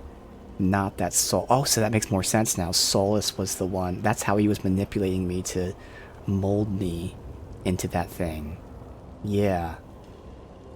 Exactly, I didn't realize it was Solus. I thought it was genuinely, like the memory of Varric. Because I was connected to the Fade, and I was kind of almost like Sixth Sense type of thing. Oh my god, Sixth Sense type of thing. See, and that makes it even crazier.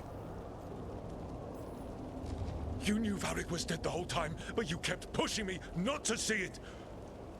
Why? How? I was desperate. Unless I escaped, the world would fall to tyranny and blight. The only tool I had was my tenuous connection to you. Blood magic. As I said, I was wrong. And that makes even more sense, because I was wondering how he molded me. Because in our conversations, like, I figured it was the information he was giving me, but that still didn't make any sense. Because, I mean, he was kind of directing me, but I wouldn't consider that molding me. But now it makes sense, because it was Varric who was molding me, and Varric was him. Yeah, they did not make that clear at all. I really thought Varric was just the memory of Varric, whether it be actual like Varric or like my memory of him, you know, that type of thing. But I in no way in hell way I thought it was Solus. Definitely didn't see it coming, and definitely didn't like working with him, so no.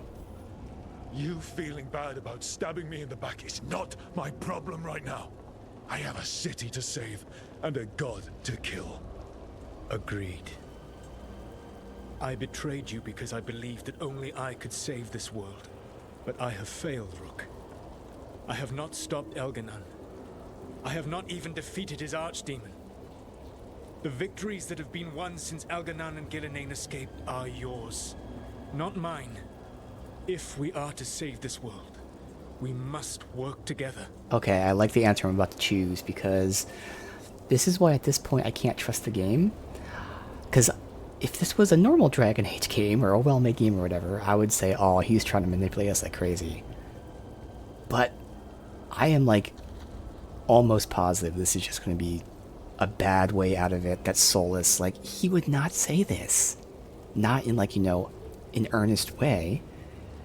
He would not say, okay, mortal, you're the one who's great, not me. Like, that's not Solus. So I want to believe that he's just manipulating us. But I think it's just the fucking bad writing. But we'll find out. You've got to be fucking kidding me. The fact that they had that is Do you great. not believe I want to stop Elganon? Of course you want to stop him. And as soon as he's gone, you're gonna finish your ritual and drown the world in demons. If joining me and stopping Elganon requires the Veil to stay in place, then I will pay that price unflinching. I don't believe that. And I hope he's Swayed lying. by my own foolish pride, by love for friends I failed and hurt, by everything I ever held as sacred. I will leave the Veil untroubled. It will never come down by my hand. Now, if you will come with me, I can show you what has prevented me from reaching Elganon. And you can tell me your plan. So once again, totally not earned.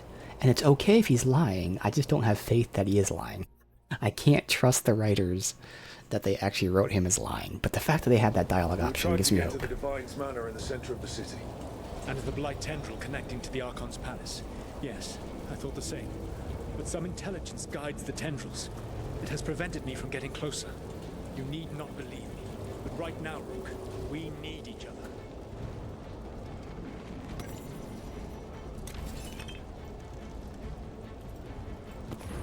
You are Davrin of the Grey Wardens. Judging by your Valasleen, you are Dalish.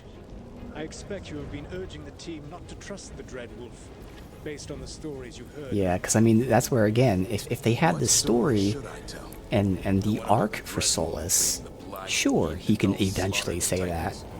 But they didn't have that story or arc. Why? So it can spread and make the humans blame elves for even more things our ancient ancestors did? Sharing that story would get a lot... Oh, dude, really? Let us see if they've heard the legends of the Dread Wolf. You missed a few. Darkspawn!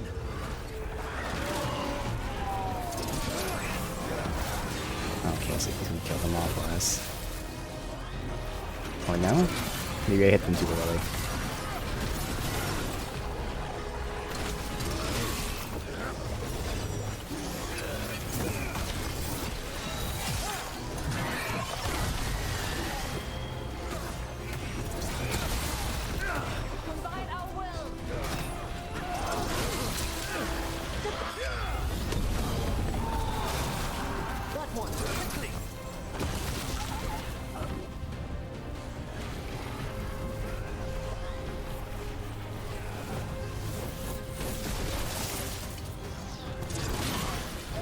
Yeah, exactly. You should be working with them because you're forced to, not because of some stupid trust. It would never have come to be.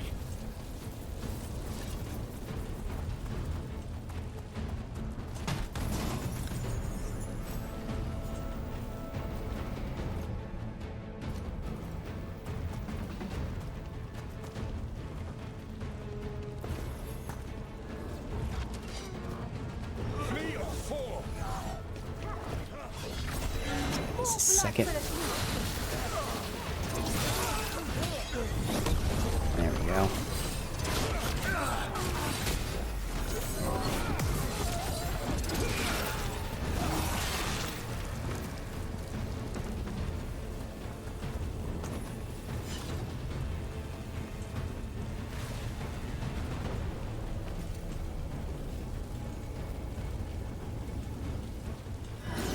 Betrayed your people.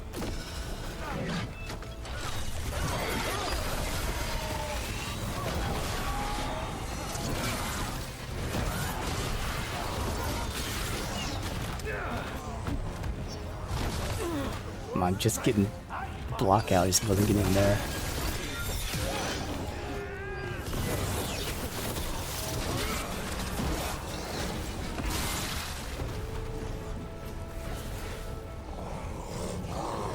Join Gillenane in death.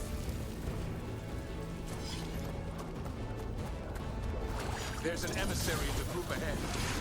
Abominations. Alright, so I'm gonna detonate when I have the chance. No one, I guess, is this like an AoE? It is. Look at you. Magic corrupts the fade. I think I'm gonna die before I get my skill up now. I'm gonna refresh it yet because I'm gonna die so quickly.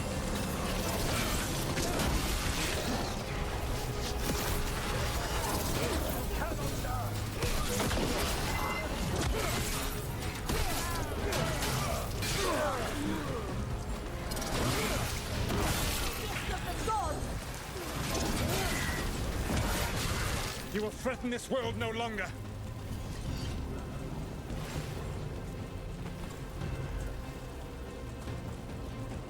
Elganan populates his armies with the cruel and the brutal. No brilliant tacticians, only those he can dominate and those who wish to become like him.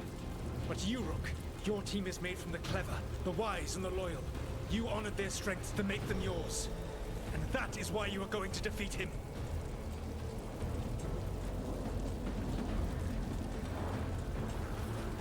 I'm hoping for the betrayal because this is like great of him trying to build us up if it's for a betrayal. I believe in you, Rook. You are awesome. Alright, see if I get them all. Perfect. Let's get him hit with this, and then I'm gonna pop with that as well. Alright. Is he dead? Alright, killed him. Oh well. So let me go ahead and pull you to me. And have you put Quietus on him.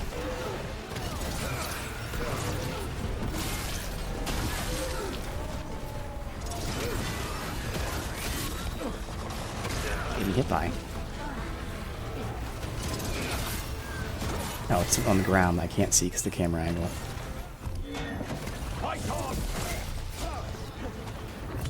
You. Here's another one somewhere.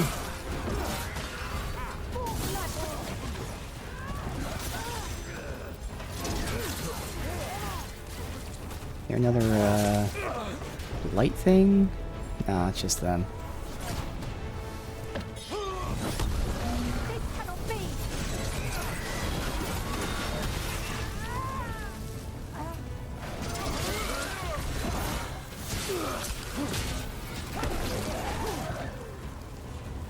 Obey and destroy!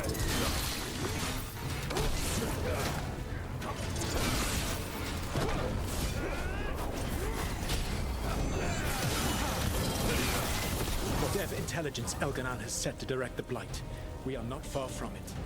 Beyond the Blight there, perhaps.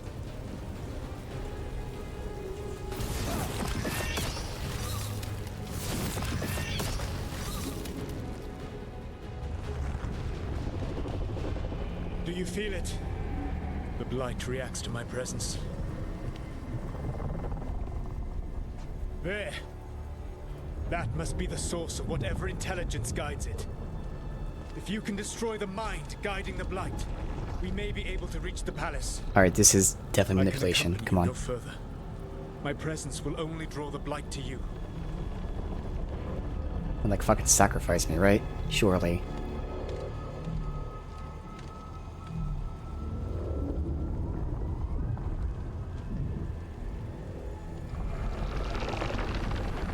There she is.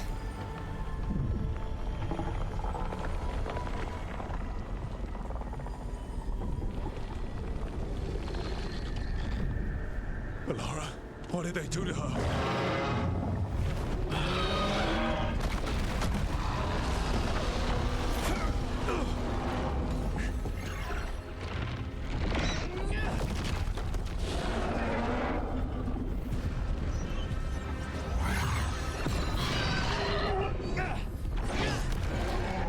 We are out of time. I will defeat the Archdemon. Once Elganon is mortal, the final blow must be yours. I can think of no one better to wield this. Dude, he's putting it on like way too thick. You need that dagger for your ritual. I'm supposed to believe you just give it to me? If you do not trust me to uphold my oath, that is all the more reason for the dagger to be out of my hands. Not if you like enchanted it or some shit. Please, Rook. Good luck. When next we meet, let us be standing over Elganon's body.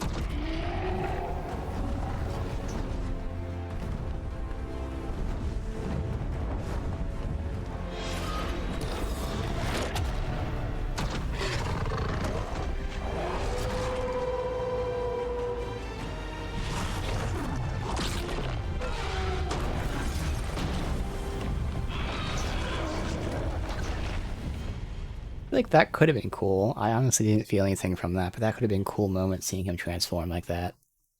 Just didn't hit for me. I don't know. Takes down the Archdemon. That makes Elganon mortal. We kill him with the Lyrian dagger. But first, we need to get. Alright, can we get these guys grouped like that? Oh god, they're so fucking many. Get away. Alright.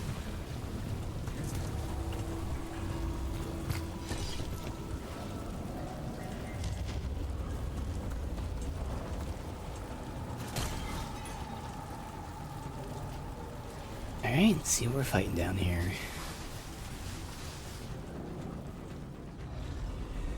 Laura, can you hear me? We're gonna get you out of there. Laura is gone. There is only the will of Elgranon, giver of life and death.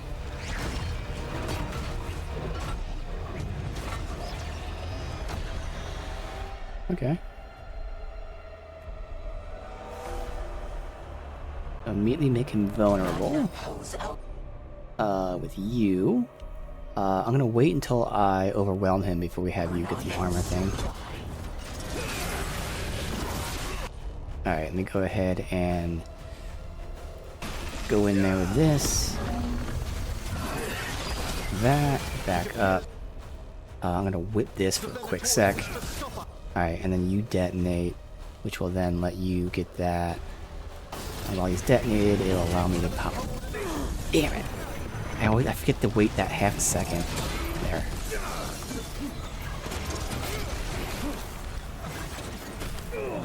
Go ahead and reset. If it stops stun locking me. Get you whipped over here.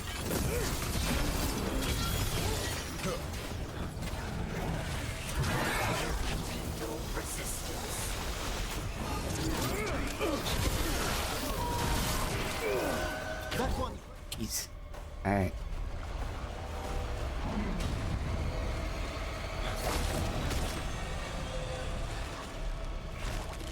I'm gonna change that command since it fucking tags me. Fuck.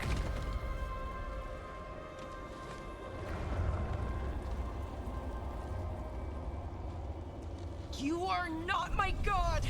Get out of my head!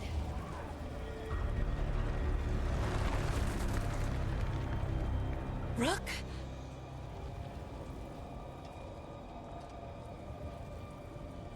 He was all I could hear. It was my mind, but he made me want to help him. It's okay. You're free now. You're safe. None of us are safe. Once Elganon is dead... Wait! You can't kill Elgranon yet. If you do... Look out!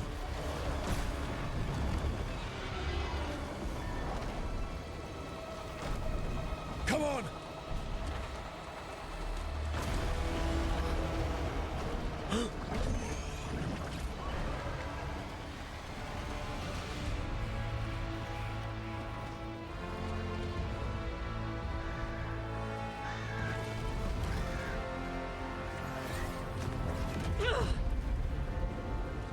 Morrigan! Quickly now! Destiny is a heavy burden to bear.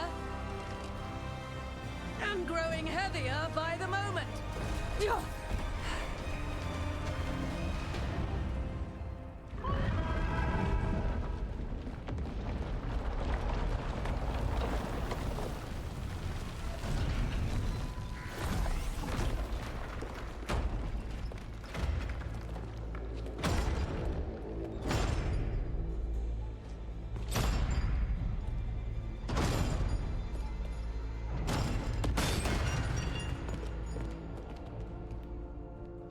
You made it.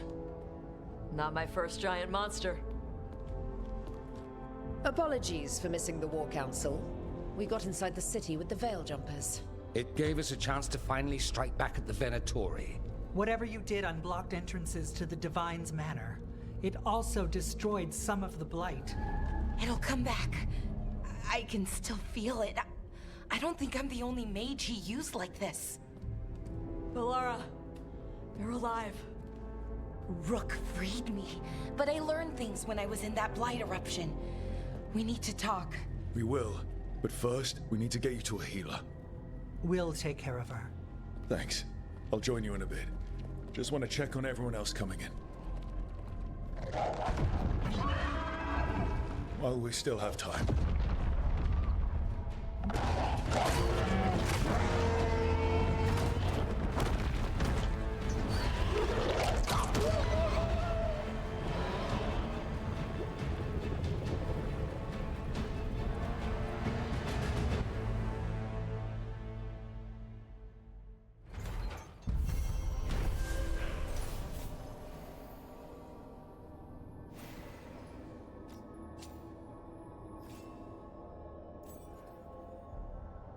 New missive, everyone's bond, okay.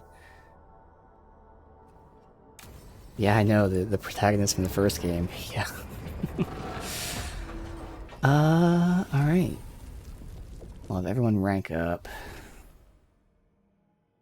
Or just her, okay.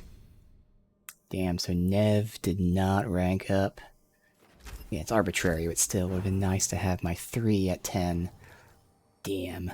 It's alright. I shouldn't have gotten anything new. I probably should have waited for everything to pop up. And a missive. Morgan told me about your plan. It was a good one. Remain certain it would have worked had it not been for the gods. His actions reverberate across the world.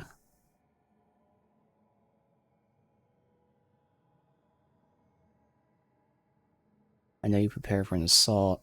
You should know that all hopes of sudden Theos are with you.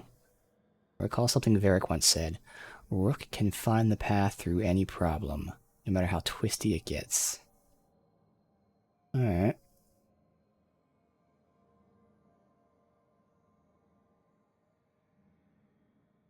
Only 2 dead people are Varric and Harding. The Inquisition 2 OGs, yeah, I know. Which is crazy, and I didn't even realize what Nev said, you know, at the time. It was just me and her left from the beginnings, and Bellara was also missing.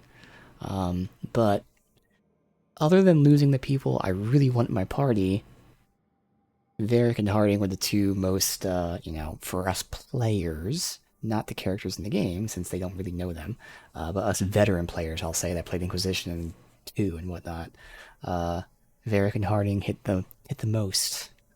So, of all the people to lose, those are the 2 that would make the biggest impact to us. as veterans.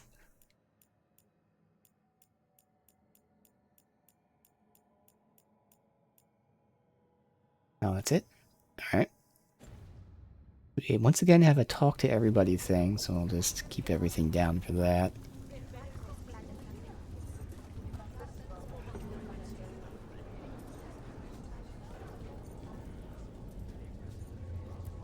Who are you? Watcher, Rook. You've prepared a chamber for the dead. I thank you. They will be taken to grave or pyre once our battle has ended, as their beliefs dictate. For now, they wait, and we attend them. If you wish to pay your respects, please enter.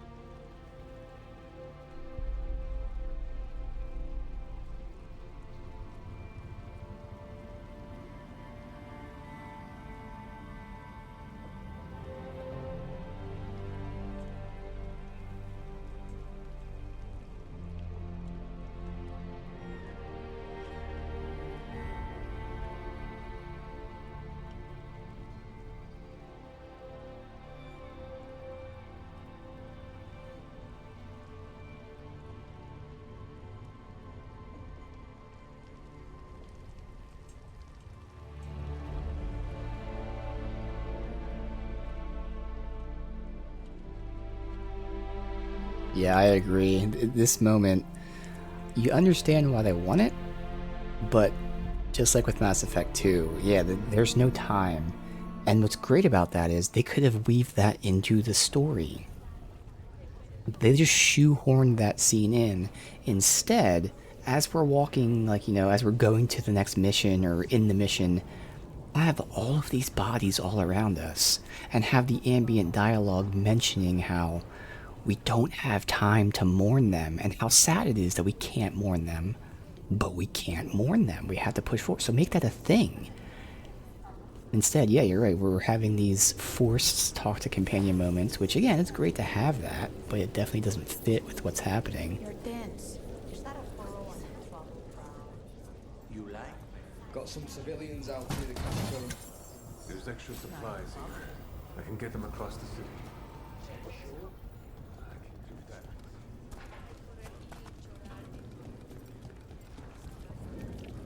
Wait. I told the Shadow Dragons I'd help scout routes to other cities. Oh, these are the... Oh, you're saying talk to these people. I see. It's a matter of hours. Ah, I thought you meant like my Short party vacation on members. the way back. Just a day. Rook, it's been a hard fight to get here. And against stranger foes than we imagined. It's almost the end now. We have this, Rook. I know it. Alright, not like it's gonna matter that much, but fuck it, we'll talk to everyone.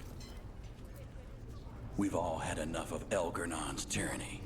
Be sure to silence him.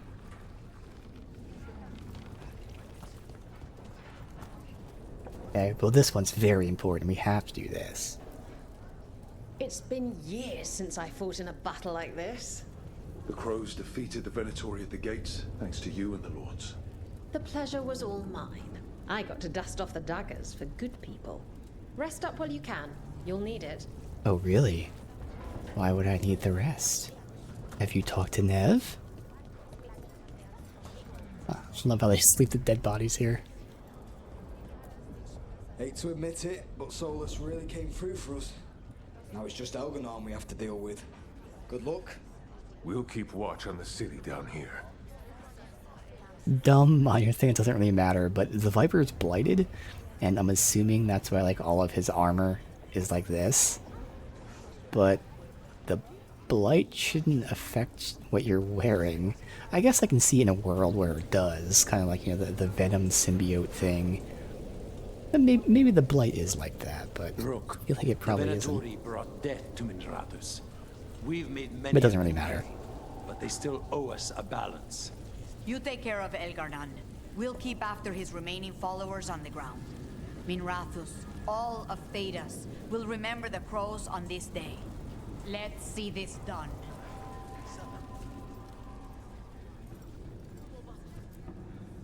Elganon's magic twists the Fade. Let us see your watcher correct him. Prepare well, Rook. Who the fuck are you? Elgarnon and the Venatori have destroyed my city. Oh, This is that's our why I don't know final her. chance to She's the take Shadow it back. Dragons. We will win, Rook, or die trying. Can we talk to Morrigan, Morrigan or Dorian? Because I mean, Dorian just popped up once, but Morrigan was in there. Doesn't look like it.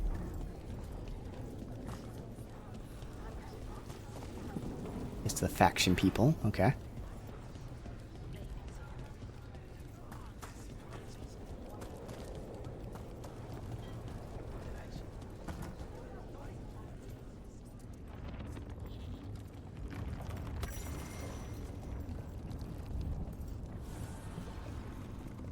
Oh. Oh. Go finish this. Just him. Okay. That's the workshop. When this is done, There we go. you'll be off again? Something like that. Still can't believe that's Dorian. Looks nothing like him. 'Tis almost time for this story to end. Are you ready to write the final chapter? He'll find a way. Of that, I have no doubt. Oh, I forgot this was the Inquisitor. Not my Inquisitor. You've got this. Get out there and do what you do best. Oh well. Didn't think any of this would be important anyway.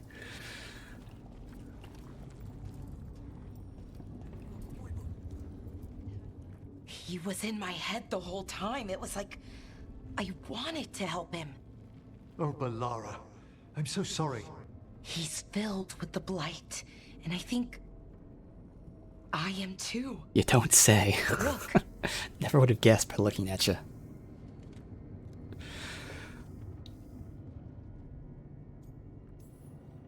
You're not dead yet.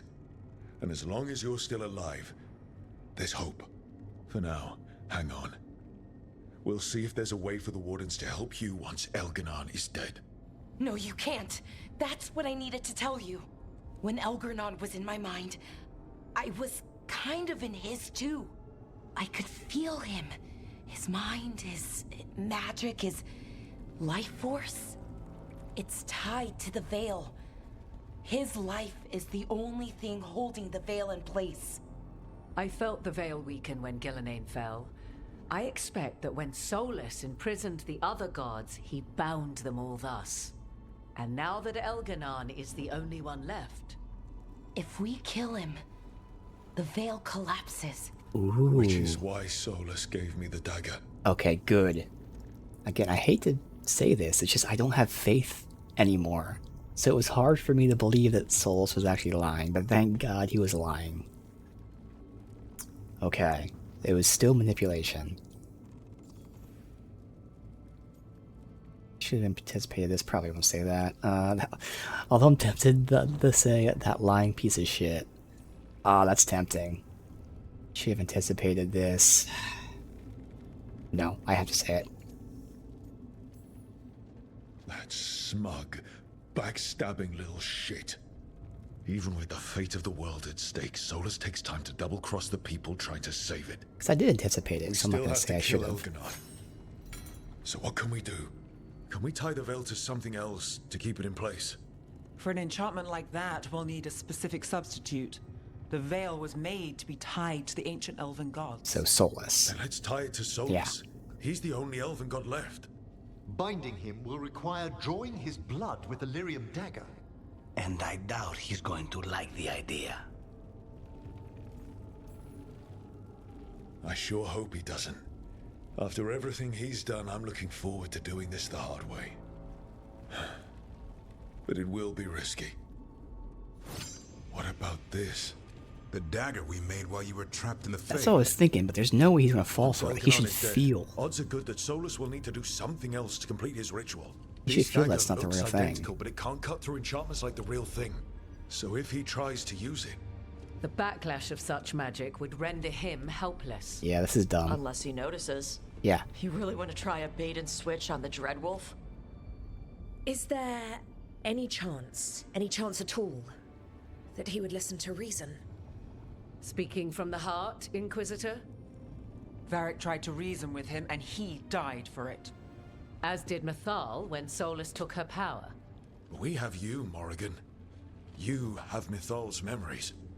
And we have the essence of the other fragment of Mythal from the Crossroads. Such power, even fragmented, is not to be taken lightly. Hold it for now, and when the time comes, if you believe the Dreadwolf's heart can be turned from this course, I shall try. Alright, good, because I'm glad Tosh mentioned it, so credit that they're calling out their own stupid fucking logic, but the problem is it's still stupid fucking logic, because it's going to be a choice. Clearly we have 3 choices here. So I'm glad they called it out for being dumb, but then they also tell you to make that choice is dumb. So yeah, switching the daggers make no sense, because he would just know it's not the real one. Like, you could feel it. You could feel the fucking magic. I hate this dumb, forced Inquisitor who romanced Solus. Not because they romanced Solus, and not because it wasn't my Inquisitor. Because they just... so stupid. Oh, I know Solus did all this bad shit, but I still love him, and, you know, we can be together forever. Like, that last conversation we had with him was so awful. It was so bad, and they're still continuing that logic. Hey, I can talk him out of it. That's dumb. So those 2 choices fucking sucked. I didn't import my Inquisitor, no. I completely forgot to. I didn't see that option, which is interesting, because I saw it in the character creator, when they released the character creator. But when I started the game, I didn't think about that. So no, this is the default Inquisitor, and they made her so fucking bad. I don't know if you did the default one, but basically, yes, it's a female elf who romanced Solus, but the worst part of it is, in our last meeting with her, she straight up said, this is not exaggeration, she straight up said, I know Solus has done a lot of bad things, but when all this is over, I hope we can be together again. She said that. She's like, I really hope when this is done, we can be together again. I'm like, what the fuck? Like, that, what? That doesn't make any sense. Like, I get the whole, like, you know, torn lover thing, but she's straight up saying, I know everything Solus is doing, but in the end, I want us to be together. It doesn't make any sense. They made her so stupid, and thus we get this second option of her convincing him. Like, oh my god. So dumb. I know, yeah, the box art was a human guy with a sword and armor, but yeah, they made it a female elf. Yeah. Because they had to, because lore-wise, who else would Solus fall in love with other than his own people? I don't know. Again, I don't even have that big of an issue with that. It's just how they presented her. So stupid. But thankfully we have option 3 now. Exactly, because the writers wanted to. Alright. We can deal with Solus when the time comes, but we still need to stop Elganon first. He's in the palace above us. We'll climb the Blight Tendril to get there. Once Solus takes down the Archdemon and renders Elganon mortal, we hit him with everything we've got. Damn right we do. Time's running short. Stock up on supplies, pay your respects, and say goodbye to the people you love. Be ready to go when I signal. Exactly, yeah. All the creative leads either quit or got fired. Yep. And I think it was the main writer who released that statement like a couple weeks ago where she's like, Dragon Age isn't over because it's now in the hands of you, the fans. You will keep it alive forever. Like, shut the fuck up. You ruined it. This is your fault. Stop pretending that, hey, the fans will keep it alive. No, the fans tried to keep it alive. I'm helping the You Shadow fucking Dragons ruined with it. supplies while they're short-handed. Go on, pick Oh, out damn. something nice. Okay. Assuming this is just all the gear from all the merchants. Mementos. For no real reason. Bam. Wait a minute. Oh no, we can't get cosmetics. Ah. Because I was wondering if those mementos might have been from the Shadow Dragons. Any new armors here? No, they're all upgraded. That's a new one, but I wouldn't wear it. Also, it's for Emmerich. Yeah, so I don't even think you can do cosmetics, but if you could, there's nothing there. Yeah, and again, it's a shame because it's not even that, like, you know, everything is bad. There are some really good moments, and I go back to it specifically. The lore in the game is so good at times. There's such deep lore, such world-changing lore that isn't just there for the sake of it. It actually makes sense. It's cool, the whole history of the elves and the history of the dwarves and all that. That actually fits. It makes sense with what we know previously, and it's so awesome to learn that. So very clearly, somebody cared.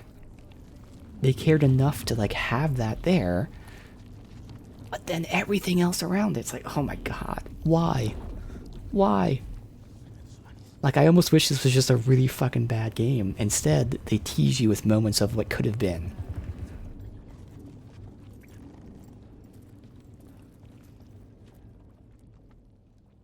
Nev, how are you holding up? I've seen reports from the city. The lost... But more are still standing than I might have bet on. Every person who gets through this is a win. We started this together, and... Now we stay focused, cross our fingers, and keep our guard up. There's more on your mind. This started with Solus. It will end there, too. He played mind games with you, targeted emotions, then went right for the heart. People with power, sometimes it's best not to play their games. Other times you need to play them smarter. However this plays out, I'm with you, Trouble. Right to the end. So that's a very weird way of them giving her saying you can do anything. She kind of gave you the choice of all your options, making it sound like she's telling you to do one thing, yet having everything open. So play his games is the way, like, you manipulate him. Otherwise, don't play his games is, you know, negotiate with him. But it was kind of awkward. Not too awkward, but, you know, now I'm upset again about the game, so I'm criticizing everything. That was a bit weird. Alright. I couldn't do this without you. Sure you could. Exactly, yeah. I have an opinion, but you do whatever you want and I'll agree with it. That's my Before opinion. we go, It's all right. I love you. I love you too. Good. Now let's finish this job. Right? That was cool because that was built up the entire relationship, that whole moment. Not just saying it, but like everything behind it. Why she was afraid to say it before, and A word, that shaky sigh she did. Any last advice from Mythal? 'Tis a difficult battle you face, but you are among more allies than you know. You have purified the crossroads, uncovered ancient truths lost for ages, and earned the essence of Mythal. You are truly the champion of the Fade. Take this. Should your fight against Elganon grow desperate, invoke the memories of the Dread Wolf's rebels. For you, they will stand against tyranny one last time. Oh. Power to Room is based on how much the gods influenced you drove back in the crossroads. So that should be maximum. Equip a rune. Yeah, I know how to equip it. Okay. Only be used against him. Interesting. Exactly, yeah. And I'll say this in the end, but you know, this is very important to hear the whole sentence. This is a good game. It's not a good Dragon Age game, because there's more to it than that, but this is a good game. The things that are wrong with it, I mean, yes, the dialogue is for any game, but a lot of the things that are wrong with it are because it's not really a Dragon Age game, and even an RPG. Like, that's a lot of my issues with it are they stripped away the RPG aspects, which I keep talking about how the mission design and all that stuff. So like it's a good game. If you haven't played Dragon Age before, it's a good game. If you want to play an action game, it's a good game. But it's not a good Dragon Age game. It's not a bad one, but it's disappointing for sure. There's a lot of bad things in it for sure. So yeah, in the end, it's a good game, but not a good Dragon Age game. But yeah, I agree. The visuals and the gameplay, totally fine. Which is why I feel like they could have kept all these changes that most people disagree with. Understandably, you know, gameplay keeps changing every fucking game. But even if they kept it within this design, just a few tweaks here and there would have made an insane difference. All right, give me a bunch of buffs. Detonation damage, though, that's interesting. Does it apply? Because I'm only detonating one person. But if someone else detonates in this procs it, I think we're gonna do that just because. I'll sacrifice the maybe the 10 necrotic. Because who knows if there's diminishing returns. I have so many necrotic boosts that maybe 10 necrotic isn't that great. And who cares? Even if I lose out on some shit, it doesn't matter. Alright, detonation damage. Feel the same about Avowed. Isn't a bad game. It doesn't feel a good sequel. And that need to be in Pillars. Yeah, again, I probably won't play it. It's definitely one of those games that, like, if I have nothing else to do, I'd play it. So because of that, I was watching some of it, not paying attention to the story or anything. But yeah, from what I've seen, exactly. And yeah, I see you saying it right there, like Greedfall and stuff. Yeah. I agree. Yeah, Greedfall definitely is more of an RPG since I've played Greedfall. So from what I've seen from Avowed, it definitely is. And yeah, definitely from this game too, because this is very much not an RPG. And it sounds so weird to say this, but this is what my complaints are about. This is an action game through and through. That means the gameplay, but what people don't think about is it's also an action game in terms of mission design, which again, even the mission design's fine-ish. But it's also an action game in terms of how the story's told, how the characters are developed. Not that every action game is, I don't even want to use the term shallow, but not every action game is shallower than certain RPGs. But generally speaking, you know, action games are shallower in terms of character moments and world building and stuff like that, and that's fine. This game is an action game that is supposed to be an RPG, and my issues with it come from the missing RPG elements. Specifically, again, I would love the older combat system, but like having all of this, but with the RPG character building, quests, you know, story moments and stuff like that, like that's the little things they could have added. They could have kept this action game, just gotten a little deeper with like the I'm trying to think of, it's not storytelling, but it's the smaller storytelling, the smaller moments, the character moments. It's the little things. If they spent more time with those little things, the world building, all that stuff, people still would have disliked it, don't get me wrong, but it really would have made such a big difference. But they went all out on the action. And it hurt them most not in the gameplay, but in these character designs and world designs and how they tell the information. Like, that's where it hurts. More than anything.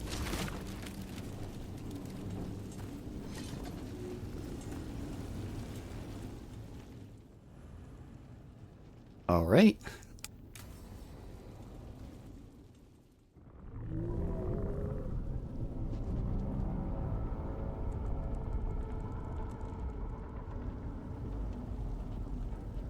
Bad news, everyone. Elganon's forces are gathering outside. They mean to prevent you from reaching their master. Our people will set up barricades, and we'll hold the enemy as long as we can. You need to start climbing. Let one of us help. I'm going up there. I owe Elgranon for what he did. You go to face a guard, Rook, but any aid you might spare would be welcomed.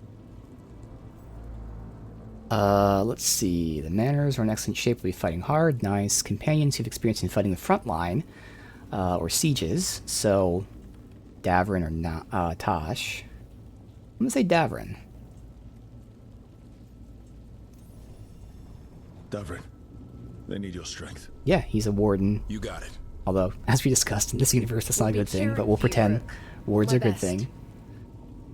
The leader, he knows how to fight with the team, not just my team, but, you know, an army. Alright. Now, we don't have to fuck around anymore. So we want Lucanus. Really should go Emmerich. Although I'm honestly really enjoying having Nev freeze people. That's been kind of fun. You know what? Plus, again, if we get any kind of ambient dialogue with her, yeah, we're gonna do it.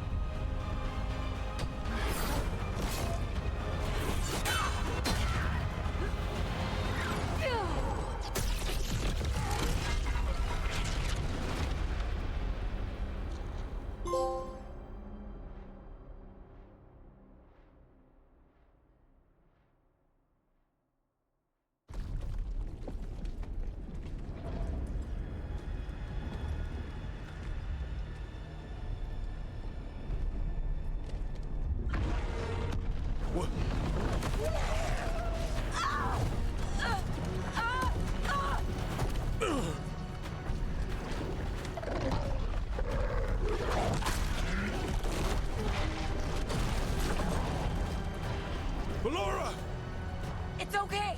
There's gotta be another way up.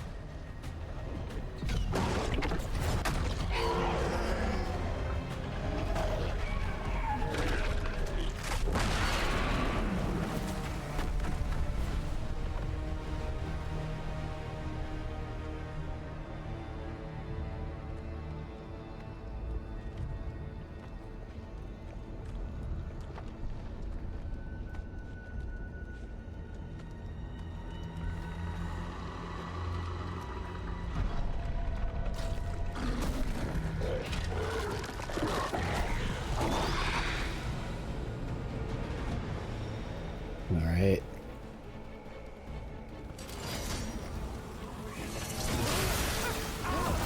Darkspawn!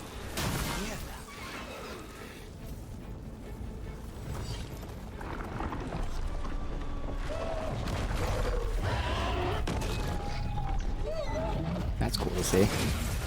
That was actually a model in front of me, not just a background thing.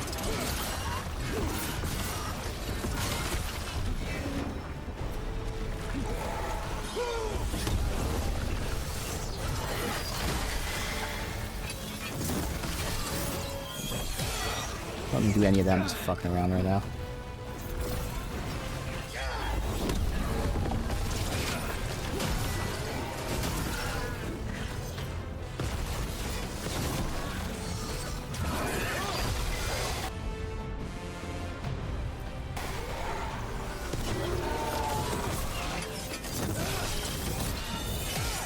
Nice, saw something knock him over.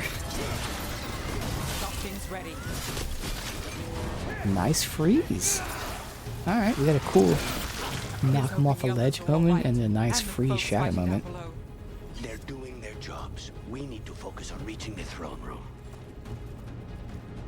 Just goofing off here.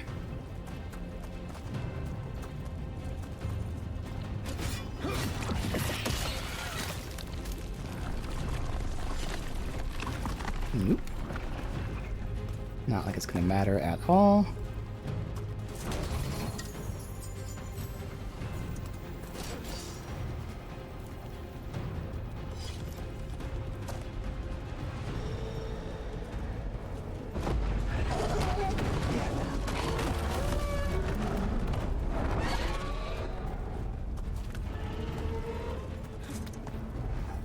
The Dreadwolf and that Archdemon have been fighting for a while. And as long as that Archdemon Yeah, is alive, long enough for us to talk to all of our companions and have some conversations and mourn the dead. Betray us after, but he'll do whatever it takes to stop Veilguard. God damn it, this got too close to me.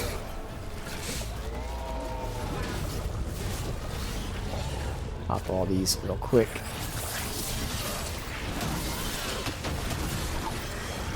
Another one down there?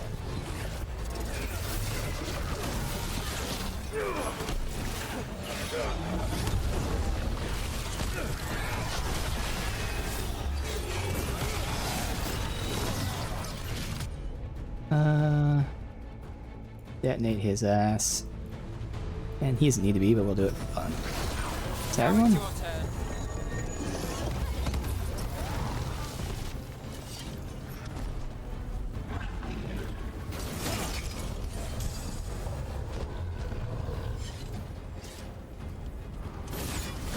And also non-stop death battle, exactly. I have the right rune on. Good. Just checking.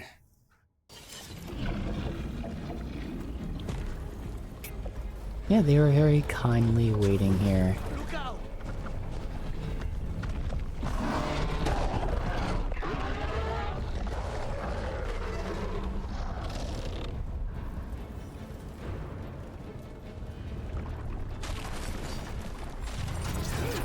Ah, you dick. Go ahead and get a freeze. Stomp. And then good old Kaboom? Oh, because I had her do it. That's right. Fine.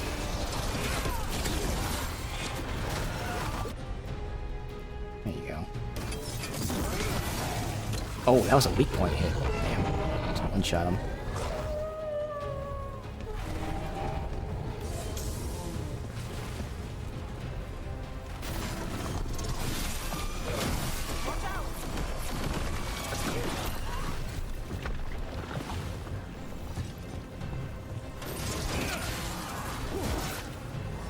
Oh wow, these guys are dodging now.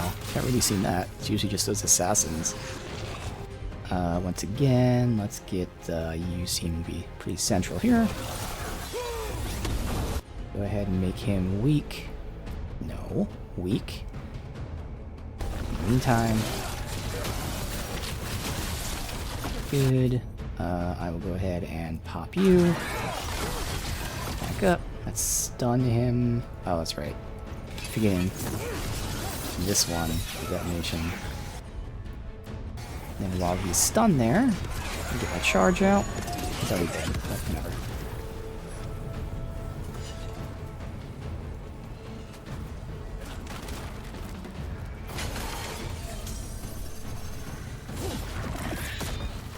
So, now we save in Rathus, a detective and a demon. I'll believe it when I see it. This, really? There's plenty of healing. Not necessary at all. That shows how big he is. That was a good one. I didn't think he was that big.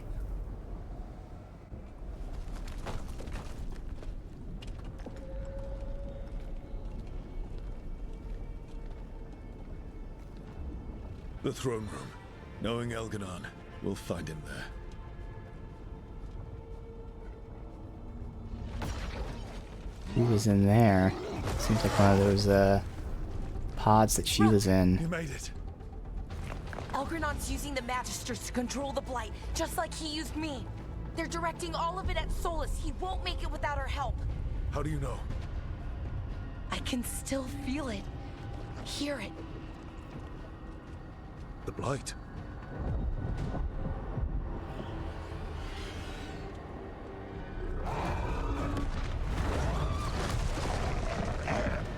I'll help Solus. Just get to the throne room.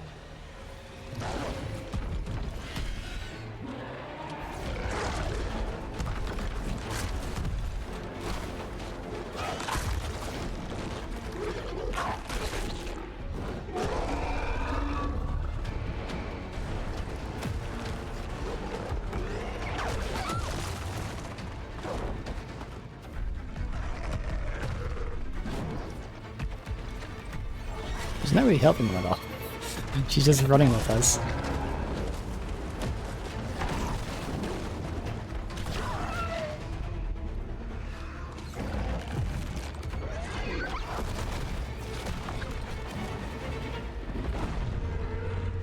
Yeah, she didn't do anything.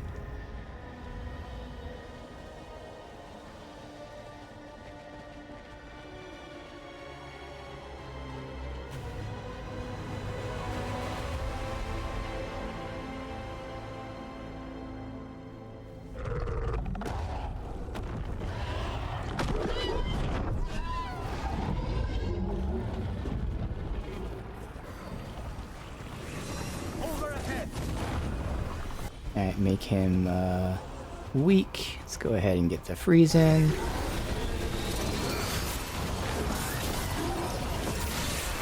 But go ahead and get you. Let me set this up. Ah, you got in my way. Did you get hit by it?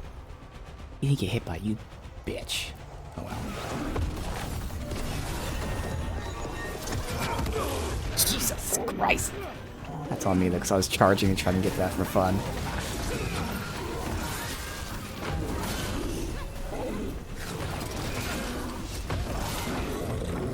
Yeah, I don't want to lock on because I can't aim for the headshots if I'm not locked on.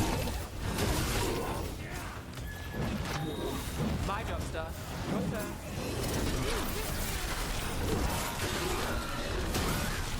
Throne room's just ahead. Everybody ready? I'm with you, Trouble. All the way. I love that she calls me Trouble. Now give me a target so we can finish this. Very rarely do like the video game nicknames ever like, you know, feel natural. That one felt pretty natural.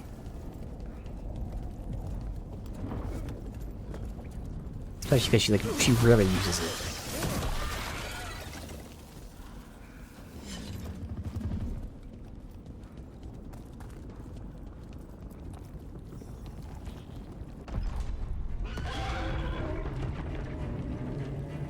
Yeah, the sword and board build is actually a range build. Yeah. That is weird.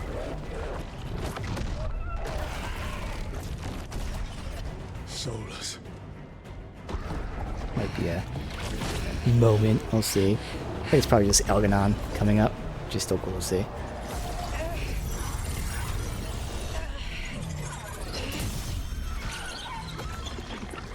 But yeah, my melee weapons do like no damage. So it really is 90% damage from range. The abilities do some damage, but it's mainly the like the range, the dots, and then specific like detonations.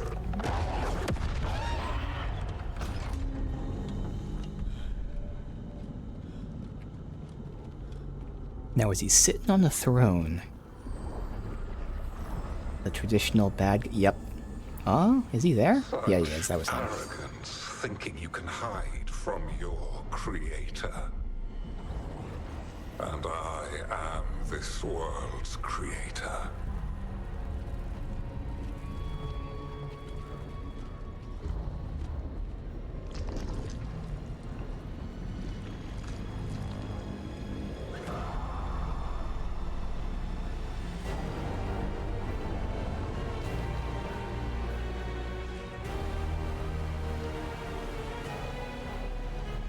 Every pointed spire and warding enchantment in this city is a child's unwitting imitation of the empire I built. I would have restored the glory your lives are too brief to remember. I saw Demeter's Crossing and Weishaupt, and everywhere else you've left your mark. I didn't see any glory. All I saw was a tyrant destroying everything he touches. You mistake discipline for cruelty, a failing among those who lack a master's gentle guidance. We only destroyed because you resisted. In the new empire, every child would have blossomed under my protection. And Gillenane, my brilliant sister, would have forged the Blight into a tool of beauty. But she is dead. And all we have is this. Because of you.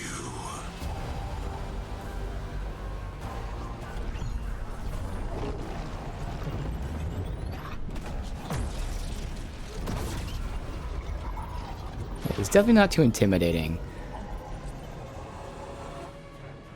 visually speaking, which is interesting because he's supposed to be the tougher one. There is something to be said for, like, at times having, like, normal people, like, normal-looking people be, like, the big bad guy, but, like, it just doesn't really hit. He doesn't really feel like a villain visually, and even, like, what he's done, like, we're told he's the worst of the worst, but, like, he has the voice. That's about it. This entire world is my domain.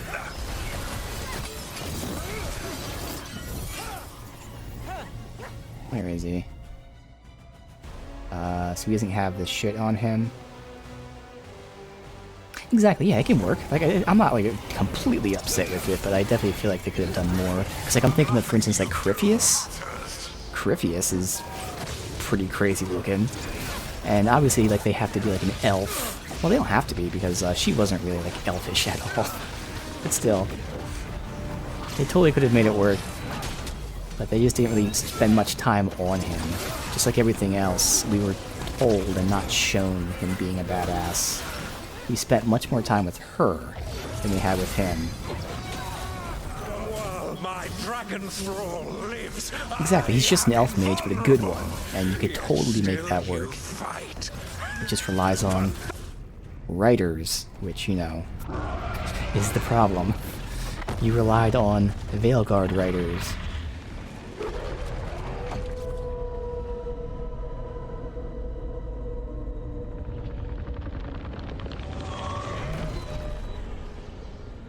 The Dread Wolf cannot save you. He cannot even save himself. Now you understand that none may stand against me. Those who try stand alone. Alright. Let's keep the cam down. So he can get that. The Lord of the day and the night, yield to me and I will show you mercy. Ah, fuck. Pop too much. Look at you. Your failures. You failed to save the wardens at Weishaupt. You fled in terror at Arlathan. And then we killed. Again, I parried the first guy, another one hit me. You have nothing. No army, no dragon, no thralls. I've got a team. Alright. And that's all I need. I have bound the souls of dragons Yeah, I can't parry them because they both attack just out of sync. You haven't broken me.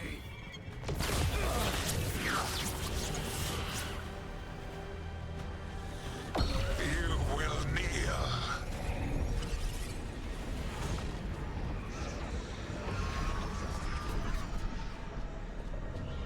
Who is it? Oh. No. No, no, no. Oh, come now. You did as well as anyone could have, but you cannot deny the truth. I can do this. I have to.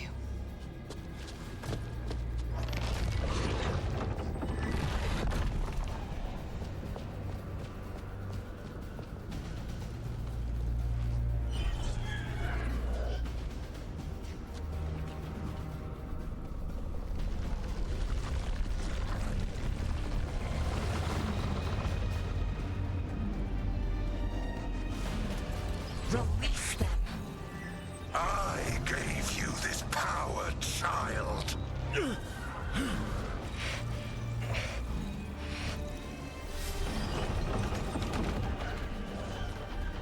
are not my god!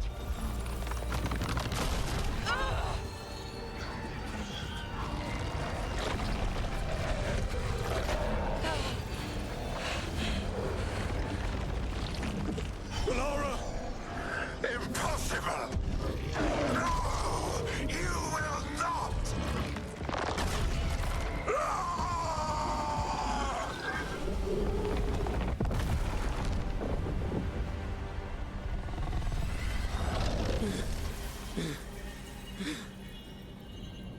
You are mortal, Elganon. Enjoy it while it lasts.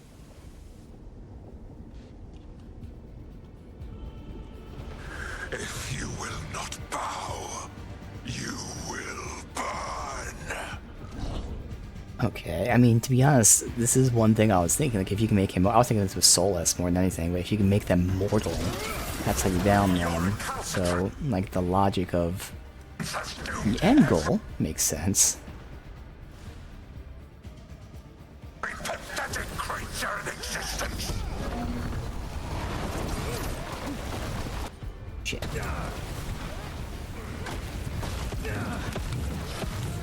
Oh my god.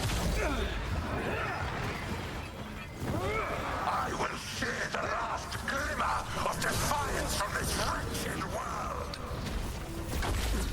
I need to detonate so I can go ahead and get this. And from the ashes shall rise a blighted empire bound to me alone. There is no light save my glory, no refuge save my shadow, no desire save my perfected intention. I am creator and destroyer. I am will made manifest. I am Dead.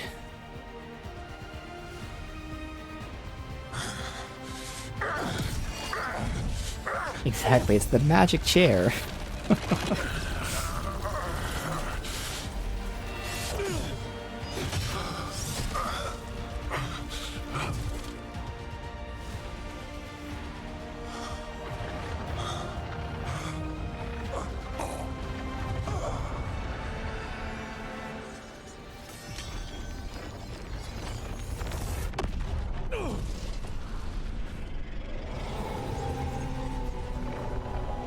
Exactly, yeah, she does have that connection to him and everything, which means potentially she inherently has the power.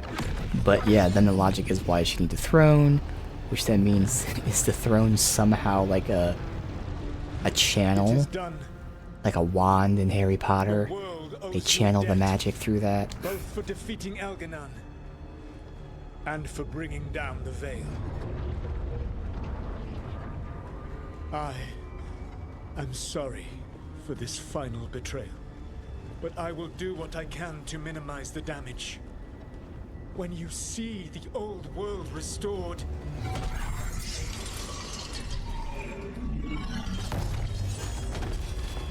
please, Rook. I do not wish to fight against you. Not a fan with him saying it like that. Like, there's a small part. I mean, well, no, there's not. In Inquisition, it makes sense. If Solus in Inquisition was doing this to the Inquisitor, yes, please, I don't wish to fight against you. With Rook, like, no. Even if, I feel like it makes sense that Solus would respect Rook at this point. He's proved himself as a mere mortal to do great things. But you wouldn't really say this, especially like the way he said it. Like, the voice actor is great. Like, he's putting the emotion that the writers wanted into it. But, like, Solus would not be pained and pleading, please, Rook, don't make me do this. Like, no. Use Mythal's essence and convince him to stop. Alright. So I feel like with this, we're going to have to ignore everything that happened in the story and make up our own story of how Solus progressed throughout the game. Because getting Mythal to help us convince him makes sense, but we still have to pretend that there is a little bit more with the Solus stuff going on. We'll see how it happens, though. I don't want to fight you either.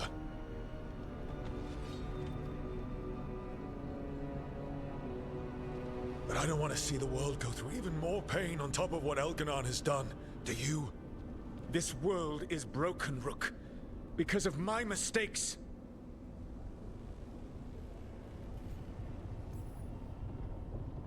This is why you had to use me to escape the prison. It's made from regrets, and you're trapped in yours. You cannot understand that destroying everything won't erase your mistakes.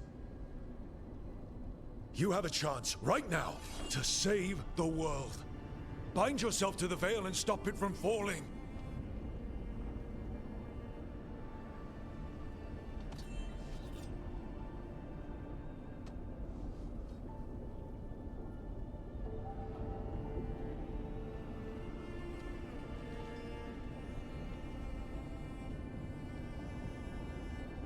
Where's Mythal's essence? Because there's no way that convinced him, just the conversation. Of course, here's the Inquisitor.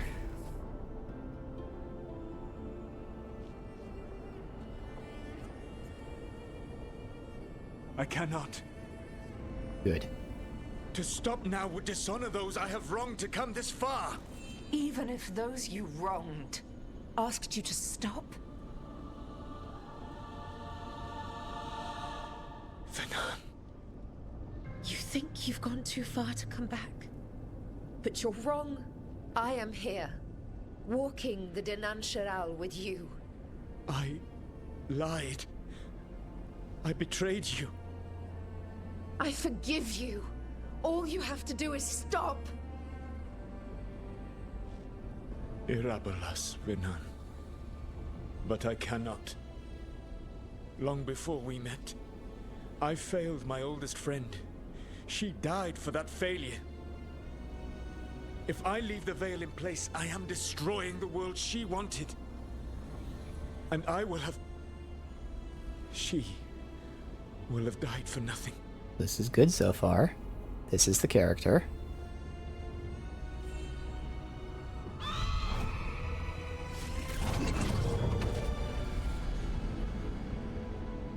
And whose fault is that, Dreadwolf?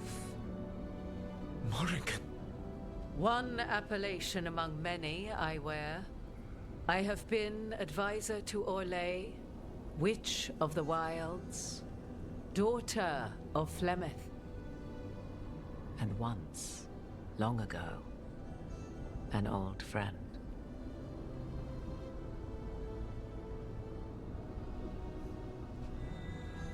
Mythal lives on in her. And in this.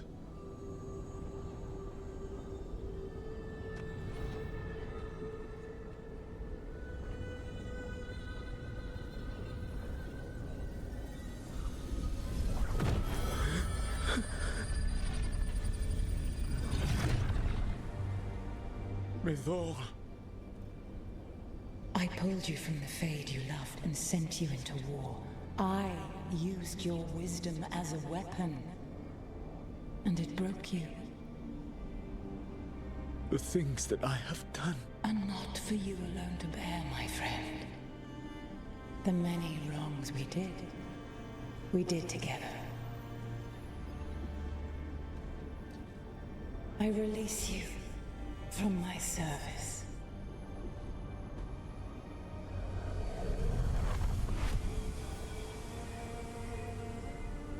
Banal nadas, arlathma venan.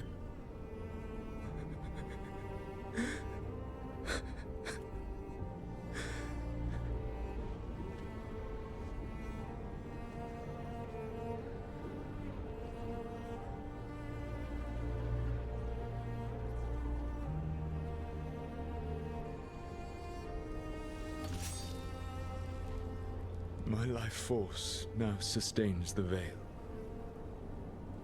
With every breath I take, I will protect the innocent from my past failures. The Titan's dreams are mad from their imprisonment. I cannot kill the Blight, but I can help to soothe its anger.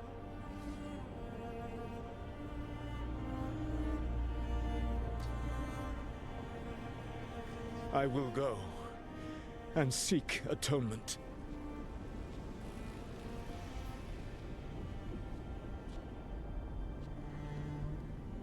Thanks to you, I now can see the way. That's the only line I don't like, but everything else, like, this is great. Caveat, ignore the entire game. If you ignore the entire game and only see the ending, yeah, there's a world where this would have happened. So just pretend that the entire game didn't happen, make up your own story for how he got to this point, and then yes, this would make complete sense that this would be like the only way to convince him. And I love how he acted it. I love like the animations of him looking at the veil several times. So yes, I can see that being a way that he would actually make this choice if this was a completely different game. So we'll pretend the entire story didn't happen the way it did.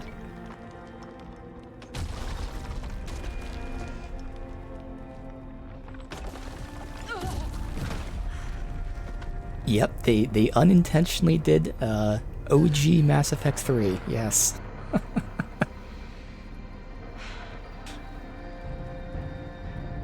Is Mass Effect 3 bad because the last hour is bad? Is Veilguard good because the last hour is good? Exactly. Exactly.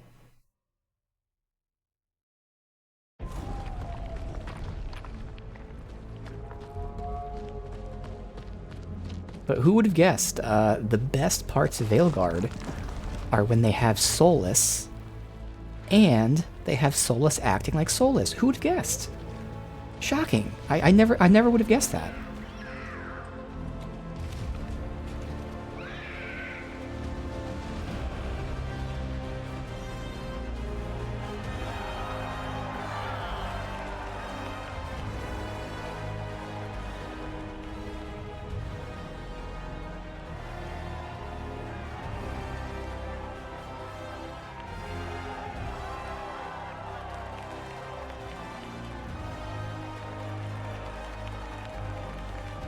Exactly, yeah, Mass Effect 3, 60 plus hours, just awesome.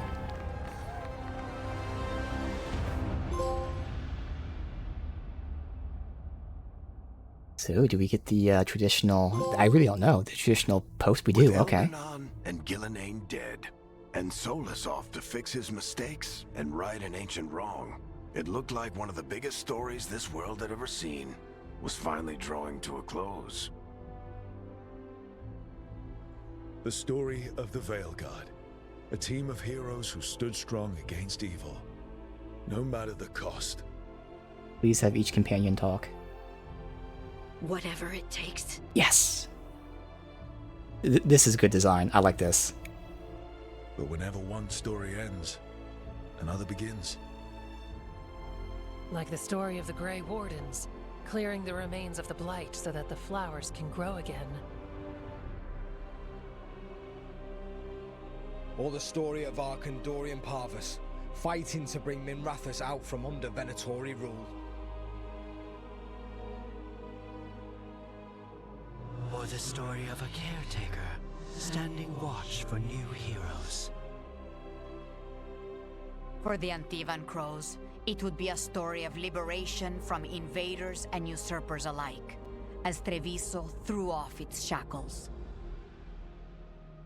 Among the Veil Jumpers, the fall of the last elven gods meant Arlethan was reborn. At their heart, stories are about change. A man exploring worlds beyond mortal existence. A woman protecting Docktown at all costs against an unknown future. An assassin and a demon, pursuing justice for the sake of the future. A student of history, helping the elves regain what they lost.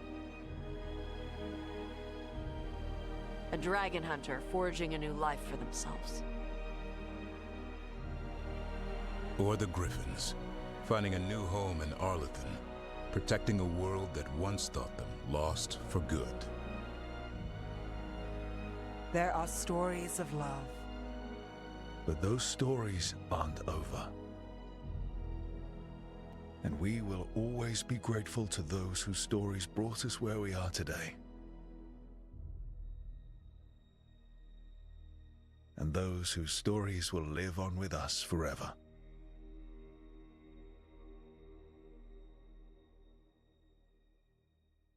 So I really like that for several reasons. Oh.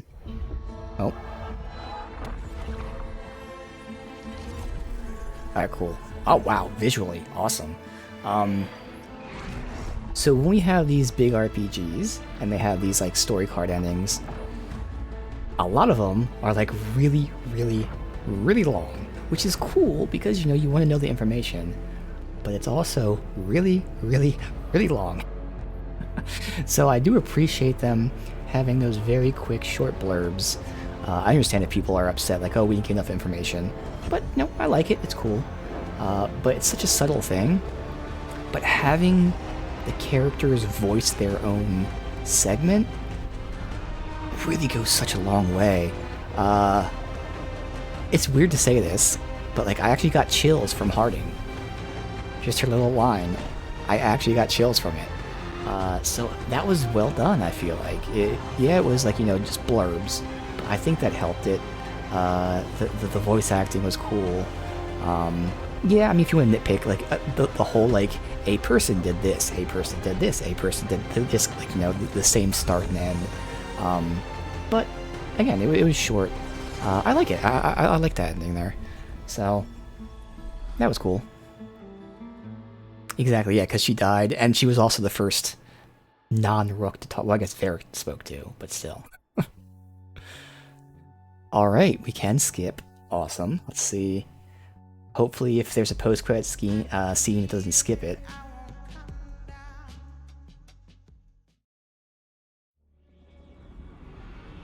The storm quelled. The sun dimmed. Oh. Wolf defanged. Yeah. At last, we have balanced.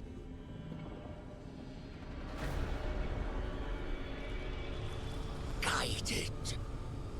Oh. Whisper. So they're shoehorning this villain into the entire series. And soon, the poisoned fruit ripens.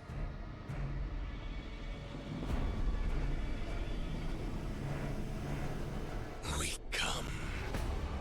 So this was the voice from the Three Circles, which is kind of cool. But yeah. Wow, okay, so they're saying he was behind everything? Yeah, that's kind of shitty. Oh, by the way, everything that happened in every single game you played, yeah, that was me.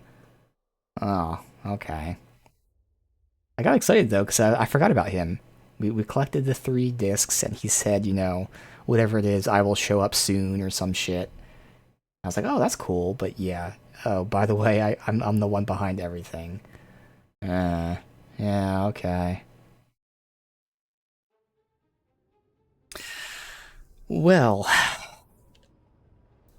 Dragon Age of the Veilguard. I wrote down some things to try and keep it as concise as we can. But like I said earlier, the TLDR, in again, very vague terms, Dragon Age of the Veilguard is a good game. Good game. Not great game. Dragon Age of Veilguard is a good game, but not a good Dragon Age game. And there's a lot of caveats around that and what I mean by that. So yeah. So I can cross off, I thought they were being lazy with Varric and all that shit, him being injured. Ignore that. That was a great reveal. I still think the characterization of Solus was just really bad, which is why, again, I said it sarcastically, but, you know, yes, this was the end of the game, which naturally you would hope is also like the coolest part. Yes, it's like the only time that Solus is actually free and all that, but more importantly, this was the only time that Solus was being Solus. He was the character that he is. Solus isn't a new character. Solus is an Inquisition, and most of it was a lie, but then we saw the true Solus. And then the Solus in this game was not the same Solus until the end. So it's no surprise that at the end, when we saw the real Solus, who was actually himself, it was really fun. I'm allergic to what they did to Solus. And what they did to Solus is, they made him our friend. Now, again, there's this caveat that Solus was manipulating us and all that. But that doesn't explain his actions. Throughout the game, like, first of all, I'm not a fan of how they presented the story of Solus and the bad guys in terms of what happened.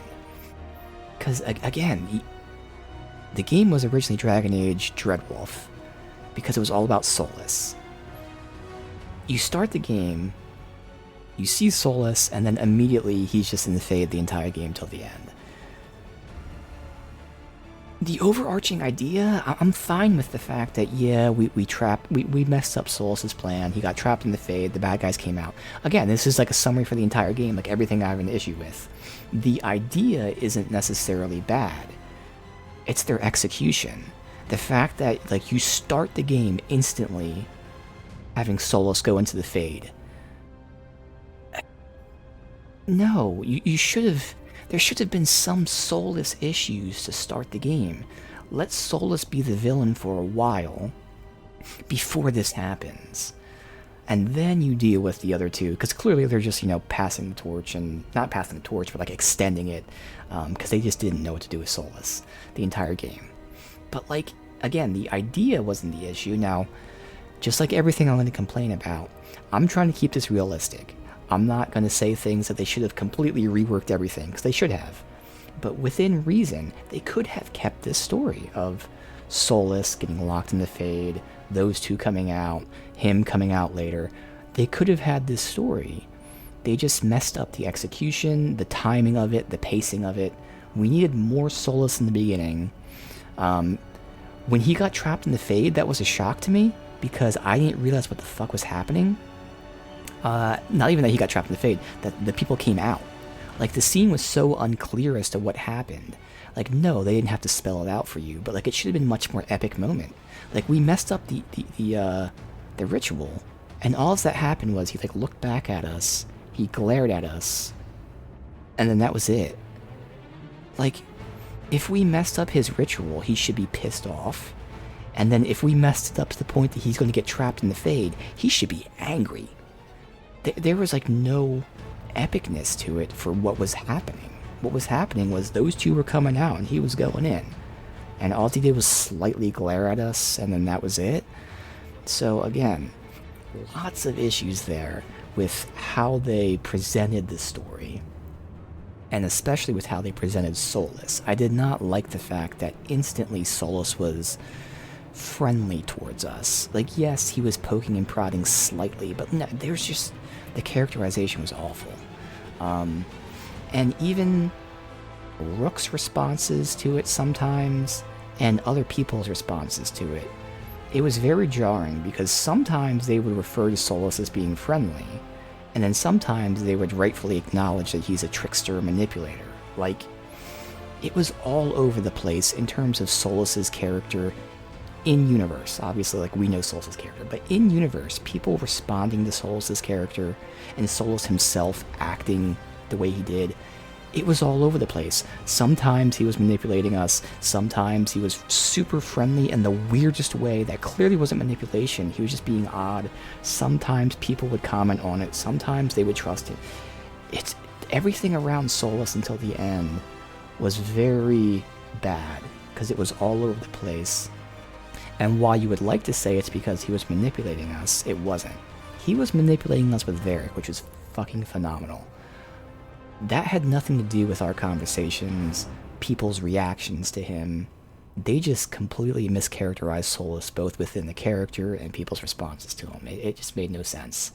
Ignore the fact that Master Manipulator got a license to seat, been playing this for 10 years. Exactly. Let's just take down the statue. So, like, that was awful. Some obvious things, you know, they clearly were trying to copy Mass Effect. In the end, they were doing the Mass Effect 2 stuff. But what I wrote down from the very beginning is they were trying to copy Mass Effect, but the problem is they were copying Mass Effect Andromeda. That was their issue. They were trying to emulate Mass Effect Andromeda. So Andromeda, you know, limited the companions to only having, I think, 2 abilities. And you couldn't tell them to cast those abilities. So the geniuses here at BioWare are like, hey, Mass Effect is super popular. Let's improve upon the formula. Instead of 2 abilities, let's give them 3. And instead of not being able to use them, let's let them use them 1 time. But the problem is, they were improving Mass Effect Andromeda, not Mass Effect 1, 2, or 3. So yeah, it was a step back. Whether it's a step back from Dragon Age games, or more importantly, a step back from Mass Effect games, the combat ability system, I don't know what they were thinking. Because again, if they were trying to emulate Mass Effect, I'm not going to argue whether it's a good choice or bad choice. But if they were trying to emulate it, why did they do this? And again, my only logical explanation, which I'm making a joke about it because it doesn't make any sense, is they were trying to emulate Andromeda. Why try to emulate Andromeda? That doesn't make any sense, because Andromeda was the huge step back. So like they emulated it just to say they improved upon the formula, but they improved upon the shitty formula, and the improvement is still shittier than the original formula. So like, that didn't make any sense. So again, going with that, the companions only having individual, or having like a global cooldown. It's one thing to limit it to 3 skills, that would have been fine. But allow us to cast each skill on a different cooldown, like you do with the main character. The fact that each companion only had, you know, 1 global cooldown, so they can only cast 1 skill at a time, it's much more than like, oh, you know, you'd be OP casting 3 spells at once. The problem comes in strategy. I don't know about other people, but I would imagine the vast majority of people basically only cast 1 spell. The same 1 spell. So, like, you know, basically, let's just say like Lucanus. Lucanus would always cast Detonate, Overwhelm. Even though he had 3 spells, he would never cast the other 2 spells, because he was only on detonation duty. So not only is it the fact that you have 3 spells that share a cooldown, for all intents and purposes, 99% of the game, you only have 1 spell, because you pigeonhole that companion to doing 1 job. So the fact that each companion can prime 1 thing and detonate another, in theory, sounds good. But realistically, you're not priming 1 thing and detonating another. You're picking between 1 of the 2. You do not have the option to do either or. You have to do basically 1, because your party revolves around that 1. So there's so many issues with the global cooldown of companions, other than just the fact that they can't cast multiple skills. It completely changes how things are played. So yeah, it's very weird. Exactly. A lot of devs worked on Andromeda, so when they tried to copy the Mass Effect formula, which I do remember them talking about, or at least maybe it was people commenting on it. Either way, I know it was a thing before the game came out that they were comparing it to Mass Effect, which is fine. Again, you can debate whether that's a good thing or bad thing. But they chose Andromeda. Like, I don't understand that. There was an environmental artist on Avowed who was the only person who worked on all the our games from start to finish. Yeah, I do remember hearing that too, and like, it's a shame because like when you have a franchise, like it makes sense. Like people come and go, yes, but like people also stay. And the fact that they're not staying, whether it's their choice or the company's choice, kind of speaks volumes. So, like, yeah, this was a huge step back for even what they intended. Once again, I'm going to try to criticize things within reason, not rewriting the game and all that. For what they intended with the combat, they fucked up. They completely messed it up. That being said, again, one of the pros is, like, the system itself feels fine as the character. Yes, I want Origins. Everyone wants Origins. Yes, this is an action game, but once again, take it for what it is. This is an action game. You have to accept that. With that in mind, it was fun. Gameplay is fun. That's why it's such a big issue that the companions only have one skill, and you can't ignore that, but if you do ignore that, it's a very fun action game. So I think they nailed the gameplay. They just fucked up with the global cooldowns with companions. So the combat is a positive, except for that one huge negative, which affects many other things. But yeah, I think they did a nice transition. They definitely transitioned correctly to the action style. It feels nice. Weapon attacks feel weighty in a good way. There's a lot of variety. There's a lot of combinations you can do. They limit your combinations with the companions, again, but I think they nailed what they were going for with the feel. They just fucked up with the timing. Otherwise, we'll go with the very quick point that we already discussed as well, was bad dialogue. There's a lot of bad dialogue. It's not necessarily, so writing is a lot of things, obviously. It's not necessarily the stories were bad, the arcs were bad, things like that. So it's not the overall things that were bad. Dialogue specifically was bad a lot of the time. Bellara, vast majority of her dialogue is awful. But other people, Rook at times would make some weird comments. I know when I heard Ko talking about this, he was talking about how they baby you at times, tell you very basic things that are obvious. Like, you know, if a demon comes up from the ground, and you're in the middle of fighting it, they're like, oh, look, a demon. It's like, no shit, we're already fighting it. And there are some things like that constantly. And yes, that does happen. But generally speaking, I think it's just more so that, like, I don't think it was tonal shifts, but, like, they just don't have good writers for dialogue. This is a weird thing, but I love writing, and I will say I'm not that great at dialogue. I can write the stories and describe the environments and the actions. I don't know, well, I'm just not that great at dialogue. But guess what? I know I'm not great at dialogue. And there's not one writer for the entire game. So how about the person that writes the dialogue is someone who's good at writing dialogue? Or in the very least, someone who's not bad at writing dialogue. Common sense? So dialogue was pretty bad for parts of the game. But the biggest thing is the thing that I keep talking about, which I just wrote this down as maybe an even better way to describe this.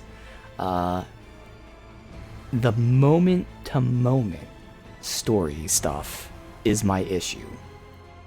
So, the overarching stories are fine, the lore is phenomenal, and using Emmerich as that one quest as the example, the idea of Emmerich telling you about liches is cool. But how they execute it was bad, because they knew their end goal. They wanted to get here, but they didn't know how to get there because their moment-to-moment dialogue, their moment-to-moment story beats and all that just didn't hit. So there is a lot of like bullet point like segments and story bits and whatnot where they go from A to B to C, and it's weird because it doesn't necessarily feel rushed. In fact, I'm going to say right now, it doesn't feel rushed. It feels like things are missing. And again, it's the moment-to-moment beats that are missing. In anything, you know, movies, games, stories, anything, there's an ebb and flow. Things are always moving up and down and up and down and up and down. These guys just went from up to up to up to up. But when you hear people say that, like, oh man, it's always a high, to high, to high, to high. It's action packed. That's not what this is. They went from the high, and then it went to zero. And then it went from the high to zero. They never had the in-betweens of the ebb and flow up and down. You need those lulls where there's not a lot happening, but there's a little bit where they're building up to the next thing as you go up and up and up.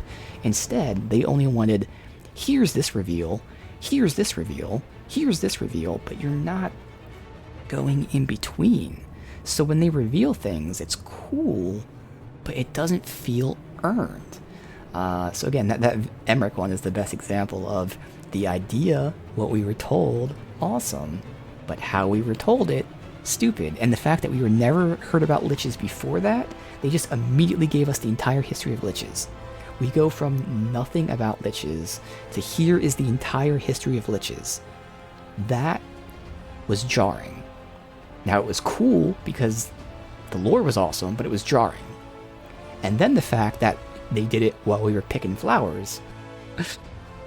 Mind-blowing how dumb that is. So those two things are the issue. The fact that we never had any mention of Lich beforehand, before then giving everything.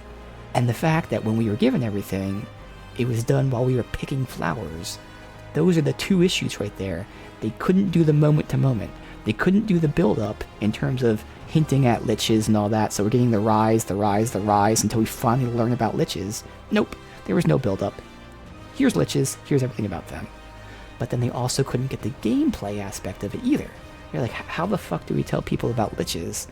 Just have them pick flowers, he'll explain it. So like, they just could not get these moment-to-moment sections done. I also found, like, you know, with the companion quests and whatnot, like when we first recruited people and everything, when we have these people that we recruit, you just teleport right to them. Like, hey, what's up? Hey, what's up? All right, let's be friends. And that was it. That was the companion quests. So, like, any RPG, it's not just Dragon Age games, but any RPG, you recruit a companion, you go to the zone, you look for them, you ask about them, you learn about them, you become friends with them, and then you help them. In this game, you teleport to them, you help them. So once again, where's the build-up? Where are we learning about, hey, we need someone who can fight dragons. Hey, we hear there's this badass warrior. Hey, we should go to the Lords of Fortune. Oh, look, here's Tosh. Maybe we can help her and she can help us. Instead, bam, I'm Tosh. Help me. Okay, we're good. Like, they just could not do that. So I think overall that's the issue, is they just could not have the moment-to-moment build-ups, the ebb and flow of stories. They just could not get that. Exactly, and then why Rook? That was never answered by Varric,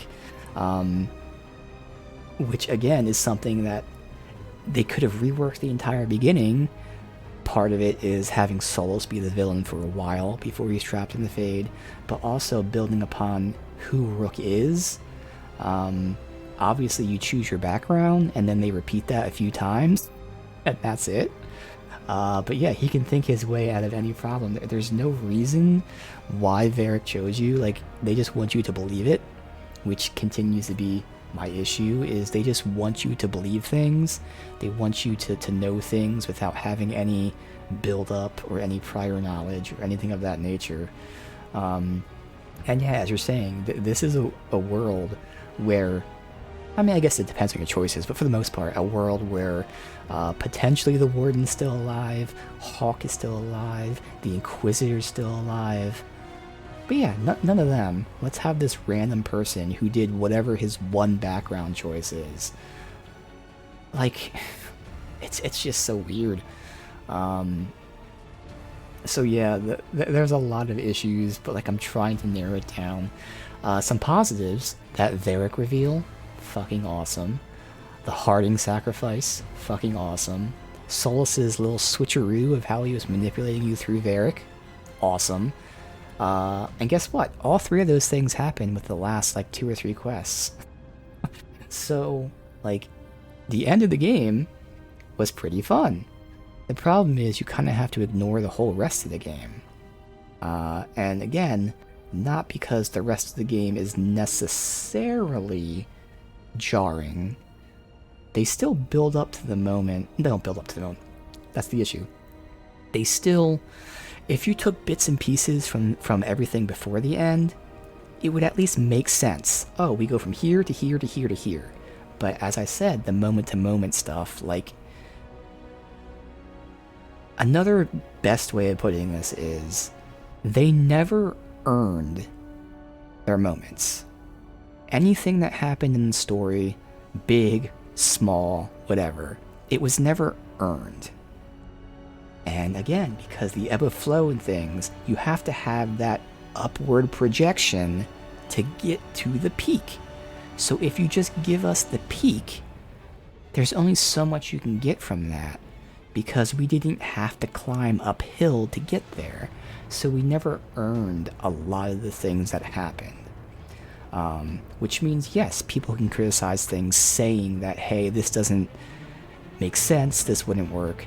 But that's where I'm going to try to disagree. Not that they're wrong, but I don't think a lot of the problems are maybe it doesn't work or doesn't make sense or whatever. I think the real problem is they never built to it. So they could have made things make sense, but they just chose not to. Now, it's saying the same thing. Again, I'm just trying to, like, you know, paint it in a more, I don't want to say realistic, but, like, again, I'm trying to see how they could have fixed things without rewriting the game. They could have had this story, good moments and bad moments alike. They could have had the vast majority of this all stay the same if they just committed to those moment-to-moment beats of actually earning reveals, choices, decisions, and things like that. But they really went that action game route.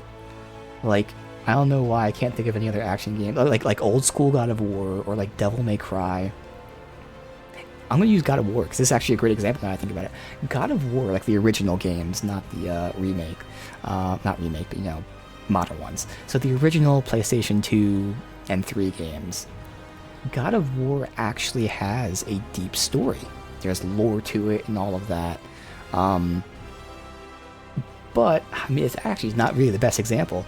But God of War, you know, compared to RPGs, is still, like, you know, the way it's told isn't as deep. See, this isn't a great example, because God of War has, like, long, good cutscenes.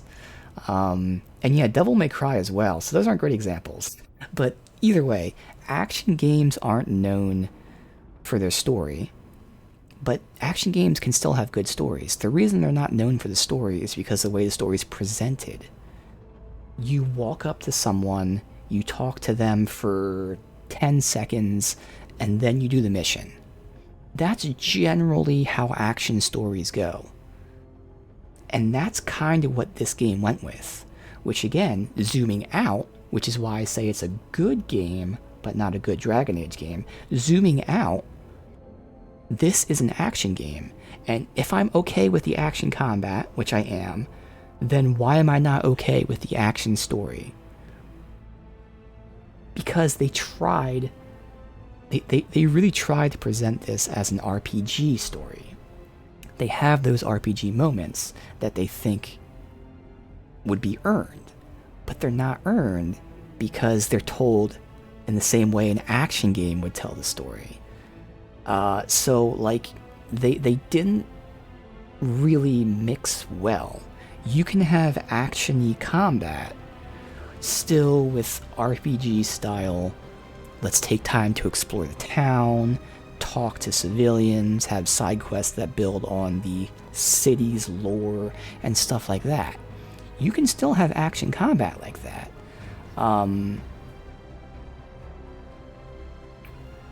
This one, like, they just didn't know, I feel like. They had, I mean, well, shocker, they had bad direction, but if they were keeping with this action combat, they really still needed to have much more of an RPG approach to storytelling. You can't just have the biggest moments and expect the story to be satisfying. And that's what they did. They went from big moment to big moment, which, yes, I don't necessarily mean they went from bombastic explosion to explosion, but again, with the peaks and the valleys, they went from the peaks to the peaks to the peaks of all those things, because that's what action games do, because action games are more fast-paced and forward-driven, and they're generally shorter. This game is not a short game. So they were torn between RPG and action, and almost every choice they made was to action, but they did that at the detriment of the RPG.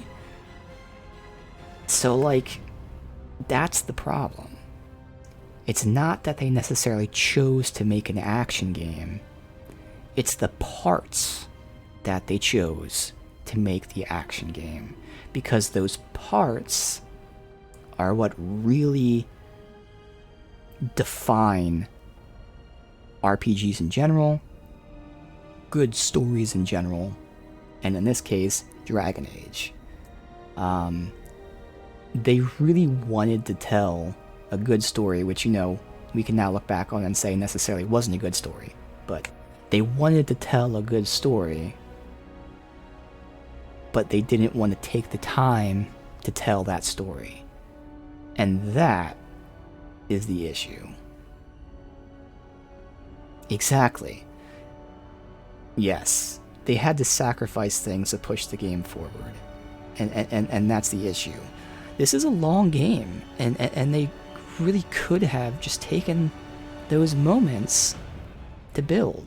Like, the Emmerich one is the great example, but I also feel like how you recruit companions is a great example.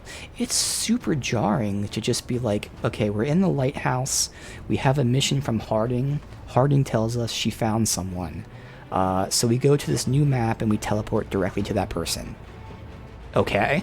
And then we immediately help that person and we're their best friend forever. How was that earned? Like, I don't like the fact that we're instantly teleporting to this new companion. I don't like the fact that we're best friends with the companion the second we meet them. I don't like the fact that we don't know about the land that we're in. Now, granted, the point of the mission is to tell you about that land, but, like, think logically here. If we're being sent to a new land to recruit someone, don't you think we should know what the fuck is happening, even in the most basic elements? They don't do that. They immediately teleport us to the companion, who is immediately our best friend, and we do that. Exactly. Yeah, they're over there. This is the situation. Like, yeah, like, that, as like a microcosm, is like the whole issue with the entire game. How they just did all this stuff just to go to the next moment. And yeah, that's the issue. There's a lot around it. Keep trying to phrase it in the best way. Yes, I would have loved a completely different game, but they could have had something good with this. They definitely could have had something good with this, even with all of these issues. It's just a shame to see this. It is. Because, again, at the end of the day, it's not bad. That's the frustrating thing. And it's so frustrating when they gave me some really cool lore about the Liches, about the history of the elves, about the dwarves and the titans. Like, there is good stuff in this game. And it's such a shame that, like, they could not could not make it worth it. A lot of bad choices, a lot of mistakes.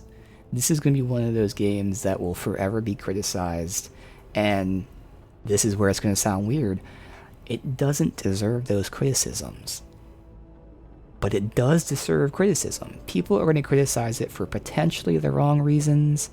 They're going to hate it much more than it should be hated, but that does not excuse it, and it doesn't mean that it's a great game.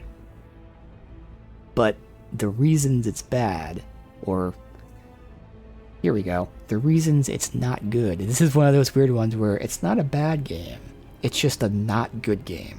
There's a difference. So yeah, it's a good game, it's a not good Dragon Age game. That's how we'll summarize it. You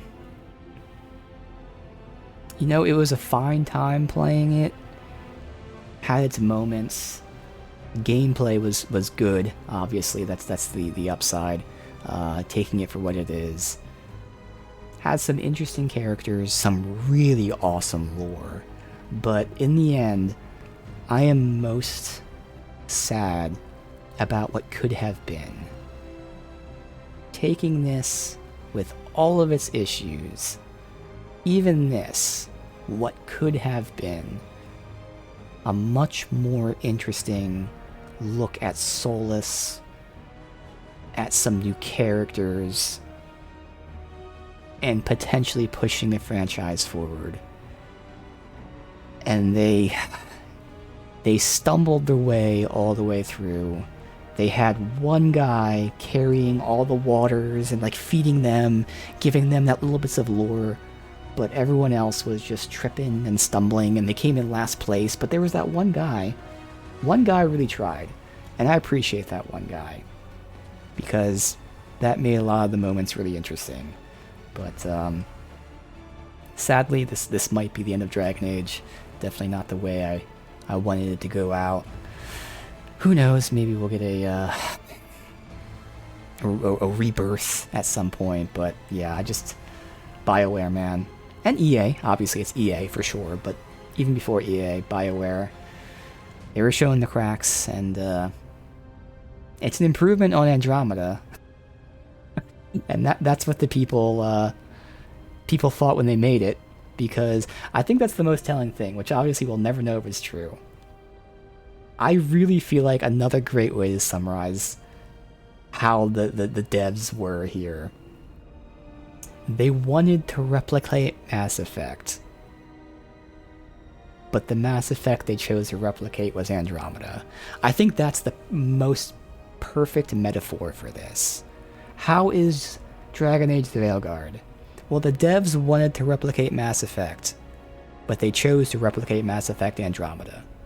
So from the very, very beginning, the first fucking choice they made, what kind of game do we want? We want Andromeda, but better. And that's your problem.